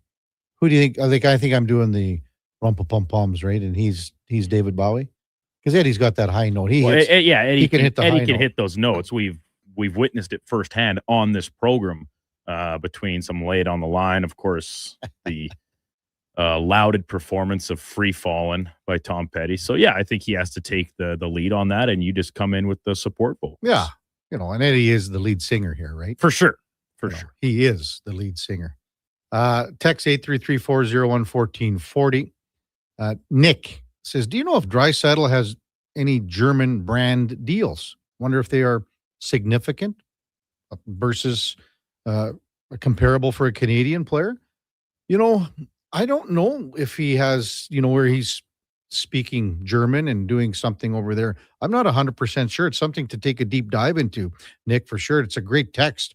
And we've seen Leon do skip the dishes here for one. What else has he done? Anything else? Sports Interaction. Yeah. Oh, yeah, the gambling. And he's doing the bounce, the stick on the puck. And yeah, just at the side of the net. Right. Those are the only two that jump out top of mind to me. Mm-hmm. Connor's got quite a few. He's got a CIBC stuff. I think that's what it is. Yeah. Right. I would obviously Go Auto. Yeah. I mean, they all get vehicles, which is kind of funny, isn't it? They all have more money than anyone. Yeah. And they're getting the vehicles. Well, you know what that's all about. I sure do. But I mean, I'll tell you what, Duke, if you added a couple zeros to my check, I wouldn't care if I had the vehicle. Then all of a sudden you might be from St. Albert Dodge. Add a couple zeros to your check and you might be looking at what McDavid's raking in for a game. Yeah. Well, if I had a couple more zeros on the check, Duke, I wouldn't be here. How's that sound? It's a total catch-22. Sure is. You need to add the couple zeros to make it so then you don't have to come to work. But if you're not coming to work, then you're not getting the couple extra zeros. That's the way it goes. My buddy Blair, great guy. He texts in. Watching Sports Night back in 1998, seeing KK every night motivated me to become a Sports Night host. And almost 28 years later, now, KK is motivating me to take more holidays and become a German hockey player. Hey, you like that one, Fenny? What was that little, is that a fadeaway jumper? Is that what you call it or what? Fadeaway jumper, swish. Yeah. Gotcha. Yeah, Blair loves giving me the gears. Cody says Leon has his Puma brand too. Is that more over in Europe or is it here? Is it for just outerwear or is it like, when I think of Puma, I always used to call it Puma. Puma. And Puma. Is it Puma or Puma? It's Puma. Puma. And I always thought more of like running shoes back in the day. Well, yeah, that's tennis still. I shoes. think shoes are still very prominent, but they make like clothing lines and stuff, athletic wear. So now, where is that endorsement at? Is it? I mean, it's a German company. Yeah. If I'm not mistaken, the founders of Adidas and Puma are brothers. Oh. Yeah, they broke up in like the 20s, I And think. split and made the two different companies. So, it's a German company, but I don't know if it's here or over in Europe that his endorsement is. I wasn't aware of it at all, to be very frank. Well, there you go. Gregor tweeted out a while ago about Ingram getting recalled. And makes the most sense, talking about his save percentage, yada, yada. He thinks Ingram comes up if Jarry can't play. We'll see what happens in the next little bit. Still nothing regarding Tristan Jarry and what happened last night. Again, the Oilers traveled to Minnesota last night following the Boston game, so they would have got in there. I guess you gain an hour. Would have got in there relatively late. They're going to practice today, apparently. I think they're practicing today. Should maybe double check on that. Players off today, actually. Sorry. Players are off today. I thought I heard Louis said that, and Jack even said on the broadcast last night they were going to practice today, but they probably need, this has been another long, last night's game, it was the last time they're going to be in the Eastern time zone for the season. Hey, when we come back, we're going to preview Sunday's game. We did Saturday's game with Minnesota. We'll do Sunday's game with Vegas with Kenny Belkey from Sin Bin Sports in Vegas. It's the Kevin Carey Show with the Duke of Delburne, Josh Fenwick on Sports 1440 AM radio. We are streaming on YouTube, X, Facebook, Instagram. What's that, Duke? You were going into your usual riff there, and I wanted to make sure you remembered we're at the top of the hour, which means you've got a liner to read, obviously. Sorry, Duke. I just trying to keep us on track here. That is essentially my only real job. So. Time now for a Sports 1440 update brought to you by AWS Welding Supplies in Nisku. Product sales, servicing, calibrating, and free same-day delivery of in-stock items to Leduc, Nisku, South Edmonton. Your one-stop shop for all things welding. AWSwelding.ca. Here is the Duke. This is a Sports 1440 update.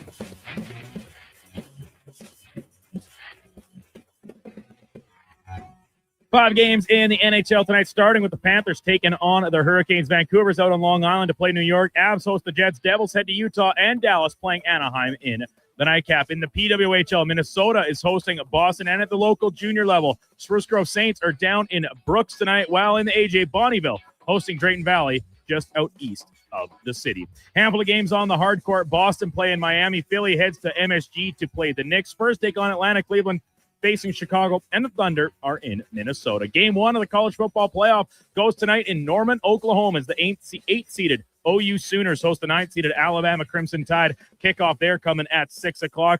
And the Kansas City Royals have acquired left-hander reliever Matt Strom from the Philadelphia Phillies in exchange for righty Jonathan Bolin. Strom spent each of the past 3 years in Philadelphia with a 2.89 ERA and a .955 whip. Coming up in hour 4 of the Kevin Carey Show, we'll be joined by Ken Belkey from Sin Bin Vegas, covering the Golden Knights, as well as Tim Murray, host of VSiN Live's College Football Tailgate Show. I'm Brandon Douglas at your Sports 1440 update. Sports 1440, the Stingray radio station. CKJR broadcasts from West Edmonton Mall and Wetaskiwin. Download the free Stingray music app and listen wherever you go. As 2025 comes to a close, GS Construction would like to take the time and thank our crews, our partners, and our communities for another successful year of teamwork and growth. Together, we've helped keep Edmonton and the surrounding area moving by building and maintaining the underground infrastructure that keeps everything running smoothly. It's been another year of dedication, pride, and hard work the team has put in to make it all possible. To learn more about our people and our projects, visit gsconstruction.ca.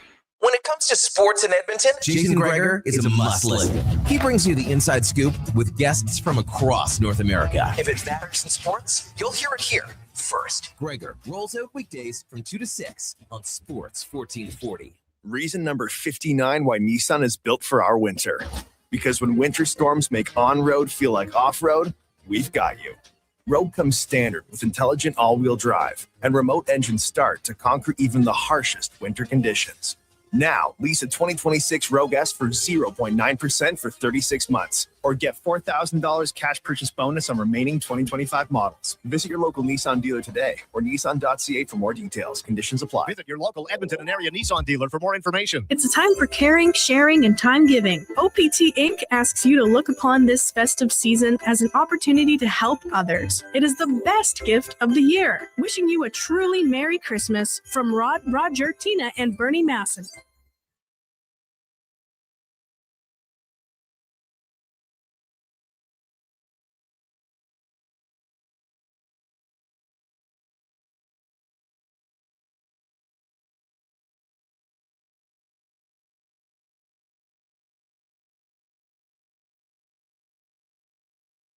Just in time for the morning skate.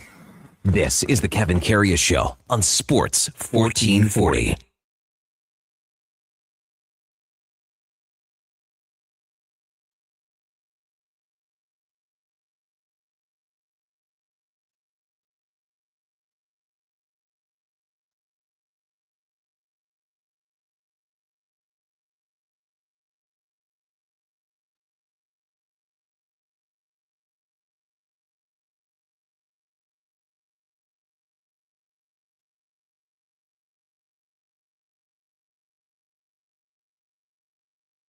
All right, welcome back to the big program, 10 o'clock in Edmonton. Feel Good Friday, Playlist Friday. That is from our request line, Can't Beat the King. Can't beat the King at all.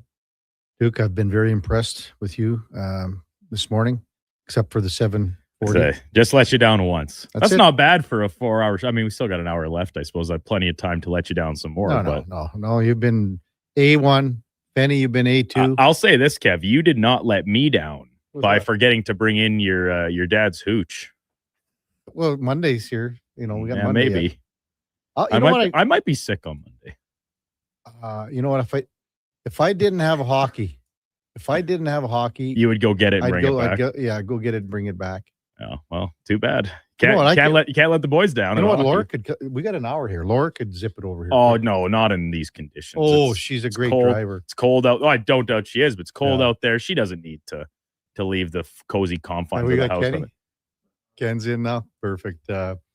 She does need to leave the friendly confines. Yes, she does. Time now for the Puck Report, brought to you by Fountain Tire. And again, at Fountain Tire, we can meet all your car needs and even more. We've got the digital vehicle report.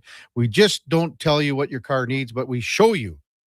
Book your appointment at fountaintire.com today as we welcome back Ken Belkey from Sin Bin Vegas, covers the Golden Knights. Morning, Ken. You're with Kevin Karius once again. Thanks for jumping on Sports 1440 this morning. Really appreciate it. Morning. How are we doing? Well, looking forward to another weekend of hockey here before the Christmas break. And Vegas Golden Knights are on the road, as you know, for a couple games in Alberta this weekend. Maybe just as a whole, you know, even after that loss to New Jersey the other night, Ken, give us an overall view where you think that the Golden Knights are right now at this point of the season. It has been a very interesting season for them because they go to overtime every night, it seems.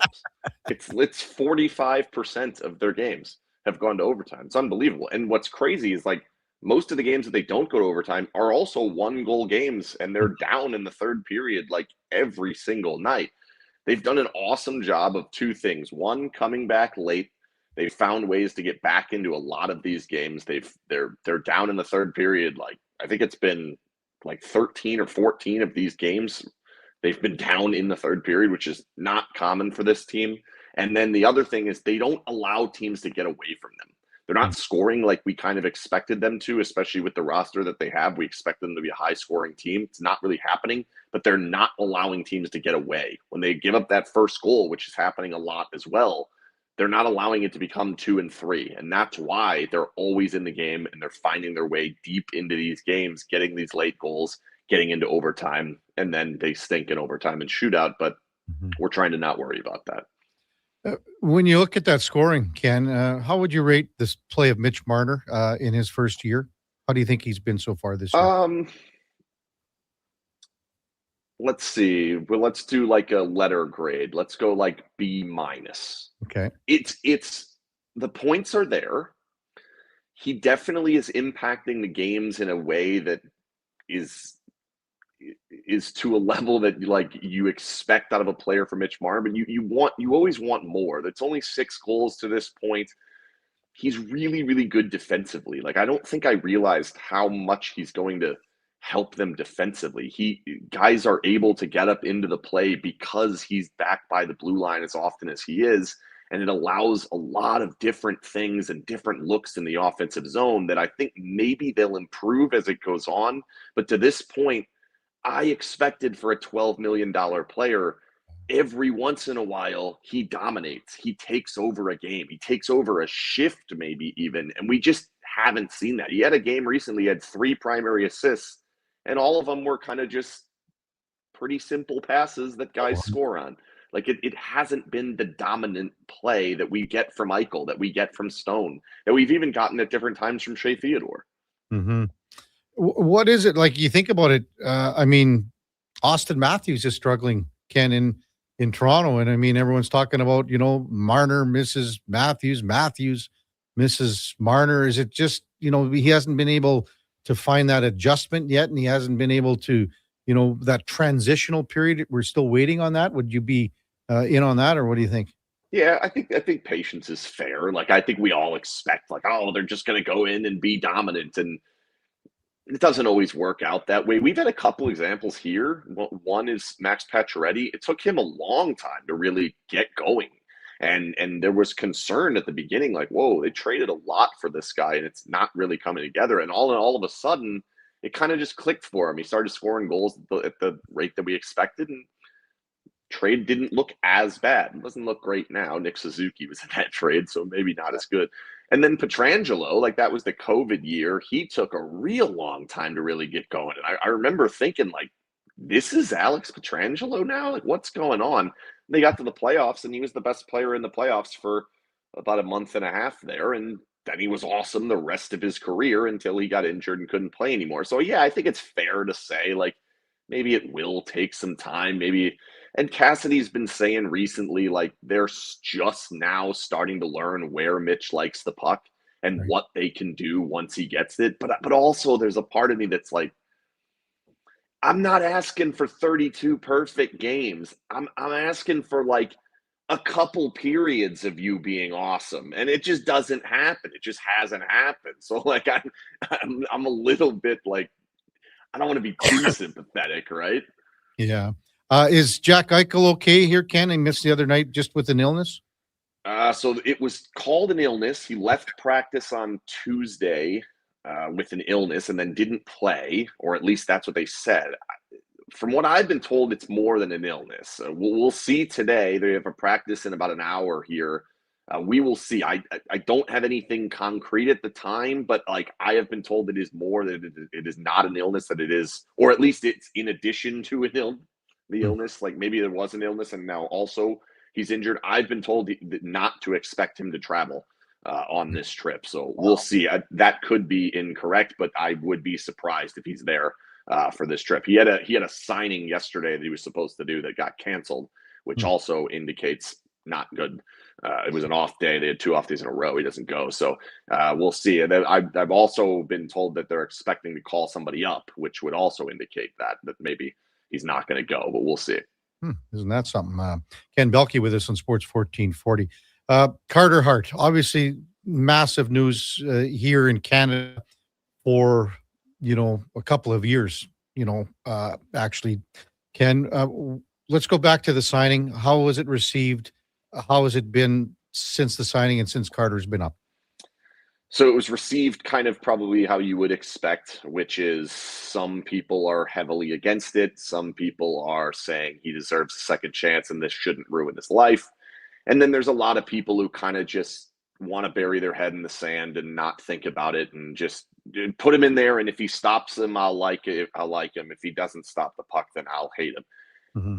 And it's been kind of a little bit of that. Now, obviously, it's tricky because it's loud on some sides at different times. And so it's hard to say, how is it actually being received? There were signs on the boards against him. There were signs on the boards for him during his first game. We've seen both on the road. He was booed a little bit in Philly, but they boo Santa, so that one's tricky to tell which side that one is. It's been a little bit of the mixed bag. They have been odd, is the simplest way that I'll put it on it. The general manager has not spoken about it at all. He has not spoken since. I don't expect him to speak about it at all. So I guess I'm going to ask a question about Carter Hart around the trade deadline, which is going to be weird, but that's going to happen. So that's been weird. They sent out their little statement when they signed him. Usually they go pick guys up at the airport and send out videos, and they have all this excitement about guys. And this one, they sent out a statement about their core values. So clearly they were aware of what they were getting into. And then it was weeks of not even recognizing that he existed, kind of just the smallest amount that they could possibly do. And now finally he's getting in there. He's starting to play. He's got 3 wins in 5 games and all points in all 5 games. And now all of a sudden it's like, okay, we can show videos of him coming onto the ice. We can show video. And it's like, it's just been a weird saga. And meanwhile, throughout all of it, he has stood up after each game that he has played and spoken. He stood up when he first got here and said what he wanted to say. And I feel like he did a pretty good job of what he said. There was one where he said he was going to help out in the community. And then 6 weeks later, I asked again, because I guess I'm getting, a hard time on that. Mm-hmm. So I guess it was me. Hey, have you thought about it? What are you going to do? And 6 weeks later, the answer was still like, nah, not really. It's like, kind of need to think about that one there, bud. But at some point, everyone does have to move on, but also at some, is it not fair to kind of treat this with the respect that I think it deserves? And I think I've done that, but that's up to anybody else's decision. I think, Ken, you've explained that as well as anyone that's come on this show, or we've tried to explain it, because it's a little bit out of our element now because it's in Vegas, where it's different, the reaction here in Canada. Before we get to basically his first trip that's coming up to Alberta, he's going to play one of these games here either tomorrow or most likely here in Edmonton on Sunday. Yep. Was his best game so far the other night against Jersey? Probably. I would say so. And certainly by the statistics, his goal saved above expected was definitely the best in that game. And that was kind of a weird game. There was a lot of shots on the board. There were definitely some dangerous chances, but it felt like both teams were missing their best players and that they just didn't have the level of attack you need to score consistently in the NHL. It just didn't feel dangerous all the time. Now, both goalies made some really good saves, but that was the reason I didn't feel it was all that good. I thought the game up in New York, he played against the Rangers at Madison Square Garden, and they were horrendous in the second period. Cassidy said it's the worst second period since he's been here, which is, first off, I don't know how you even have that memory that you can remember all the second periods. That's unbelievable to me. But Carter was fantastic in that period, and they gave up 2 goals, and they went down. They were up 1-0. They went down 2-1. They ended up coming back and tying it late, like they do in every single game.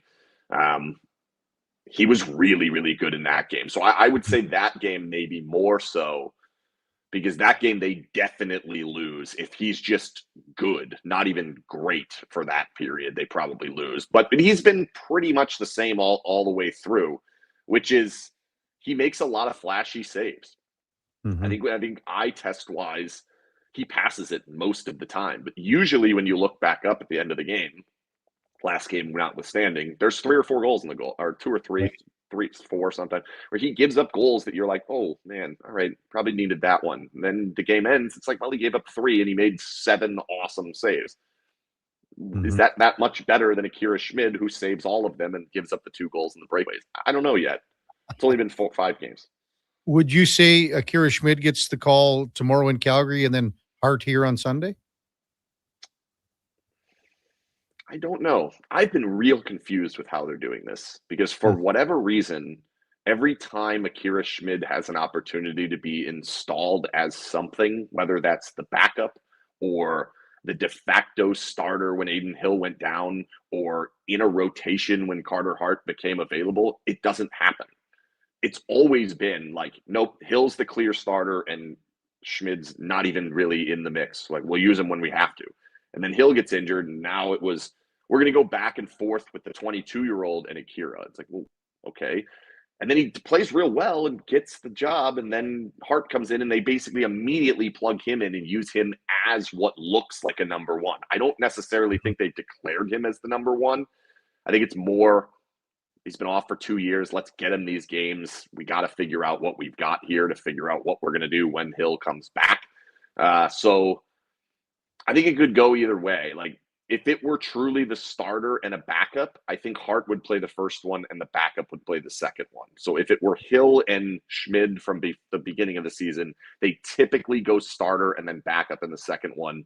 That's what they've been doing for a long time. This one, I could see it going both ways. But if I were to guess, I would say they'd probably do it that way. Give Hart Calgary, and then Schmid will get Edmonton. That would be my guess. Ken Belkey from Sin Bin Sports, our guest on the Kevin Karius Show on Sports 1440. Whenever we've had you on, Ken, we never really get to talk about younger players that have come on or come through the pipeline with Vegas, just because of simply how their team has been constructed and trades and free agents and things like that. But I wanted to you can say it. They don't have any. They don't. Well, now they do. Yeah, now they do. I thought maybe, Braden Bowman was something that a player that I wanted to discuss, who sort of kind of, not drafted, has been down in Henderson for, last year, had a decent season. But what have you thought of his play so far this year? He's a good find. He's an interesting player. He's not exceptional in any area, which is weird because usually when the kids come up and they're real good at something, they have a great shot, they have elite speed, they're real strong or something like that. He really doesn't have any of that. He's not really an excellent skater. He doesn't particularly have a great shot. He's just really good at hockey. Like, this kid's just in the right place all the time. It's very hard to get the puck off of him at 22. He's good along the walls. He makes good decisions. Like, I can't think of really a bad turnover that he's had in his own end, and he's in the teens in games now. He's really good. Like, he just does the right thing. Now, I think he's ridden the coattails of Jack Eichel a lot here and the elite power play that the Golden Knights have. He's been a massive benefactor of that, and I think Pavel's the same thing, Dorofeev. Both of them, like, at 5-on-5, they're not doing the things that would make you take time in your radio show and say, hey, what about these young guys, right? Like, I don't think they're that impactful at 5-on-5, but you're seeing enough of it, and it's definitely making a difference because it's allowed Bruce Cassidy to bench Riley Smith, who hasn't been particularly good this season, bench Brandon Saad, who hasn't been particularly good this season. Now, with whatever the injuries are going to be, maybe they're both back in the lineup now, but yeah, it's giving them a bit of that they've needed. But again, I don't know that, like, Dorofeev has not scored a 5-on-5 goal since October. Right. The guy is pushing 30, like, he's on a 30 goal pace here and doesn't have one in 22 games or 23 games now.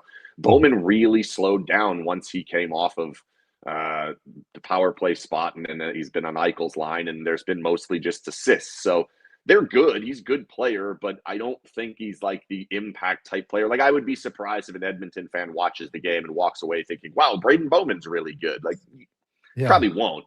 If you really look at him, yeah, you'll think, oh, man, that guy's pretty good. But I don't think it's like, you're not going to come away like, wow, he's the next Leon Draisaitl. He's not. Hey, one last from our text line for you, Ken.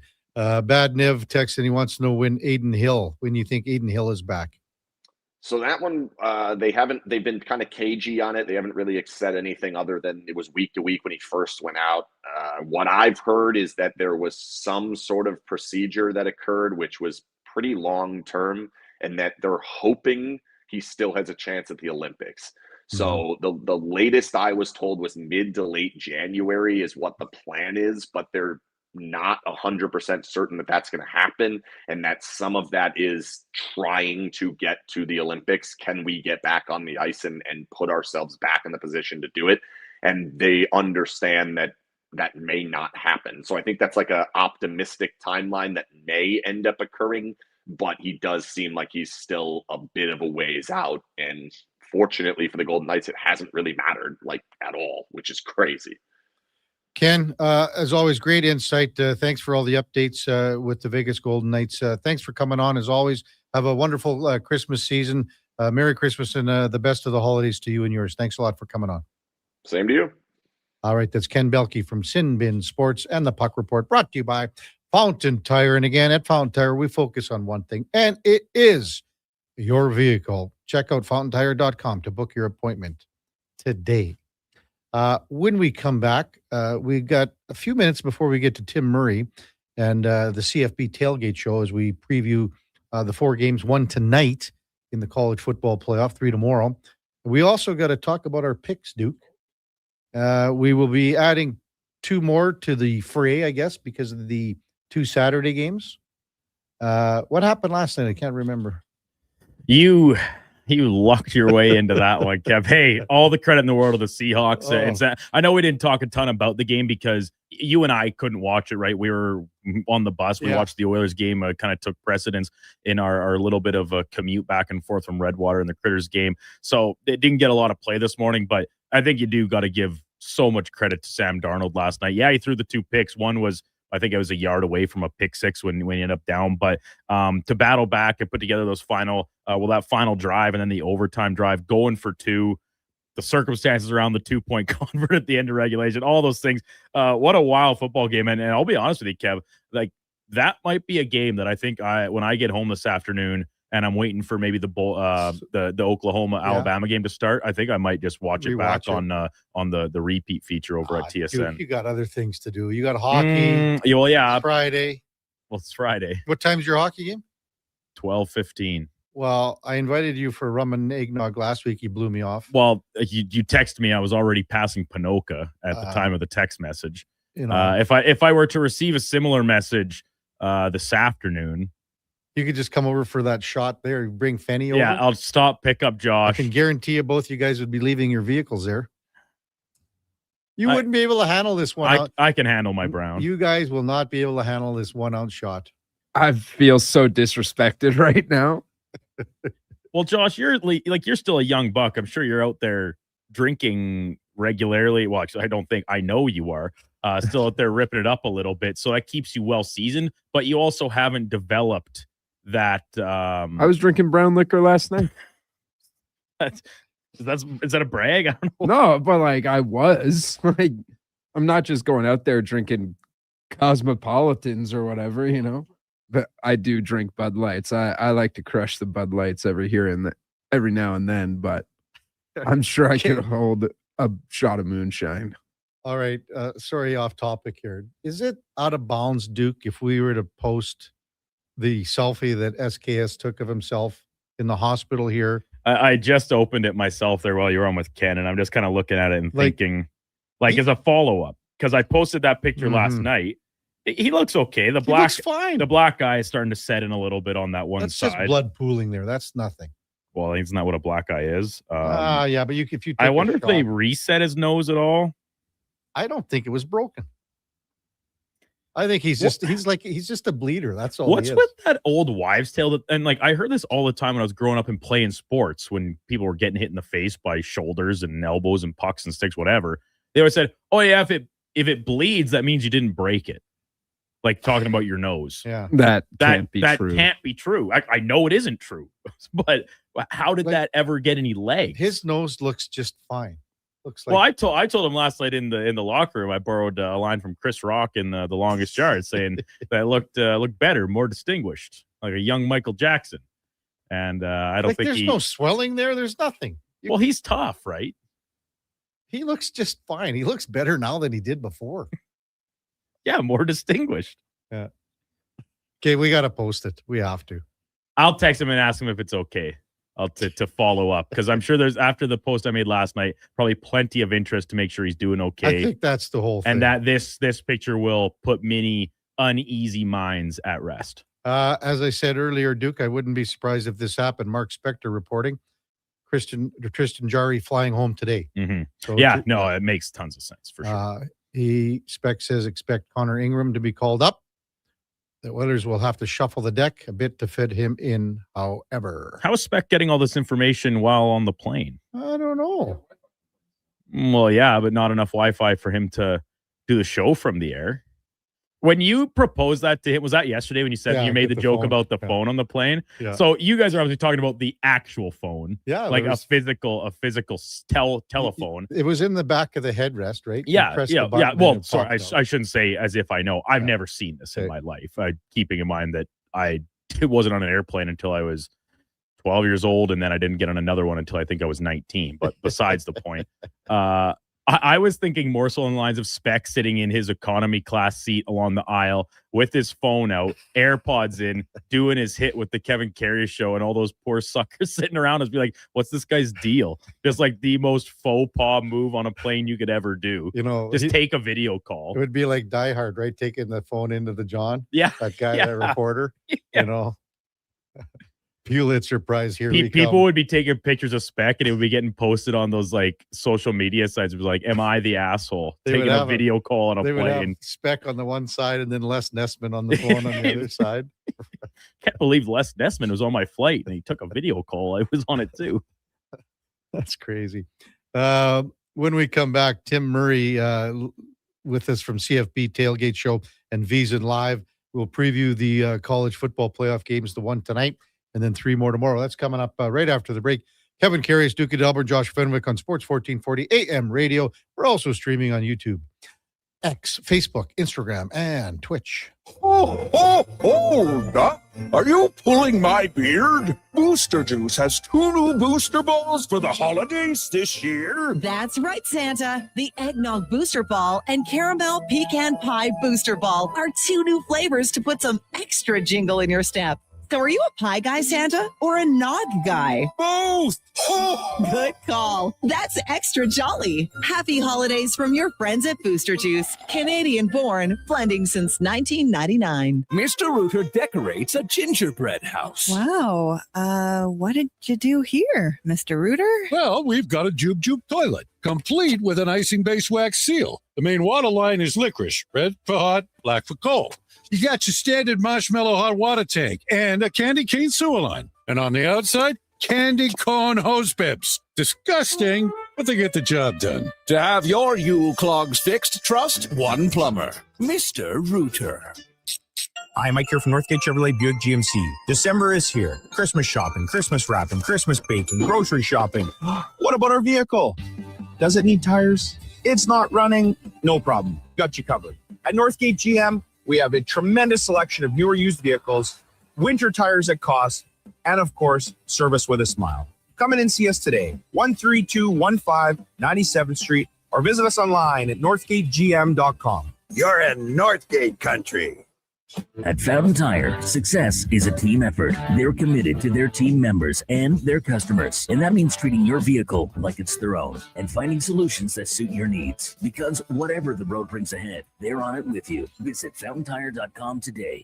This is Andrew Walker, host of the postgame show on Sports 1440. After every hockey game this season, tune in and chime in as we talk about the game. It's all sponsored by Legacy Heating and Cooling. Don't get left in the cold. Visit legacyheating.ca. Bring in the new year with a Canadian country legend. December 31st, in concert at the Silent Ice Center in Nisku. Brett Kissel. She drives me crazy. With special guests Haley Benedict and Morgan Clyburn. Bring your friends, your cowboy boots, and your party spirit for a night full of hits, celebration, and unforgettable memories. Hosted by Chris Sheets. The countdown to 2026 starts with Brett Kissel live on stage. Get your tickets now at silenticecenter.com/events. Picture this. You're sleeping and you're awake. But it's a good day because you're about to make your way to McDonald's to pick up some breakfast. Fast forward, you're there. But what's this? You can now get all those breakfast classics penny style with rich, creamy hollandaise-style sauce. A happy little tear rolls down your cheek. You grab your small McCafe premium roast coffee, still just $1 plus tax every day. And see. Get up and at 'em with the Egg McMuffin. At participating McDonald's restaurants in Canada, prices exclude delivery.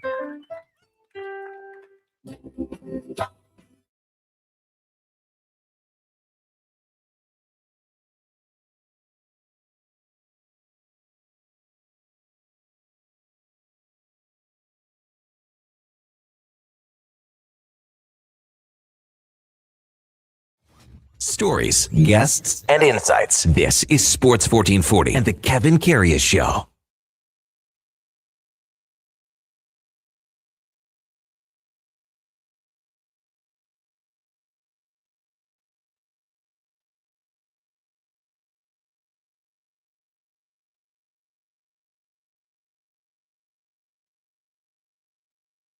This is great because, see, I've given up my time slot for Burrow Lives, which is just as cool.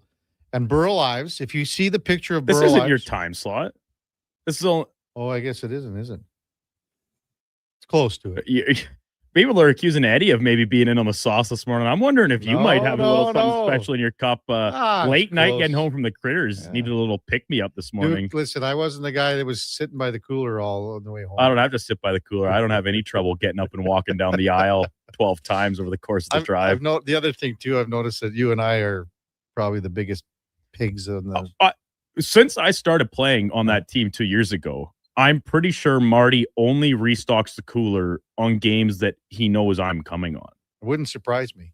But again, thanks to Marty and SKS, and AJ had to do some heavy lifting on the way back because SKS is gone with Marty. So AJ he didn't want to be on the bus with us. Get all the stuff back here after Redwater. And thanks to everybody in Redwater again, raised close to $9,000. Over $9,000. Over $9,000. Yeah. And had a lot of fun. I don't know who that big number 77 was, Duke. There's some good players on that team, man. One guy looked like Luke Gazdick. The one guy looked like JJ. From Shorzy. JJ, John Jack, JJ, yeah. From Shorzy. With the beard and everything. And he was a good player, skill player, big guy. Did you notice that he, like, in that hockey, you just back in a little bit, right? You know, like when you're playing defense. Yes. Well, yeah, you're not lowering the boom on a guy coming across the middle, Kevin. But JJ there rifled one right by me and went bar down. Oh, yeah, he ripped it. If he's off, that one's hitting me right in the toolies. Easily. But big 77, I don't know if anyone from Redwater's listening, whatever that guy's name is. He was, I don't know, of all the games that we've played, Duke, or I've played, that's, I don't know, a half dozen now in Critters. He was probably the best player. I think that was the best overall team that we played. They didn't have any weak skaters or players, and they had a couple ladies on the team. They were really good. One defenseman was really good. The woman. Yeah. Oh, yeah. Oh, she was excellent. Then that other guy, I ended up talking, I never caught his name when we were talking about Oilers on the bench there. Was it the guy with the mustache? No, not that. Yeah, he was good too. That guy, that mustache was so thick, it looked fake. Like it was an absolute push broom. It was, and as black as like it was Dave Babbage as coal. Dave, yeah, Babbage. That's actually exactly. He looked perfect. like Dave Babbage. I'd agree. Yeah, he looked like Dave. That was Babbage. A great stash. How are we making out with Tim? He just texted me, just wrapping up another hit. Yeah. He should be in our waiting room here any moment, so I'll let you know. Yeah, but we had a lot of fun. Thanks everybody. Again in Redwater. Next game's in January, I believe the 8th or something like that. That sounds right. So we'll be looking forward to going. I don't have the next game, January 8th in New Sarepta. Marty was already looking ahead to that. He called them the New Sarepta All-Stars last night. We were playing in Redwater, and I was on the. I was so confused, and I was like, "Oh, maybe it's like a community collective." But then I was like, "We're not anywhere close to New Sarepta here." I was like, "What the heck?" Might have to maybe get someone to pinch it, get Gregor out to that game, the home neck of the woods. Never come. You think he's scared? Yes. Yes, I mean, you can only when you go on skates to coach your kid. That's not. This is real stuff here. Oh, yeah. Critters hockey. Real stuff. It is real stuff. The big question is, will SKS be ready to go? Will he be ready to go? That's the bigger question. Time now for the game of the day, brought to you by St. Albert Dodge. The biggest sale of the year is on right now, again, with the Jeep Compass. It's a 4x4. It's got that 8.4-inch touch screen, keyless entry, starting at $34,900, only at stalbertdodge.com. As we welcome back Tim Murray from Beeson Live, the college football tailgate show. Good morning, Tim. You're with Kevin Karius. Thanks for jumping on Sports 1440 this morning. I know you're busier than a one-arm wallpaper hanger. Really appreciate it, man. No, happy to do it. Yeah, sorry I'm a couple minutes late. I'm tossing, got a couple of balls in the air, but we're good, man. It's a great time of year, Christmas time, and we got some college football tonight. I'll be honest, guys. I'm just happy we are playing games. It's been a lot of nonsense around there. We've been bored And we've been talking about who belongs in, how do we change everything. Thankfully, we get to sit back and we watch football tonight, and it all will figure itself out from there. That's a great word there. Nonsense. A great word, because there has been a lot. Do you think we can get past it, Tim? I don't know. I mean, look, this is what we do in the sports world. And, I am grateful that I work for a company that talks gambling, because we don't get into a lot of the minutia, if you will, of, wow, this G5 team shouldn't be in and this team. Look, I'm a Notre Dame fan. Look, for those of you who could see the stream, that picture over my head is from Notre Dame Stadium. I would have loved to see my Irish in the playoff, but they weren't. So we could belabor for 2 weeks and talk about how they belong in, or we could look at the game. So would I love for them to be playing in Oklahoma tonight? Of course. I'm a Notre Dame fan. Do I think they were capable of making a run? Yes. But at the end of the day, they weren't invited to the dance. So they're at home right now. So, can this be fixed? I don't know. I think we're headed inevitably to 16 teams. I've never been a proponent of the auto bids, and I can't believe they didn't see this coming, to be honest. We ran into some issues last year with the buys, and then you think about on the other side how it all played out with Boise State and Arizona State. All right, we got to make changes of that. And now we're in a situation where the ACC almost got left out because of their own doing. So I'm happy, like I said, that we're going to get games tonight, 3 games tomorrow. We're going to turn our attention to what looks to be a phenomenal quarterfinal round on New Year's Eve and New Year's Day. So it'll all calm down once the games start tonight. So I agree with you so much there, Tim, just because everyone's looking forward to these games starting tonight. So how much of a big deal would this be? Because the game is in Norman, and how much do you think that tilts it Oklahoma's way over Alabama? Well, yeah, the atmosphere is going to be off the charts. And you saw last year, granted, the games from a point spread standpoint weren't as tight as they are tonight and tomorrow morning. We have the 2 games involving G5 teams with James Madison and Tulane with bigger spreads, which I imagine we'll get to. But yes, the home field is massive here for Oklahoma. If you think back to when these 2 teams played a month ago in Tuscaloosa, the point spread was 6 in favor of Alabama. Now Oklahoma finds themselves as a ever so slight favorite. So it's telling you that home field probably worth about 3 or 3.5 points. It's going to be juiced up tonight. There's no doubt. I mean, the atmosphere we saw last year at Notre Dame on that Friday night, the atmosphere we saw at Ohio State on that Saturday night, it is going to be spectacular. The scene's going to be great. And then we will have a game with 2 teams that, let's be honest, offensively have been struggling quite a bit heading into this postseason. And for Alabama, a lot of the questions, Kevin, are revolving around their health. Is Ty Simpson, their quarterback, healthy? Is Jam Miller, who's expected back, their running back, how productive will he be from a health standpoint? Josh Cuevas, they're supposed to get him back, their tight end. A lot of questions revolving Alabama and their offensive woes that we saw 2 weeks ago will come to the forefront if they are healthy, or how healthy are they come tonight. No doubt. Who do you like in this one, Tim? I've gone back and forth. I've made the joke. It's kind of like the NCAA tournament. So in college basketball, we don't usually have much time to dwell on games, right? Point spreads come out, the night before games, and then we only have like 24 hours to decide. So when that bracket comes out on Selection Sunday, you look at an underdog and a team from the Summit League, South Dakota State. Oh, I love them. By Thursday, you don't like them anymore. It's kind of where I'm at with this game. I bet Alabama out of the chute. Now here we are, game day, and I'm like, I don't know if I love it too much. I still will side slightly, ever so slightly, with Alabama. It is the thought of, well, it's hard to beat a team twice in the same season. You do think back to the game that they played in November, and I thought this number is pretty wild. And I think you could look at it from both sides of the coin. But Bill Conley over at ESPN has what he calls SP+.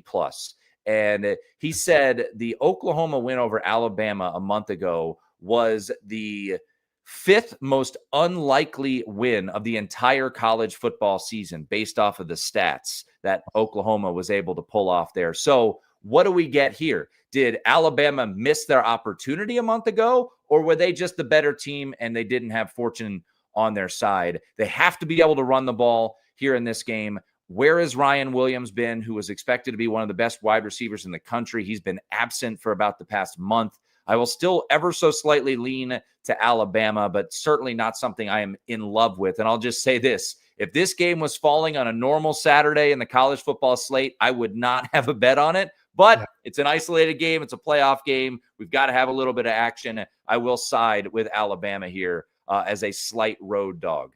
You have to, Tim. You have to. Yeah, Tim Murray from VSiN Live with this other Kevin Carey show. So tomorrow, you mentioned the 3 games, 2 of them heavily tilted as far as the spread goes. But Miami, Texas A&M coming in at 3.5-point favorites. So what do you like in this one, Tim? Because this is going to should be a pretty good game. Yeah, this is my favorite game of the first round, and hopefully it plays that way. I mean, you look at this is the game where Miami for 5-6 weeks talking about, well, we deserve to be in. You know, we beat Notre Dame. Well, here's your opportunity. You got in, and what are you going to do with that opportunity? Look, to Miami's credit, they played spectacular football after a little bit of a speed bump in the middle of the season, right? So I thought maybe their best game of the season was their regular season finale win at Pitt. So they've got some dudes on defense. Ruben Bain is a name you will know soon if you don't know it already. He could be the first overall pick in the NFL draft if a team decides not to go with a quarterback at the number 1 pick. But Texas A&M, on the flip side, has a elite offensive line. So I love the trenches in this game. You've got dudes all over the field. Cassius Howell for Texas A&M has 11.5 sacks on the year going up against that Miami defensive line. So I don't actually have a strong feel on the side in this game, but I did play some under. I played full game under about a week ago. That number has moved. So I'm not going to be a guy and say, well, you know, I got it at this number and it's moved to this number. So we pivot. What's a different bet? First half under. I think this is a bit of a feeling out process between these two teams here from the jump. Numbers still out there around 24.5.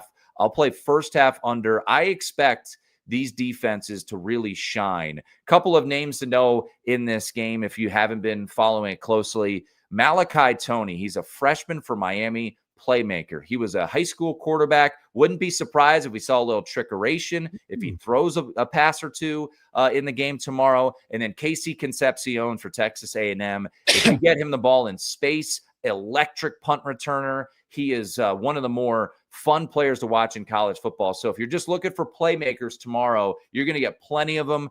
Casey Concepcion, Malachi Toney, Ruben Bain. And I think it comes down to ultimately what quarterback avoids the big mistake. You have Marcel Reed, really athletic quarterback for A&M. Carson Beck, if he can play a clean game, I think Miami has got a good shot to win this game. But that's a big caveat because there's going to be 100,000 people there in College Station. Miami has not really played in front of a raucous environment all year long. So no real feel on the side, but I do like the first half to go under 24.5. Tim Murray with us from CFB Tailgate Show and VSiN Live. So the other 2 games, Tulane and Ole Miss, with the spreads the way they are, and then James Madison and Oregon. With the spreads being so one-sided here, what kind of action would you be looking at in those 2 games, Tim? Yeah, I think the worry you have if you're looking at the favorites, Tulane and Oregon respectively, if these games are 14, 17, 21, somewhere in that ballpark in the fourth quarter, the teams with the lead, do they have an incentive to continue to pile it on, knowing that in 10 days time, they're going to be in a quarterfinal game? And I think that's always the worry when it comes to laying a big number with a favorite.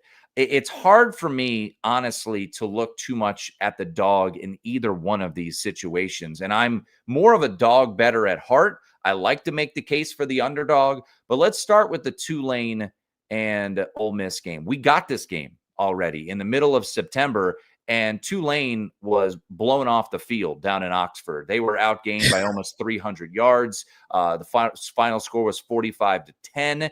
So the point spread has adjusted because of that. It was a 12-point spread, 12-point spread back in September. Now it's up to 17. So you've seen an adjustment from the game that we got back in September. The way I'm looking at this one, because, you know, you talk about how this couple of weeks has been nuts, right? With how the playoff came out and, everybody being upset about things. We got to fix it all. Well, also, we saw something we've never seen before. The sitting head coach departed before his team took the field in the playoff with Lane Kiffin. I think there's going to be a sense of motivation. I think the atmosphere is going to be electric down in Oxford because they are going to be sitting there saying, Lane who? We want to prove that we don't need Lane Kiffin. Now, is that true? I don't know the answer to that, but I think you're going to get an inspired effort from the jump. And I think when you look at Ole Miss, they're around a 9.5-point favorite in the first half. I think they come out on fire, looking for blood, if you will. So I do like Ole Miss in the first half. Could we see a situation where they ease off the gas maybe in the second half? That's certainly possible. As for the nightcap in Oregon, this is a fascinating game because James Madison is the hot button topic, right? They are the second group of 5 team that got in. We are okay with 1, but we didn't want 2, right? So it's James Madison who gets in because of the ACC and their silly tiebreaker scenarios that led Duke winning that conference. James Madison's a good football team. Let's start there. They're a very good football team. They've got an elite running back in Wayne Knight. They've got some dudes on the defensive line. However, they have not faced a team they have not beaten a team inside the top 50 of Jeff Sagarin's power ratings. The only Power 4 team they faced all year was Louisville, and they played well on the road at Louisville, but didn't get it done, right? Lost that game 28-14. And then when I look at the Ducks in this one, Kevin, I think this is going to be a very focused and motivated Oregon team. Why? Well, obviously, it's a college football playoff. They're playing at home. Also, they were absolutely embarrassed a year ago in the Rose Bowl. They were down 34-0 as the number 1 team in the country to Ohio State 1 year ago in the Rose Bowl. Dan Lanning is phenomenal at motivation. I think he's going to have this team up and ready to go. The market seems to disagree with me, right? It's actually come in a little bit on James Madison because it is a big point spread. I think Oregon is going to prove their strength here. I think they're going to want to get a shutout against James Madison. Laying a big number against a team like JMU is worrisome. Here's why. They're a team that wants to hold the ball. They're 3rd in the country in time of possession per game. But I still like Oregon, anything under 3 touchdowns. I think the Ducks prove a point on Saturday night, and I think the Ducks have a chance to make a run to the national championship. I really like this Oregon team, especially if they continue to get healthier. They have been dealing with a lot of injuries. DeCorian Moore, their stud freshman wide receiver, Gary Bryant, Tez Johnson, who was hurt preseason. When does he come back? I think this Ducks team has the makings of a team that could make a run, and I think it starts on Saturday night in Eugene against James Madison. Well, Tim, you kind of wrecked it for me here because we have a little segment called In or Out. We did it, about an hour and a half ago. The question reads like this, and I'll get your reaction, and you just said it.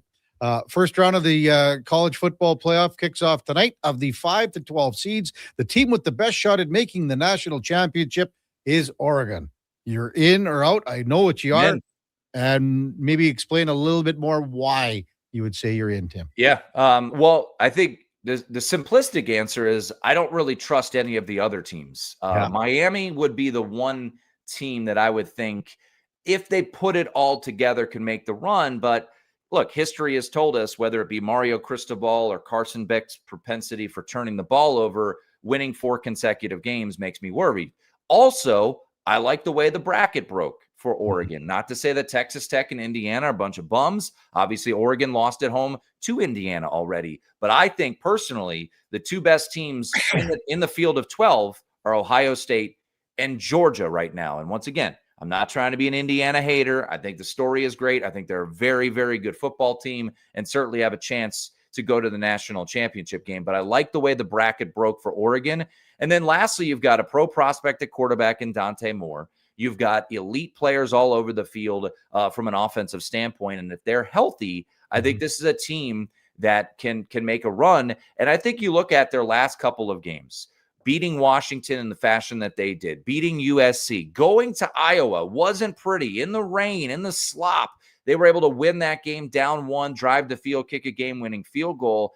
they've been tested a bit here. Now, they lost the game to Indiana. Indiana was the better team, no doubt, in that game, back in October in Eugene. But I think Oregon is the team of the 8 playing this weekend that could make a run. Now, when they beat James Madison, Texas Tech is going to be a whale of a game on New Year's Day. And Texas Tech is absolutely capable of beating Oregon, no doubt. But I think of the 8 this weekend, I think it's a no-brainer that it's Oregon that could make the run of those 8. As always, Tim, incredible insight. Can't wait to look forward to these games this weekend and then starting tonight. Have a wonderful weekend. Enjoy those games. Have a great holiday season. Merry Christmas to you, Tim. We'll probably chat the new year. Who knows? But as always, thanks for coming on. Appreciate it, Kevin. Merry Christmas to you. You betcha. Tim Murray from CFB Tailgate Show and VSiN Live. And the game of the day brought to you by St. Albert Dodge, where once again, the biggest sale of the year continues on the Jeep Compass, starting at $34,900 only at stalbertdodge.com. When we come back, we're going to have to wrap things up quick. Couple of picks, too, with the Duke and I on Sports 1440 AM radio. We're also streaming on YouTube, X, Facebook, Instagram, and Twitch. Picture this. You're sleeping and you're awake, but it's a good day because you're about to make your way to McDonald's to pick up some breakfast. Fast forward, you're there. But what's this? You can now get all those breakfast classics penny style with rich, creamy hollandaise-style sauce. A happy little tear rolls down your cheek. You grab your small McCafe premium roast coffee, still just $1 plus tax every day, and see. Get up and at 'em with the Egg McMuffin. At participating McDonald's restaurants in Canada. Prices exclude delivery. Vinny and Don in Hockey are dedicated to skill development for all hockey players. If you know a student athlete interested in growing as a person and a player, register for a free shadow day. Beginner or experienced, this program develops a student athlete skill in a supportive environment. It's a great opportunity for prospective student athletes entering grades 3 through 12 to see what Vinny and Donnan have to offer. Visit vinnyridge.epsb.ca or donnan.epsb.ca for more info and to sign up. 24 hours a day, 7 days a week. Hennington sports fans stay informed with Sports 1440. Stream us. Listen to us on the AM dial. However you consume this radio station, thanks for listening. Seriously, another door knocker? I really want to go solar, but these high-pressure tactics are exhausting. And their prices are unbelievable. Before we do anything, let's call Great Canadian Solar.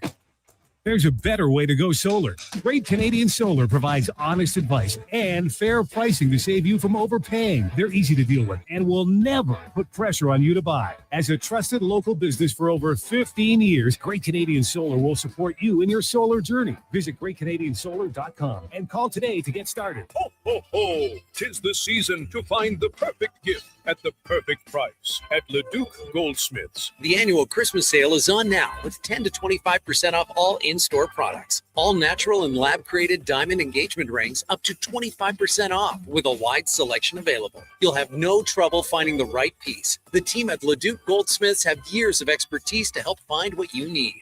Leduc Goldsmiths on Main Street, Leduc. Leduc's Jewelry Store. Family owned and operated for over 30 years.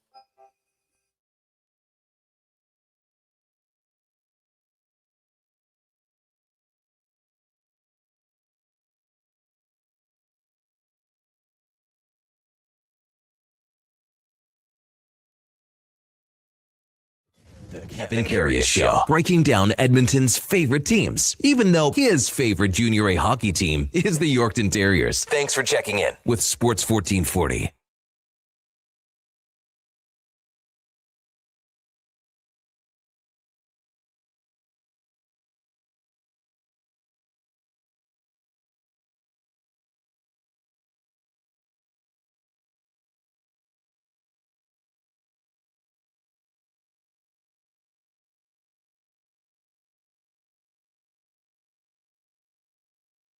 Way to come through with the boss to close things out. Oh, man. Pretty cool when he was on Saturday Night Live singing that. Mm-hmm. Paul McCartney was in there too. I can't remember. Marty Stevens came by and says it was Matt Brill, number 77 for Redwater. Matt the Thrill Brill. Nice. Good nickname. That went through me like you know what through a goose, Duke. Like a hot knife through butter. Yes, he did. Okay, Duke, we better do some picks here. 3 more to go. We'll do the 2 tomorrow, and then Sunday nighter. You get first selection. I'll have first pick from these Saturday games, and I'm looking at a couple matchups. Eagles -7 at home against the on the road against the Commanders, and then the Bears are at home, Soldier Field, favored by 1.5. I checked. I got that at 3 different books. Okay, so -1.5 1.5 points against Green Bay. I really want to take the Bears here, but I'm just a little more hesitant on it. So I think I'm going to take what looks like the freebie. I'll take the Eagles. Commanders defense sucks. Mariota's playing. The Eagles offense looked good against a bad defense last week. I think they can do it again. So I'll take the Birds. Because I got to take that with Old Man Baker, and I'm taking the Eagles as well. So Duke is -7 with the Eagles. I'll take Green Bay. I think Green Bay. So now I get what I want anyway. Yeah, I'm going to take Green. Well, you were unsure. You said.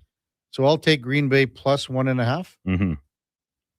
+1.5. And then the Sunday nighter. The Sunday nighter is Baltimore -3 at home against the Patriots, and you know what? I'm gonna take the Pats. So you're taking New England +3. Mm-hmm. Okay, Duke, you say so. Oh man, I wouldn't mind a sweep here of the weekend games. It'd be huge for you. 37-31. 37-31. One push is where we're at right now. Good stuff. Hey, great show, you guys. That was awesome. A lot of fun today. A lot of fun, a lot of laughs. The only thing that was missing was that home brew, and that's going to be coming in on Monday.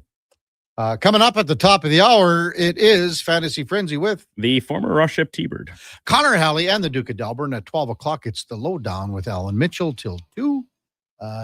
Jason Greger drives us home till 6 o'clock. We got Fox Sports all night long. The Triple S tomorrow at 9. Penny Fenwick and Paul Sir with Hoop City, 10 till 12. And then 12 to 1, it's the pregame show because she's an afternoon game. And Fenny's in for all of it. Fenny is on the pregame show? What's happening? Where's Donnie P? I think Donnie's hosting. Donnie's there. Oh. It's me. Donnie's filling in for Walks, and I'm filling in for Donnie. How exciting. Oh, must be nice to be Walker. Anyway, we're jammed up tomorrow for sure. Before all that, time for a Sports 1440 update brought to you by Loca Quality Market. Not your average grocery store. Loca Quality Market is a butcher, a baker, cafe, deli, rotisserie, even a pizzeria, all under one roof. Shop local at loca.ca. Hey, thanks everyone for listening today. Had a wonderful time sharing some stories with you. Thanks for all the great texts, for being a part of the show. Have a fantastic rest of your Friday and have a great weekend too. Have a safe weekend. Stay warm. We'll see you back here on Monday morning with Eddie Steele. Before that, and until then.